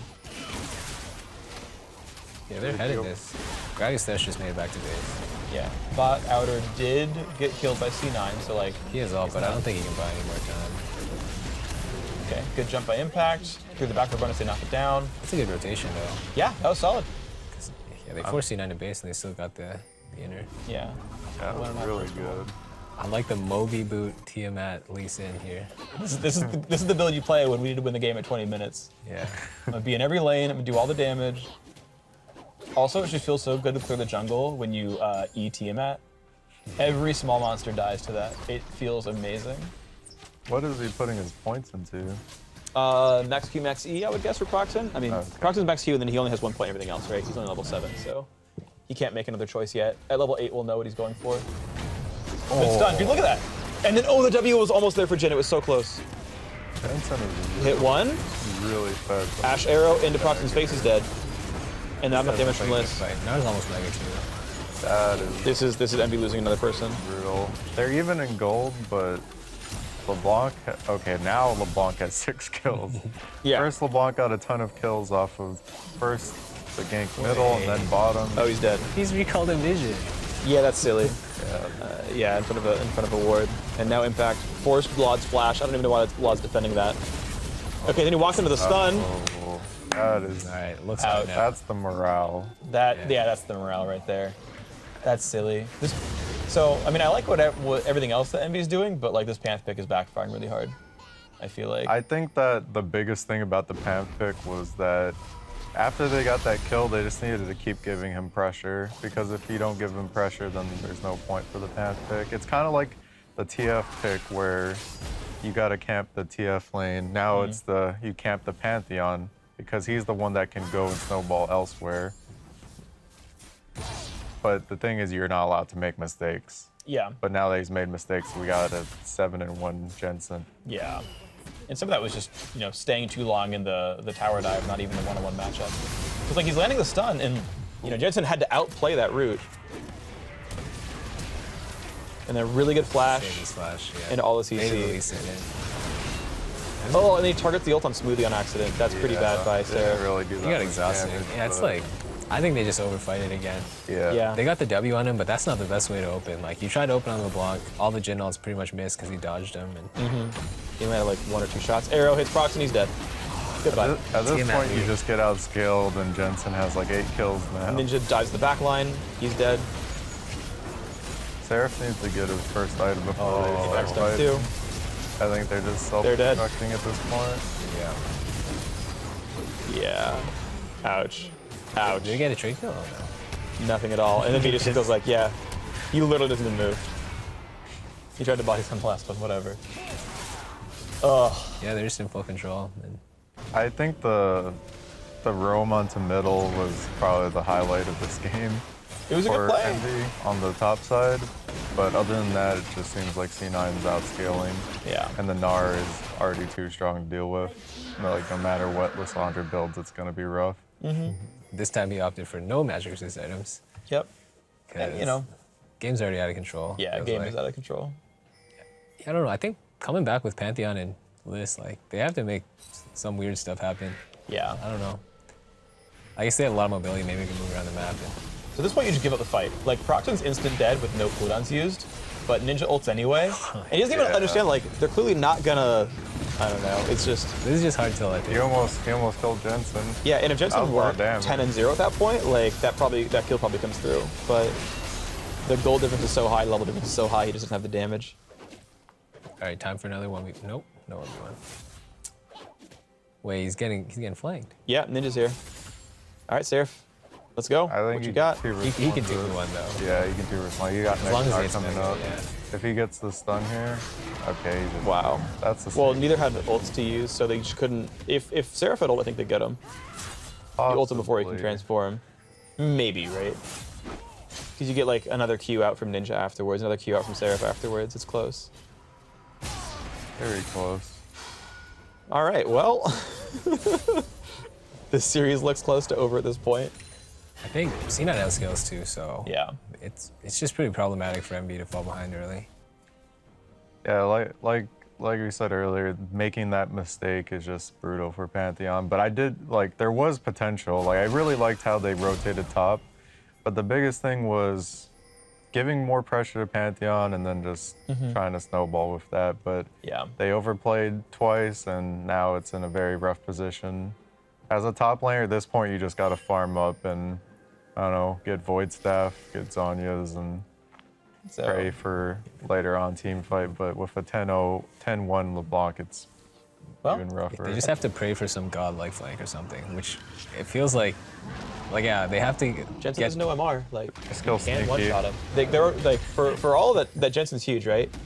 He's against AD laner, so he's not running MR glyphs. He doesn't have any health in his items. Like, theoretically, a full combo from Seraph and anything else from his teammates can kill off the soul killer of C9.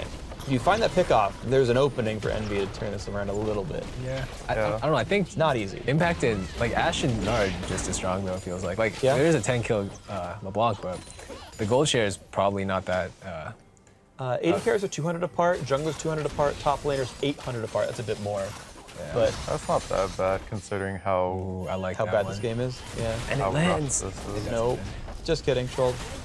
So a trade of turrets, but Envy are behind tempo. They're up in the race, yeah.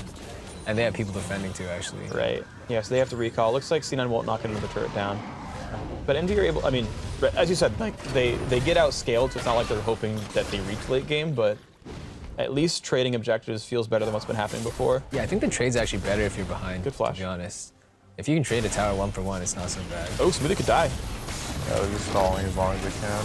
But he's dead before the TP completes. Laud is gonna have Gnar in his face, but his mini Gnar with a mallet though with a lot of damage. Good kickback. Oof, goodbye. 10 kill LeBlanc. That is a squishy Lee Sin. And Laud's almost dead too. He needs to auto this for the move speed. Oh, he didn't land the body slam actually. And a good heal by Laud stays alive. That was better than it could have been. Yeah, 1-for-1.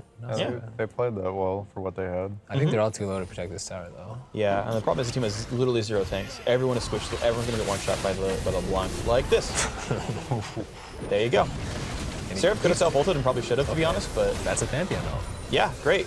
This is like the second time Ninja's done that and just Just pop diving something he shouldn't have.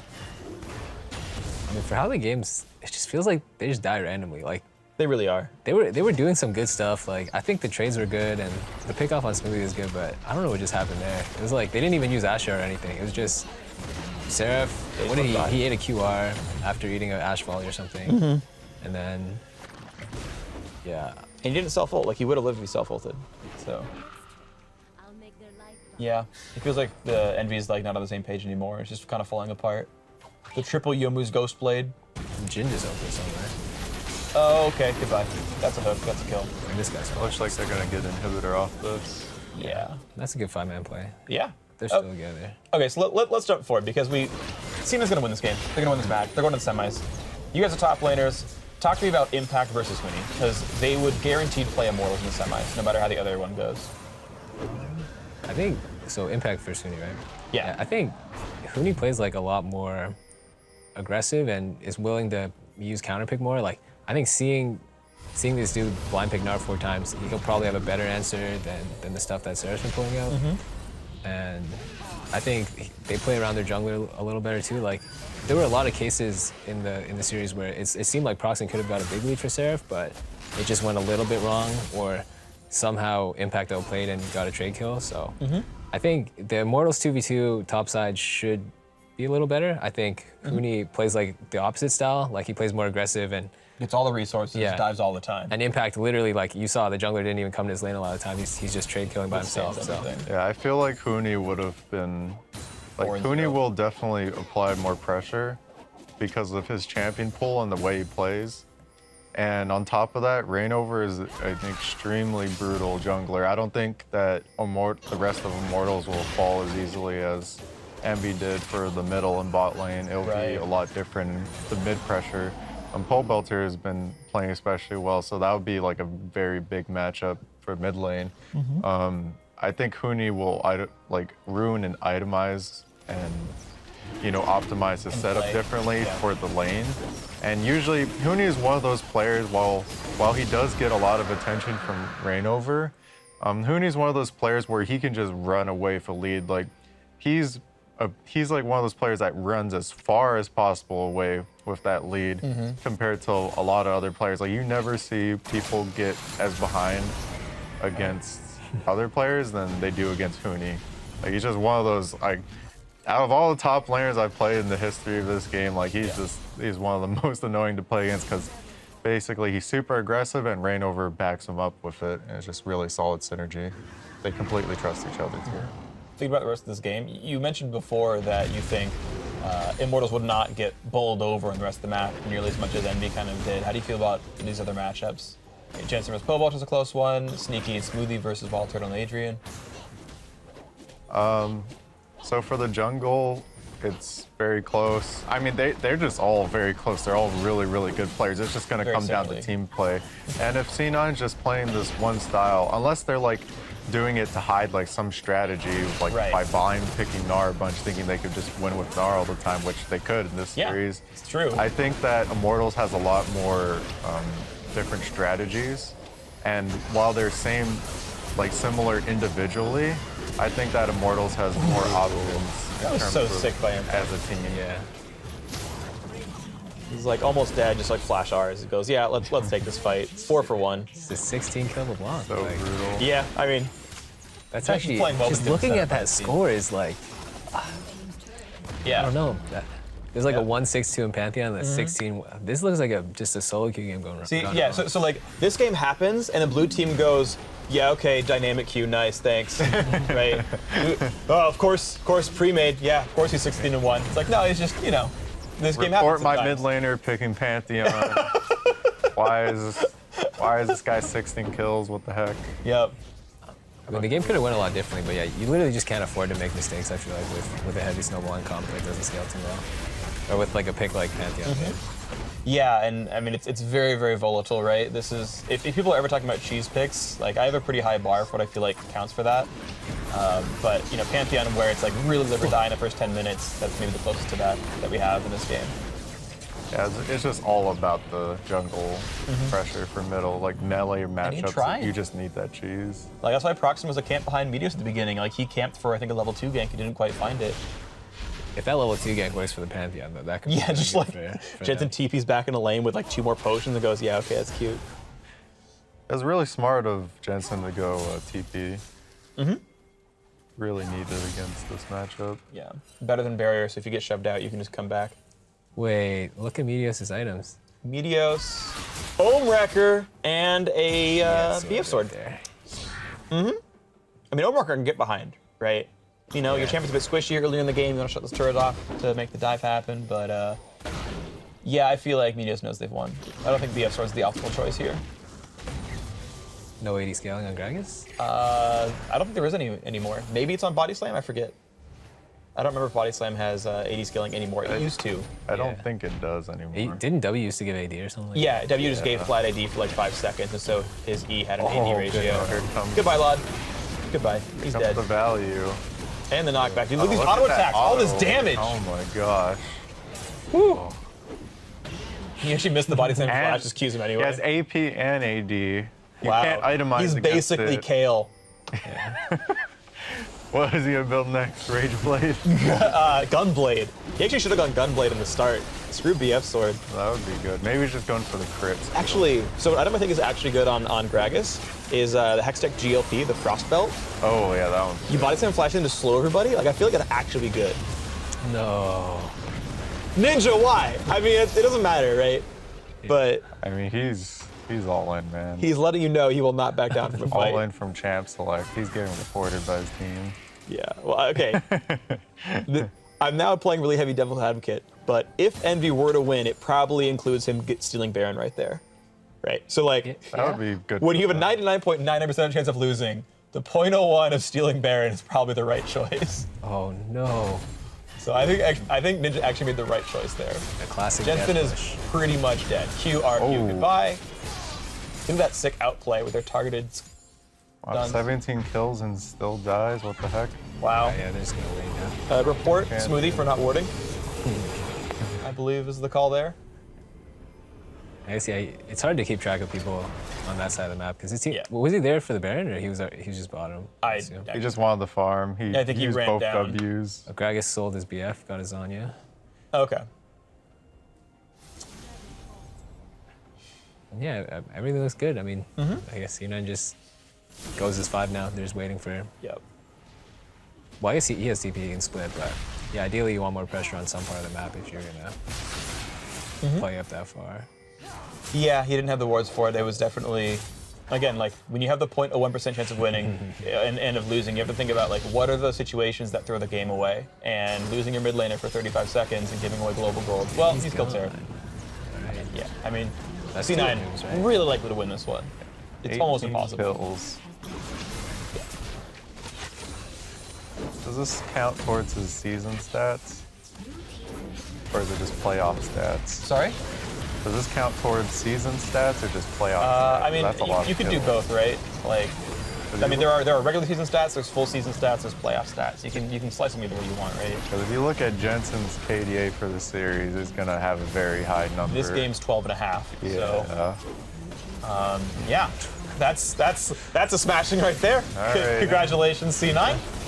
Really, really well played series. A game 1 win for Team Envy looked good with the Ken and Lissandra, but 3 games in a row looking really good. So Cloud9, yeah, a smile on the 20 kill LeBlanc. I think that makes sense. Very, very brutal series. Yeah. A lot of people predicting exactly 3-1 for C9 actually. I saw 3-1 or 3-0 as the score that people were predicting. 3-1 was that, and you know, you see kind of still smiles on Team Envy. I think they came in knowing they were the underdogs. I don't think you can really be that depressed losing this matchup. I honestly think they had a really solid game plan for the first game, and then they kind of fell off a little bit, but then in the last game, they went all in. They did everything they could to try and win. They had a lot of good rotations. It's just, you know, a little bit more cleaning up on the overextending, and it could have been a different game. If they didn't give up that ace for 1, like this entire game looks different, right? It's, you know, Jensen's not 3-1. Lissandra doesn't die to Gnar stopping the teleport. Like, you just get the 800 gold and leave. Game looks really different.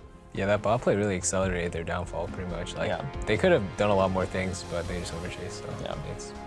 So It's okay, it happens. And it's going to be the end of the season for Team Envy. Their first split in the North American LCS as an organization. And hey, making playoffs not too bad, right? Better than a lot of new upstart teams have done. Like Phoenix won. Yeah, hey, I mean, you guys didn't even have your whole roster for part of the split, so I get you. But both you and Team Envy and Echo Fox and whoever ends up taking over C9C going to be fighting once again in the summer split.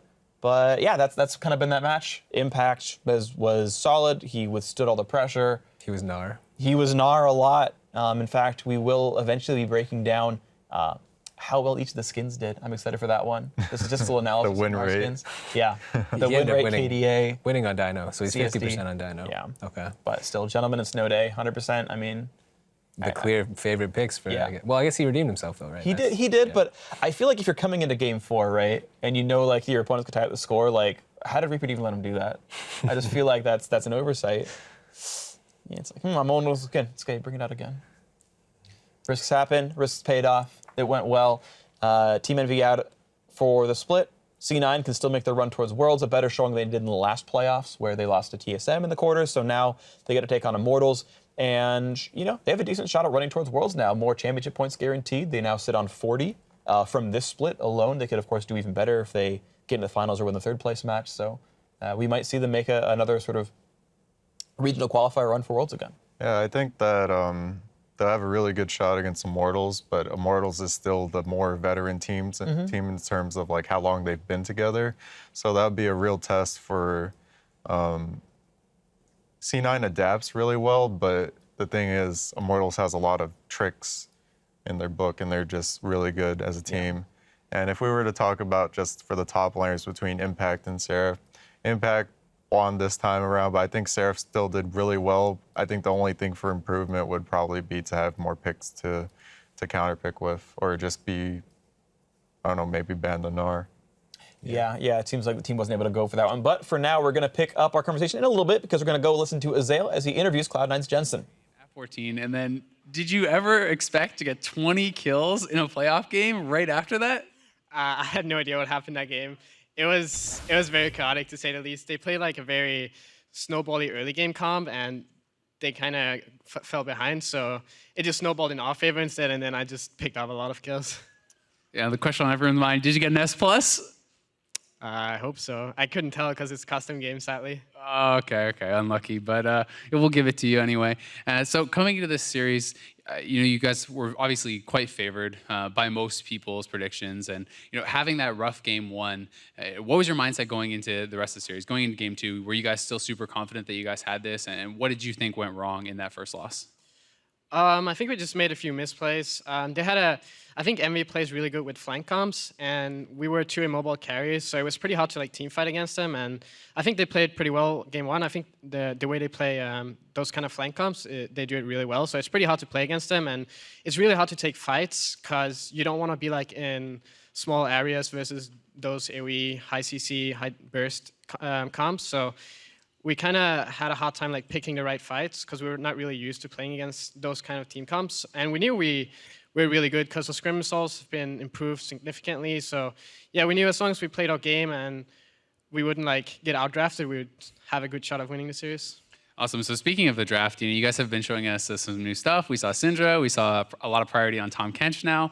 What are your thoughts about some of these new champions? Is this something that came to be because of some of the patch changes, or is it just something that you kind of discovered and are feeling more comfortable on? It's a mix of everything, I think. I like Syndra a lot because he's kind of strong at all points during the laning phase. So I feel like I can just do whatever I want. I can roam if I want to. I can usually always win my lane. So it's just a very good comfort pick to me, and yeah, it works well, so why not? Awesome. So you guys have secured a place in Toronto. Obviously, don't know if you're going to be in the third place of the finals just yet. And you will be facing Immortals next week in the semifinals. And it's a team that you had lost to, both times in the regular season, but you had taken games. And looking forward to that opponent, are you guys feeling confident? You spoke about better scrim results. Is there, hope going forward for C9 fans? Do you guys think you'll be able to do it? Yeah, I think we have improved a lot in the past few weeks. So I do think we have a pretty good shot at taking down Immortals. They're obviously a strong team, but we definitely have what it takes to take them down. Awesome. Well, I'll be looking forward to seeing that match next weekend. But that's going to be it for us. We're going to head it back to the desk. Thank you very much. Yes, we are here to talk about some quick summations of this match as well as the other matches we have in front of us in the quarterfinals. We talked about the players a lot, so I want to talk about the series tomorrow, Liquid versus Counterlogic Gaming. You've got Lorlo taking on Darshan. Zig, to start with you, how do you feel about those two players matching up? I think stylistically they're pretty similar. I think they're going to be playing like NAR versus Irelia a lot or something like that, or Toronto versus Irelia. They both seem like they favored the carry style, and they didn't have too many good results on the tanks, and I think the meta kind of shifted towards that way too. So I think they're pretty close in like ability, and it'll probably be a close match, or a close matchup between the two of them. I think a lot of it will depend on how their team drafts, because if they're looking for the counter pick on middle or the counter pick on top, and depending on which team wants which side, we'll see more variety in this matchup compared to the MV versus C9 matchup. Cool. Well, it's going to be a fun one to watch for. Some final thoughts, by the way. We had talked about just to beat the horse to death at this point, the NAR stats, the skin stats here. Apparently, I got some of this wrong, but you can see the win-loss records here. Snow Day NAR was actually game 1. I take it back. Smart choices made by Coach Reaperd. Snow Day lost, never played it again. Came in with Dino NAR in game 2. Gentleman NAR in game 3. Back to Dino NAR for the second victory, and you can see his obvious stats right here. His team got very few kills, so, the Dino NAR, or the Snow Day NAR, higher KP, but a lot of deaths. I don't know why he doesn't like El Leon. Yeah, right? I like that one. I think it was a proven victory. He's like, they saw that it had worked again, so we wanted to make sure we went back to something that was safe and had worked from before. I think it's just one of those things where you pick one skin and you're just more comfortable with it. Yeah. Just like the play style, just stick with one play style, stick with one skin. I like the way the particles look. It just suits me better. It's hot out in LA, get the snow day, kind of calm down, cool off a little bit. Fair enough. Well, color. There you go. All right, beautiful color schemes. Congratulations for some successful games, of course. And congrats to C9 for a win in their matchup. They're going to be heading off into the semifinals against Immortals. Tomorrow, of course, we will have Counterlogic Gaming taking on Liquid. So that's it for us tonight. Thank you very much for watching. And thank you so much, Dyrus and Zig, for your expertise. I learned a lot. I'm sure our audience did as well. But now we're going to send it back down to the analysts who are wrapping up that series.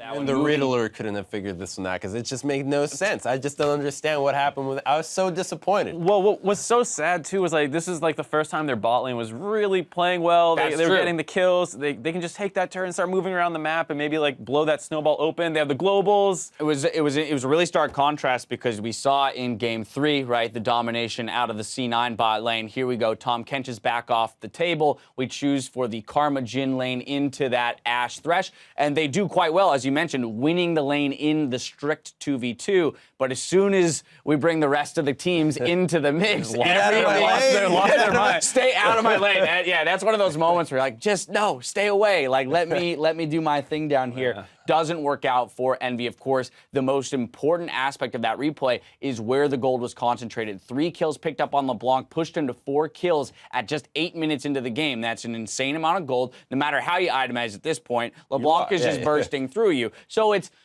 no real surprise that with that kind of start, Jensen's able to accrue a 20 gold, new record for a single game in the postseason, in the playoffs here in North America. I mean, I'd still say that's a surprise. You can go 4-1 in the first 10 minutes, and I wouldn't bet on you getting 20 kills. But if you saw that game, if you showed me that game at 20, 15 minutes, I'd be like, all right, he's going to break it. Right. He was at 19, 18 for a little while. I was like, yeah, he's got that. Absolutely gross. All right, well, that was just the first big pickup for Cloud9. Another one came not 3 minutes later, 4-0 in the mid lane here for Cloud9. And this is just pure grotesque. I mean, this group is 4 here, and you see Envy, they're looking, okay, maybe it's time for us to make the engagement. Jensen goes in for some reason. I mean, you talk about Envy disrespecting this is why are you going in here? You know there's arrow, you know there's hook. I mean, I think the catalyst, I'm pretty sure Ninja jumps in here at the end in the back of, oh yeah, he's gonna channel this, I think on the ward, is it Envision? Oh, he's just recalling. This is the reason they get hooked by Smoothie, just maybe we could get another kill. Yes, please. Sign me up. There's gonna be another kill here. The turret will be picked up by Cloud9. And then Laud walks in melee range here of Impact and gets just get the wall up. Yep. I mean, it was so weird because C9 was making mistakes too. Meteos missed that pretty easy body slam. Jensen W's right next to a Pantheon who just stuns him. They haven't played in 2 weeks. We just chalk it up. Nah, it did just definitely seem though like what was a decent start in terms of for Envy in the bottom lane, Absolutely. right? Basically their decision was we either win or lose this game right now with our move to the bot lane the way they did. Unfortunately, they flipped that coin, and the coin came up in C9's favor. I feel like if this was game 1 or game 2, I think Envy actually plays this game correctly, slower. They take the bot turret, they reset. And I think it was just kind of like mental was a little broken. Well, they just wanted to go. Yeah. The thing is, I thought they tunneled so hard on trying to break that first turret because they pushed that bottom lane S3 with like 4 waves back to back, just sitting at the turret and thinking C9 maybe they're not going to respond and let us get the free turret. Right. Of course they respond. Of course LeBlanc TP's in. And of course you're going to get collapsed on after you go for that. It does make you wonder in that initial replay, that 8-minute replay, if they had taken the turret and just backed, right? No engagement to follow. What would be the outcome of this game, right? What would be the trajectory of this game? Probably wildly different. Not saying that Envy wins, just saying that, okay, it at least goes on another 10 minutes and they have more of a chance. And they have good tools. I mean, you swap topside. Let's say Pantheon saved adult there. They still managed to get that tier 2 with that rotation. They out-rotated Cloud9 in this game in that final movement to the top side where they were able to trade the tier 2 top for the tier 1 bottom, which was fantastic. Right, despite the massive kill deficit, they're actually only down like 3 or 4K, and even in turrets, they were moving around the map seemingly fine. It was just as soon as the two teams got close together, they lost their minds or something. I don't know. Playing with a little bit too much urgency, and part of that might come from the fact that they are a younger roster in this, you know, elimination best of 5 essentially, and so with the pressure on, moving a little bit too quick for their own good. Now, each of our players gave it their all on the Rift today, but one stood above the crowd to earn our Player of the Series award. He broke records along the way. It's Cloud9's mid laner in Jensen. Now in game 2, as Syndra, he was 14-2-6 with 83% kill participation, 880 damage per minute. You move ahead to his game 3 performance, and it's a 4-0-4 deathless game on Cassiopeia. And then, of course, we close it out with that record-breaking LeBlanc game, 20 kills in a single one. Yeah, I mean, it was over the whole series. Even game 1 where they lost, he was playing pretty well. He won every lane. Yeah, he won every lane. He received attention sometimes from the enemy jungler and still came out okay for the most part. His champ pool actually, I think, gave Ninja a lot of trouble. It's just the Syndra pick itself was something they didn't seem prepared for. And having that much power around your mid laner at all points in the series just makes the game much easier to play. I am very curious to see how the remaining teams in playoffs deal with the Syndra pick, both from Jensen and others who pick him up. As we know, Bjergsen is a proficient Syndra player. Flashbacks. Right. From his initial foray into the LCS back in Europe, is a big Syndra player. So the question is, this is a fantastic pick. Is a fantastic champion falling back into the meta for players like Jensen and Bjergsen, who were already top of the mid lane in those laning statistics. This is going to help them even more. I mean, as a jungler, it's just the most worst hardening thing to gank a Syndra. It's like, okay, can you get to her? No, you get stunned. Can you kill her? She'll kill you back. Right. Okay, can you wave clear? No, she just does so many things. And with the combination of the meta right now with things like Tahm Kench, Thresh, and the Shen on the top side, which maybe I mentioned already, it's just so powerful because it's so difficult to actually get onto the Syndra and pop her. There's not a whole lot of champions that can actually surprise her and kill her flat out. I doubt we saw the end of his champ pool as well. I mean, it didn't look like he was tested that hard in this series. So we know the Vel'Koz is still there. I bet he's still practiced up on that. The Vel'Koz is still there. The Vladimir was sitting on the ban list the whole time. He played 3 unique champions, the Syndra twice, the Cassiopeia, the LeBlanc. Of course, we have the Zillion still available. You know, I always fall back to Varus. We saw him play that earlier in the split and in past splits. So, yeah, I mean, this guy is looking to be informed. The question is, and particularly with this Cloud9 roster, can he keep this up? When you're going up against the likes of Pobelter and Bjergsen remaining in this tournament, the mid lane is stacked. The one criticism I will offer to him is that a lot of the team fights were played a little bit haphazardly, particularly with the ultimate usage on the Syndra, targeting that tank so many times, maybe missing some stuns here and there, you know, maybe reserve the need to use that so quickly. Right.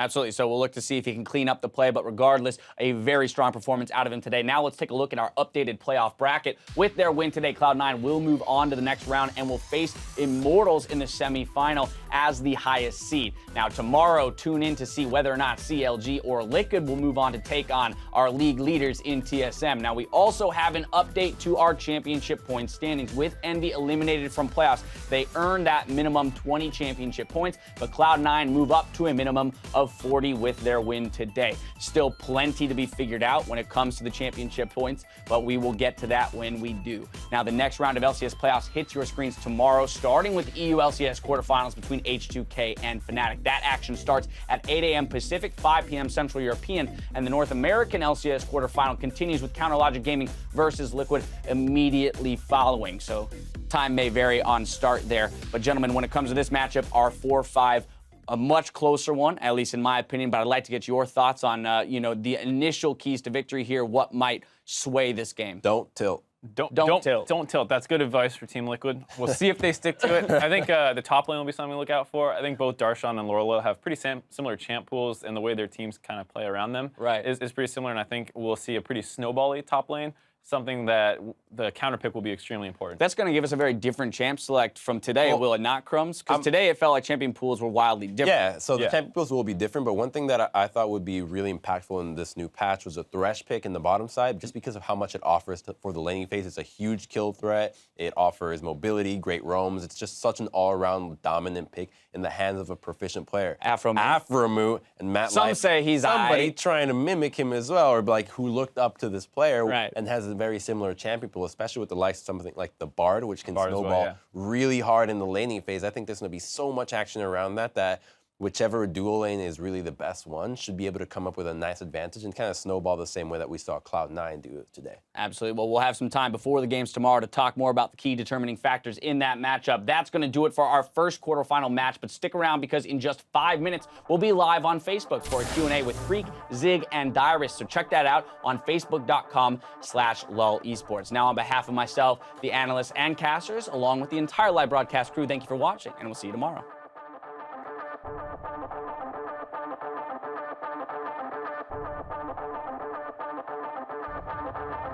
Welcome once again to the NALCS quarterfinals, League fans. We're about to be on the rift. It's Cloud9 versus Envy. All right, guys, remember, this is playoffs. You need to win this shit. Oh, Cloud9, oh, he's still going because of Meganar. Impact is going for the long con. Okay. Mid lane now, and #Worth. Toe to toe. Hit Seraph. It's going to be Seraph that gets it. Cannot even. Zanya's. This is really good. This is really fucking good. Fight, guys, fight.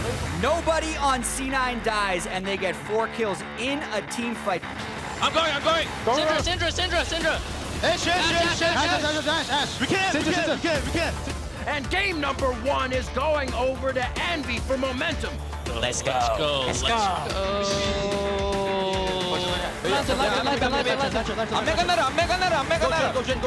Jin. Nice.